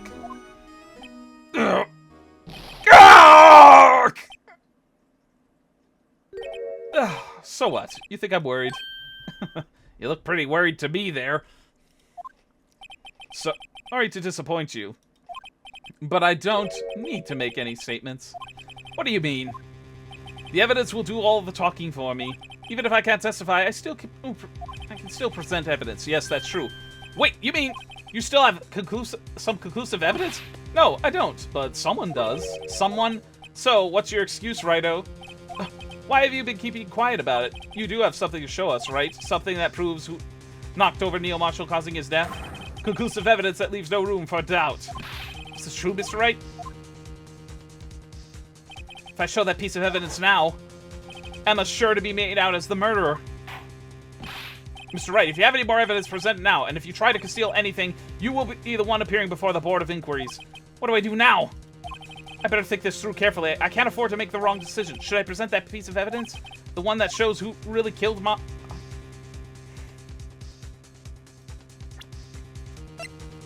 I don't know. Part of me wants to present it anyway because of the fact that it could still be... Yeah, cannot show. Yeah, I figured. Your Honor, I don't have any evidence I can present at this point in time. What? You lie! Chief Gant, you opened my safe. I know you took what was inside. The conclusive evidence. I don't know what you're talking about. Mr. Wright, why don't you show them? We found it together. Oh, I see. It's because you know the truth, don't you? You know whose fingerprints are on it. That's why you won't present it. What are you talking about, Chief Gant? Can't you figure it out? Take a good look at this picture. See the victim's vest? Notice anything odd about the chest area? It looks like part of it's been cut out for some reason. You mean you had this? In your safe? What? That means you, the chief of police, have been concealing evidence? This is going to be the biggest scandal in the history of the police department. Impressive. To be honest, I didn't think you had the gall, Righto. Well, I can't just let you pin me up as the murderer. I'll tell you what really happened. What? You mean you admit to it?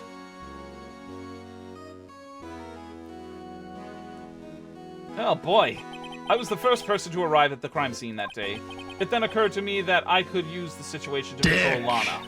Yeah, indeed. So you really were manipulating her? I knew Ilana. If I made it look like the blame lay with her sister, that's when she saw the scene, she would ask for my aid. So you assisted Miss Sky. I told her to arrange all the evidence. I had her plant the knife tip in the victim's body and move the body across the room. And I ended up using that evidence to get Joe Dark convicted. When I tampered with the crime scene, I had 2 pieces of evidence. This was before Lana arrived at the scene, mind you. 2 pieces of evidence. You mean those items in your safe? But why? For insurance. Of course. Insurance? I'm sure my plan would work, but always best to prepare for the worst. I wasn't about to let anyone blame me for a murder that girl committed. You mean you were calculating that far ahead while forging the evidence?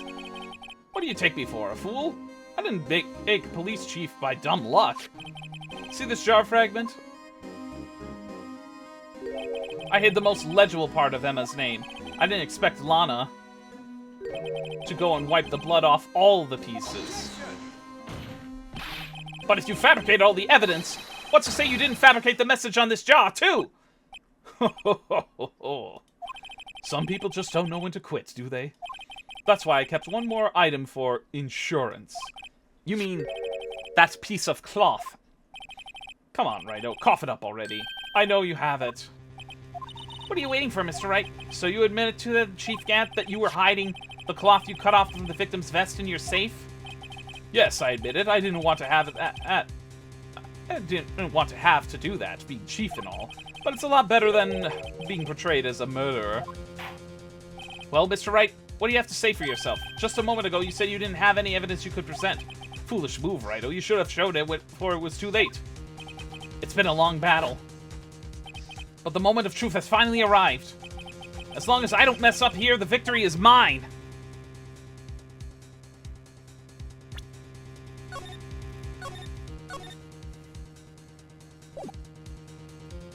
Is it asking us to show a random piece of evidence or the evidence? Yeah. Your Honor, I do have evidence to present now. Alright, let's see this conclusive evidence. The evidence that shows actually murdered Prosecutor Marshall.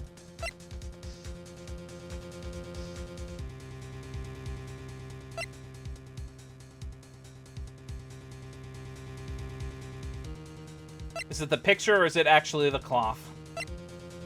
It's gotta be the cloth, is it? Am I right? Reluctant though I am to want to show it.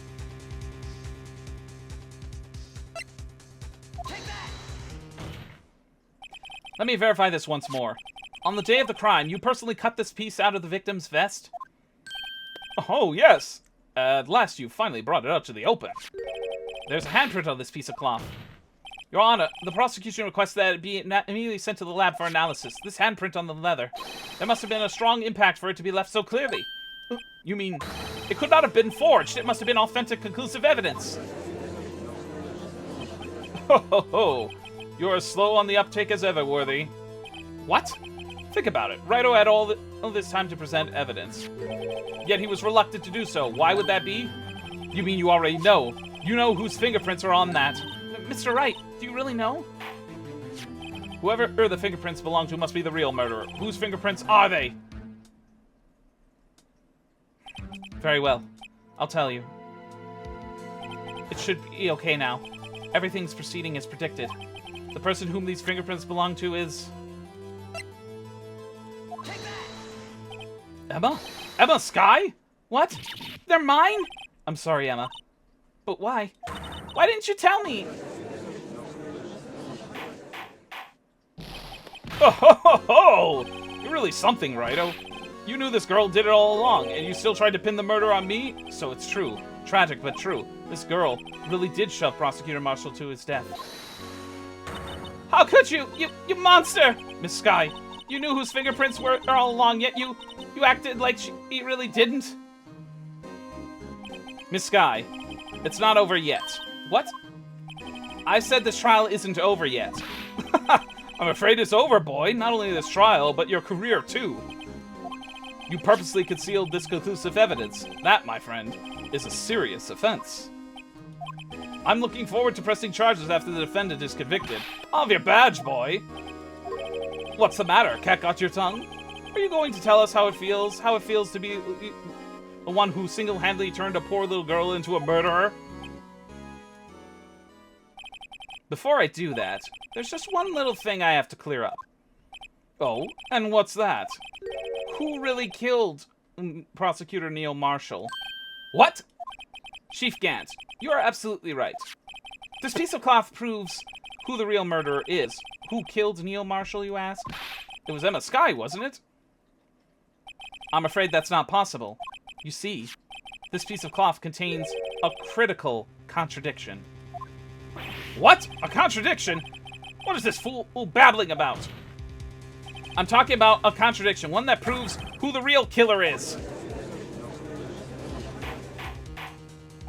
Mr. Wright, this piece of cloth.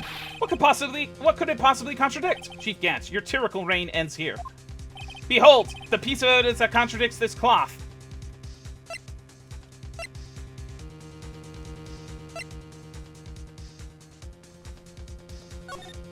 Okay, hint on what I should be showing. What type of evidence? Is it an object? Is it a picture?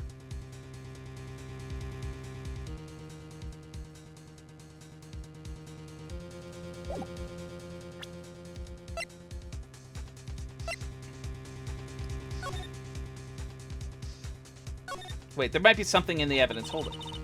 Handprint, right? Yeah. Someone left behind an oil stain on the fabric. Whoever it was, they must have had a really oily hand. Mr. Wright, think about it scientifically, huh? A more likely explanation is the person slipped and fell on a freshly waxed floor, getting wax all over their hand. Well, that would account for this amount of oil, I guess. I don't see what's so scientific about it, though. It happens, you know. I always slip on floors after they're waxed.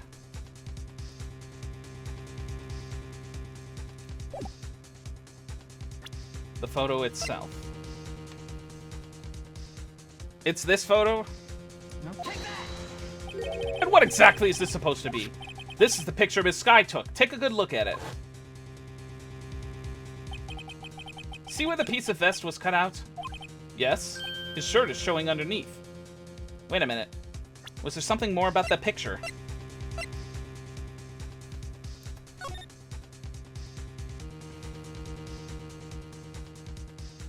Oh my god. If the vest was truly... If it was cut out after he was killed, there would have been more blood on the cloth itself. The blood splatter is going down on the vest and onto his shirt underneath. It's hard to make out with all the blood on his vest, though. Exactly my point. His chest is soaked with blood. That's only natural. His lungs, no doubt, were punctured. Blood poured out of his mouth. Oh, but that piece of cloth. Wait. There's no blood on it. Ugh! Since Emma Skye's fingerprints are on this cloth, there's no doubt that she shoved the prosecutor aside. However, Mr. Marshall was not impaled on the sword at the time. No, this is nonsense! Now then, Chief Gant, let me ask you something. Prosecutor Marshall was impaled when he was shoved aside. He most likely hit his head on the ground and was knocked out.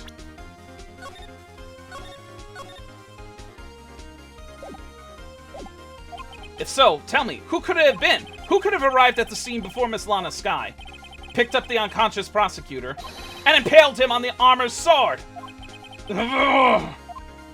Then, to make it look like Emma was responsible for the prosecutor's death, said person conceded to write her name on the jar with the victim's blood.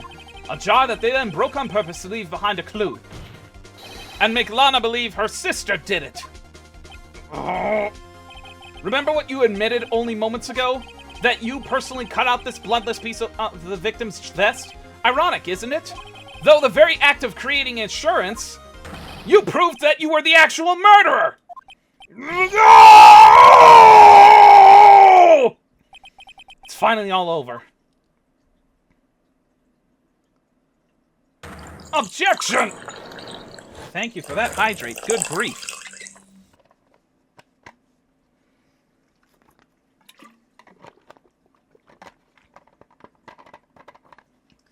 Ugh.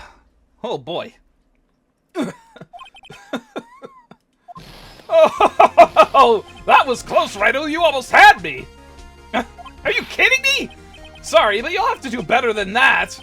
I refute your allegations. What do you mean you refute his allegations? You see that piece of cloth? It's illegal evidence. Order, order! What nonsense is this? Illegal evidence cannot be used to convict a suspect. Oh, really? What was the rule of law, rules here? I feel like this. No evidence shall be, well, unregistered evidence presented must be relevant to the case on trial. Well? Remember Udgy? Earlier, old Wright here concealed that piece of cloth. So then, what's your excuse, Wright? You have conclusive evidence, don't you? Your Honor, I don't have any evidence I can present at this point in time. But that could be taken a different way. Well, that's true. The defense did refuse to present evidence. At that moment, that piece of cloth ceased to be legal evidence. But that's not fair! Oh, did you actually think you could best me in court? It looks like the last laugh's on you, son. I'm afraid Mr. Gant's claim is legally correct. Well, Mr. Edgeworth? True. Illegal evidence cannot be used to convict a person. Assuming, of course, that the evidence is indeed illegal. Well, Mr. Wright? It seems at last. The time for me to reveal my plan has finally arrived. Mr. Wright, do you have to admit... Do you admit to it?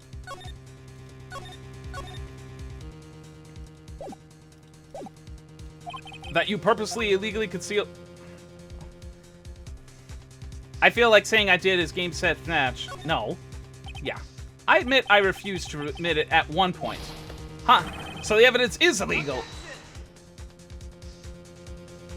No, it isn't, Mr. Gant. Huh? It's not that I didn't present evidence then. It's that I couldn't. What do you mean you couldn't? There are certain procedures involved when presenting evidence. No, Udgy, don't listen to this lies! He's nothing but a coward! You can't really believe... There is only one issue left to be resolved in this trial. Is this evidence legal or not?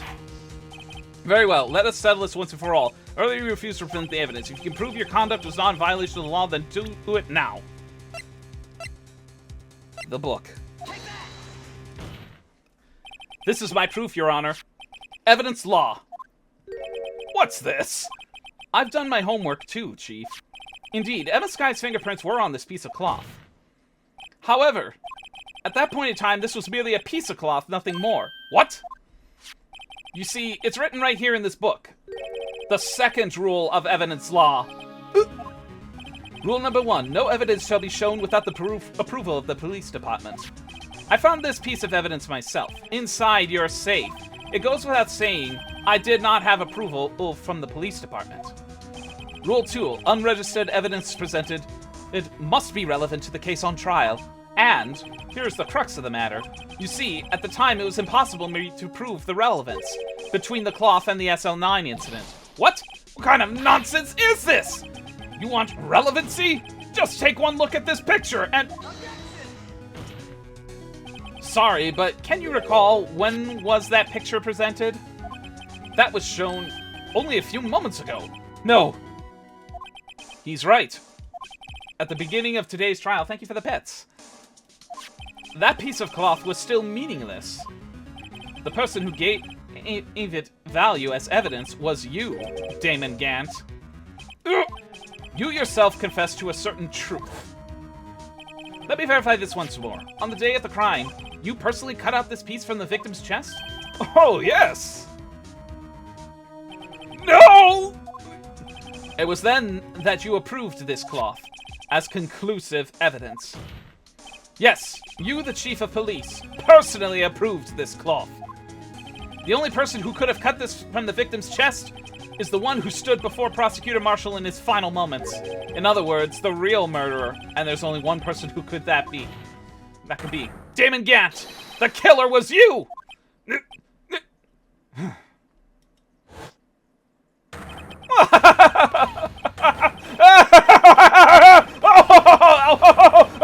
Oh, I think he's lost it, ladies and gentlemen.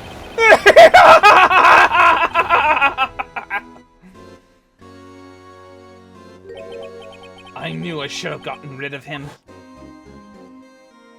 That good-for-nothing scum! For 2 years he's been snooping around the department trying to get something on me. Crimes are being committed every day, yet he insisted on hounding me. Well, your crime wasn't exactly petty. He wanted to reinvestigate the case. He recruited Angel Starr and then convinced Bruce Goodman. Detective Goodman? Yeah, that's right. If the evidence is transferred, I'll lose my only chance to find out the truth. Please, you've got to help me. Goodman turned him down, as he ought to. Still, Jake Marshall didn't know when to quit. He stole Goodman's ID card and tried to take the evidence. Goodman came to me that day. He wanted to file a lost item report. I went with him to the evidence room. Then all of a sudden he decided to speak out. What are you talking about, Goodman? Can you please reopen the investigation, Chief? We can't transfer the evidence out. There are too many questions left unanswered. He opened his evidence locker as he was taking the evidence out. He said, "It's not too late. I'm going to hand this all over to Marshall." Well, to be honest, I was a bit taken aback by his words. I had a bad feeling when he came to see me, but I never thought he'd bring up SL9. That's when I saw it. That accursed knife.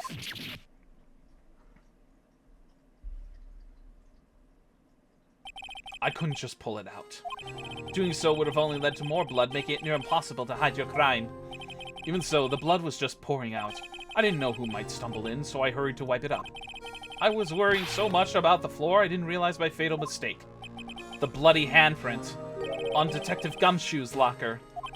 I used to be known as the crime computer, but everyone has to start somewhere, I guess. I had no business doing any of it. My cat is walking across my desk and bumping my mouse. Then you put the body in my car. I'm sorry, I couldn't think of any other way to move the body. I broke your trunk, but what's the big deal? You make a lot more than us detectives ever will. Ugh. Leaving the prosecution's car aside, how? How could you get Miss Skye involved in all this? Well, she had as much to lose as I did if truth came out. So you took the evidence from Detective Goodman's locker. I felt bad for having to do it.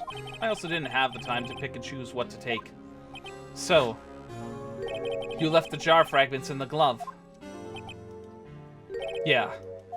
It looks like I was better off being an investigator of crimes than a committer.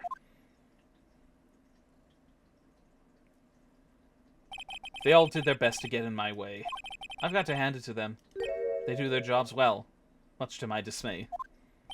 Fake evidence doesn't hold up very well upon close examination. You must have known that. Tell me, Worthy, why do you stand in court? Me? You despise criminals. I can feel it.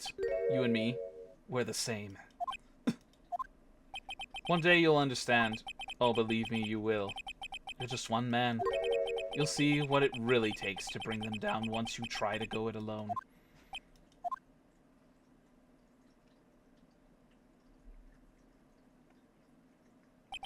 Well, looks like it's time to say goodbye.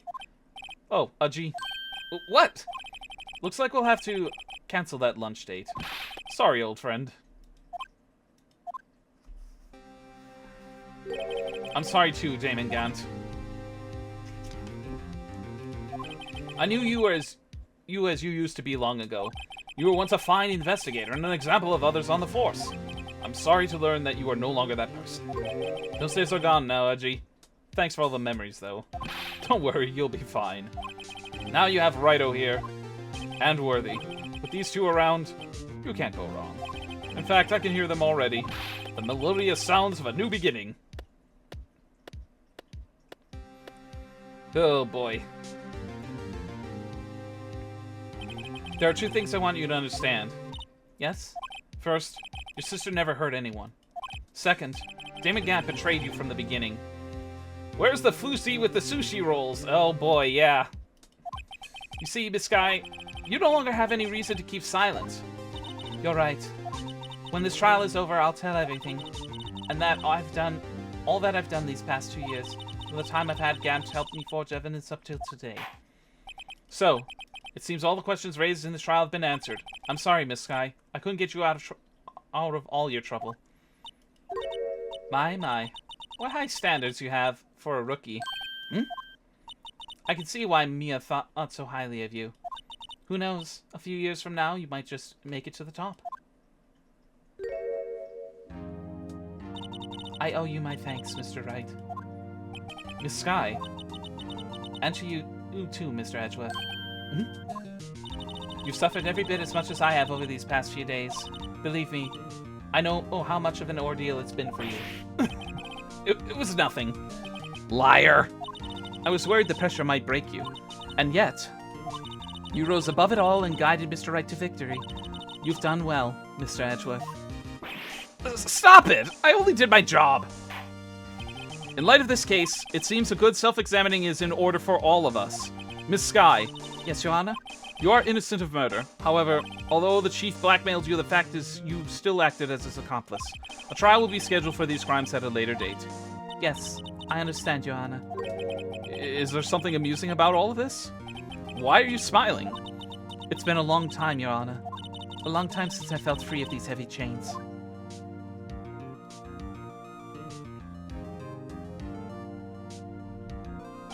Well, this trial has gone on far too long already. You and me both! We're now at over an hour overtime. Holy moly, this really took long.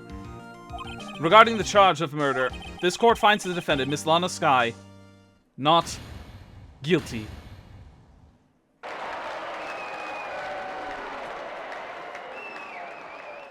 Holy moly.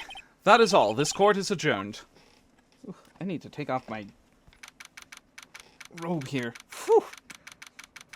Defendant lobby number 2. At long last, it's finally over. You and me both, Phoenix. Emma? Yeah, definitely a stretch if there ever was one needed. Oh. Why the long face? I'm sorry your sister didn't get completely off the hook. Yay! But at least she wasn't convicted for a murder she didn't commit. No, that's not it. Just now, after the trial ended, I can see why Mia Fey thought so highly of you. I owe you my thanks, Mr. Wright. And to you, Mr. Edgeworth. You've suffered every bit as much as I have over these past few days. You've done so well. You know, I did my best too, but Lana didn't say a single word to me. Oh, but not interrupting. God damn it, Dick! Is this one where he's gonna walk away completely now? Oh, guess I am. I'll come back later. Get your ass back here! Oh. Wait, Detective Gumshoe, what is it? You're doing this on purpose, aren't you? Making a detective run around while I'm on duty. On top, you call me here. I've seen happier people at funeral. God, get a new routine, Dick! Hey, lighten up, pals. I'm only kidding. Oh, are you here because of my sister again? Nope. Not this time. I came today because of you, pal. Me? That's right. I thought you'd like to see someone. Lana! Should you be doing this? She's still under arrest, you know. Well, I won't tell if you won't. Tell that to the 2 guards back there. Emma, I owe you an apology. It's okay, sis. Don't worry about it. That day 2 years ago was the first time in my life I ever panicked. It was all I could do to keep myself from screaming. All I could think about was keeping you from getting wrapped up in that mess. Sis, I asked God to help me cover up the truth. I thought I was doing it for your sake, but now I realized I was wrong.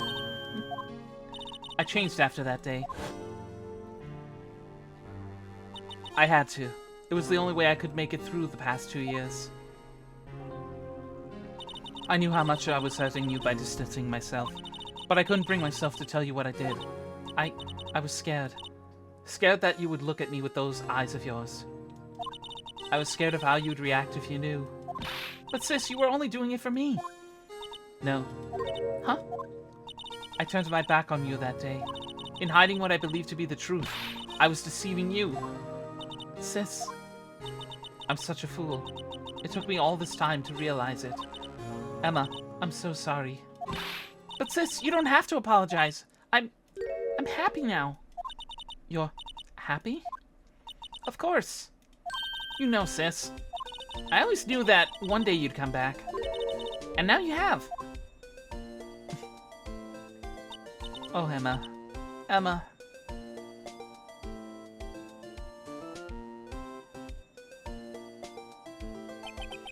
No one can change the past. The only thing we can do is strive to make up for our mistakes. Why must we make up for our mistakes, you ask? Because in so doing, we can find the way back to our rightful path. And it is from there that we can move on to a brighter future. At least that's what I felt, watching the two sisters make up. Mr. Wright, Mr. Gumshoe. Me? Thank you both for all that you've done. I'm sure we'll meet again someday. Isn't that right, Edgeworth? Edgeworth? Stop hiding and come over here. He doesn't look at me. Where was he hiding? I just came to say congratulations. Thank you. Thank you, Mr. Edgeworth. Right, well, I'll be going now. Mr. Edgeworth, I hope you don't blame yourself for what happened. We were the ones who acted corruptly, not you. It's too late for me. No matter what anyone may say, I realize today that I can't correct my mistakes. Mr. Edgeworth. Not only that, but I don't even trust myself anymore. Chief Gant was right. You despise criminals. I can feel it. You and me, we're the same. One day you'll understand. Oh, believe me, you will. You're just one man. You'll see what it really takes to bring them down once you try to go it alone. I do despise criminals. I plan to dedicate my entire life to fighting them, but in order to fight crime on my own, I needed a weapon. It's scary, but I've known that to be true for quite some time now. But Edgeworth, who knows? Given enough time, I might have tried to pull something like Chief Gant did. That thought terrifies me. That's why I can't continue on as a prosecutor. Edgeworth, do you understand? Don't you understand? Damon Gant and your mentor, Manfred von Karma, were both the best of the best when it came to fighting crime, but they both made the same mistake. You said in order to fight crime on my own, I need a weapon. That may be true, but think back to today's trial. You weren't alone. Huh? You were working together with Mr. Wright, and because of that partnership, you were able to present evidence that otherwise would have gone undiscovered. Isn't that right, Mr. Wright? Huh? What? Oh, yeah. What's this, a pop quiz? Come on, Mr. Wright, show him what Lana's talking about. Evidence, huh? Something that neither Edgeworth nor I would have been able to find on our own. The only thing I could think of would be this picture.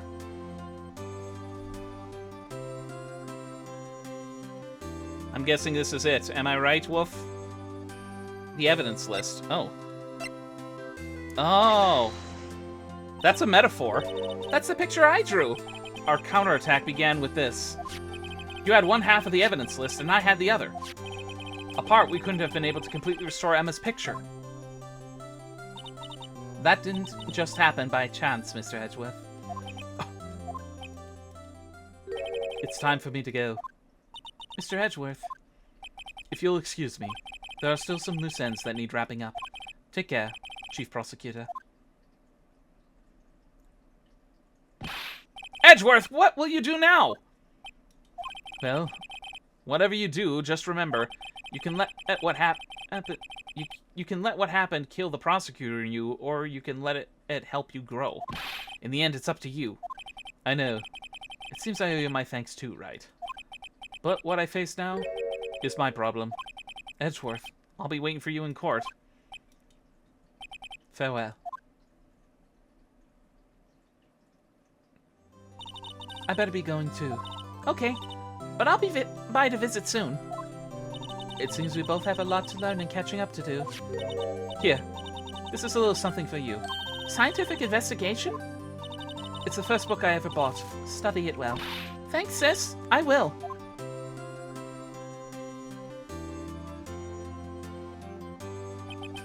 And so another case came to a close. As for the sisters, I have faith. Faith that their lives have only just begun. Faith that... As for me, I think it's time I started on a new journey of my own. A journey to rediscover myself.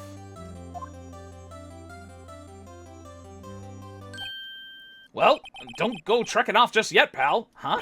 What is it, detective? There's just a little matter to be resolved about the chief prosecutor. You see, she isn't supposed to be out of jail like this. But I thought you said it was okay. Yeah, well, it may be okay with me, but the folks at prison are a different story. Huh? Basically, I had to bribe a guard in order to sneak around for 30 minutes. Believe me, it wasn't cheap either. Huh? Way to go, detective. I didn't know you had a wild side. Yeah, well, you see, Mr. Wright here is the one who'd be footing the bill. Huh? Huh? What do you think? I could afford it with my salary? You gotta be kidding me, pal. Huh? Thank you, Mr. Wright. You're the best. Why is it I suddenly feel like I want to scream? Hey, you got an idea? Why don't we go, pay it off together? Yeah, that's a great idea. Come on, guys, let's go.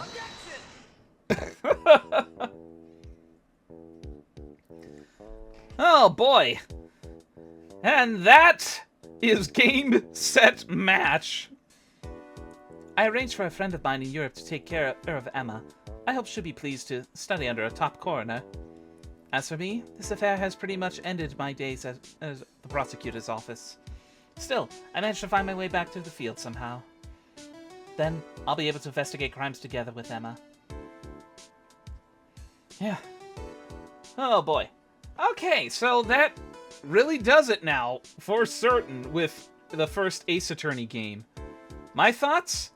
Well, the game overall is good. While the pacing is off for the final case... Yikes! I thought I was gone for a moment there. In the end, though, they overlooked my unauthorized investigation of the chief's office. If we penalized you anymore, it'd be worse than firing you. Yep, that's what they said. It just goes to show you can't shake me off that easy. Oh boy.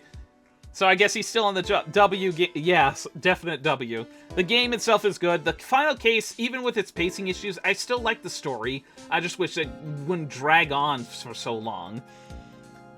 But yeah, the game overall is good. And I really enjoyed it.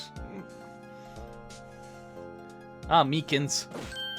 My new mission is to guard the main entrance to take care of Billy.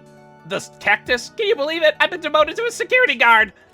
My partner's keeping an eye on the entrance for me today. I'll show them, though. Someday I'm going to make detective. Yes, sir! Then I could just be that dick gumshoe. Jesus Christ, I had to remove my headset because I knew that was coming. Ugh. But yeah. Now going forward, Dick! Exactly. So yeah, now going forward we'll be able to explore something else and come back to, oh god, not this cursed piece of plywood again.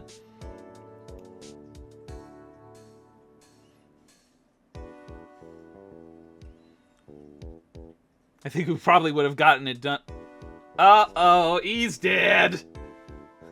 I guess the battery finally ran out. But yeah, next time we'll take so this coming Thursday, it'll be more of the Star Hunt from the Super Mario's. Maybe ice cream music be stuck in your head. What is? Can't you see I'm having me a showdown with steak lunch, partner? Miss Star managed to sneak this into me. She's seeing one of the guards, it seems. Well, cowboy, looks like you did it. You even gave Bambina back her smile. Can you make sure Billy and the gang can get their water? That's a lot of water! But yeah, this Thursday we'll be continuing more of the Super Mario Star Hunt series. Speaking of stars, Looks like we won't be seeing each other for a while. As a farewell gift, I put a new meal on the menu, the Right Way lunch. The top layer tastes as bitter as defeat, but the bottom layer is as sweet as victory.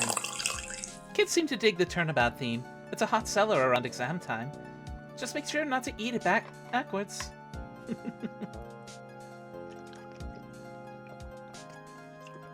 thank you for that hydrate, Wolf. And then next Sunday, we're finally gonna get to a fallback game. And I have one on mind. It was the recently released remaster of the Oblivion game. I'll never forget what that young defense lawyer said in that trial. Let's see, what was his name again? Oh, Mr. Left. Oh, it's Wright! God darn. Anyway, he's been doing some other for how many years? Well, anyway, I've got another trial to get to, so I better be. Huh? Oh no, I forgot my gavel! Sorry, gotta go. Oh god. They really dumbed down the judge in this case, didn't they? But yeah, we'll be looking at jumping into the remaster of Elder Scrolls Oblivion next Sunday, and it's not going to run as long as we did today.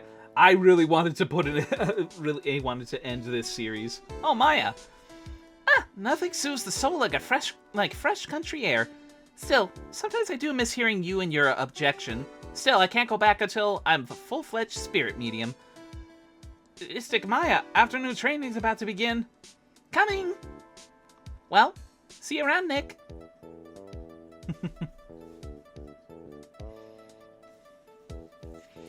Boy, this credit sequence goes on for quite a bit.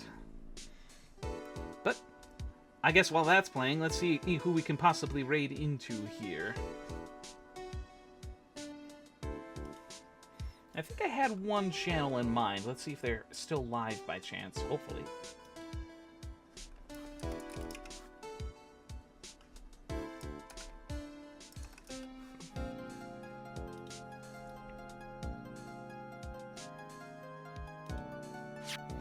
Oh, I missed that.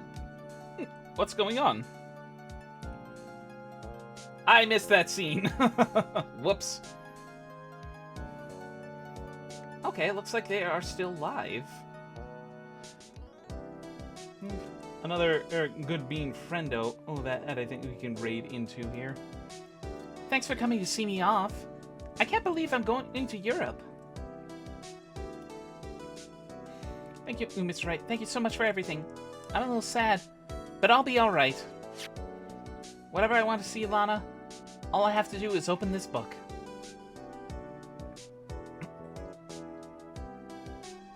Oh, we get one last...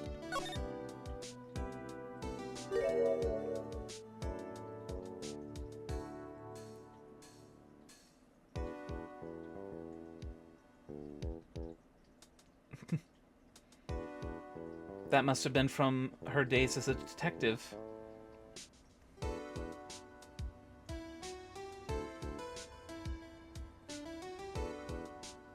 Capcom. Rise from the Ashes. Clear episode 5. Alright. Well, that does it for that series for now.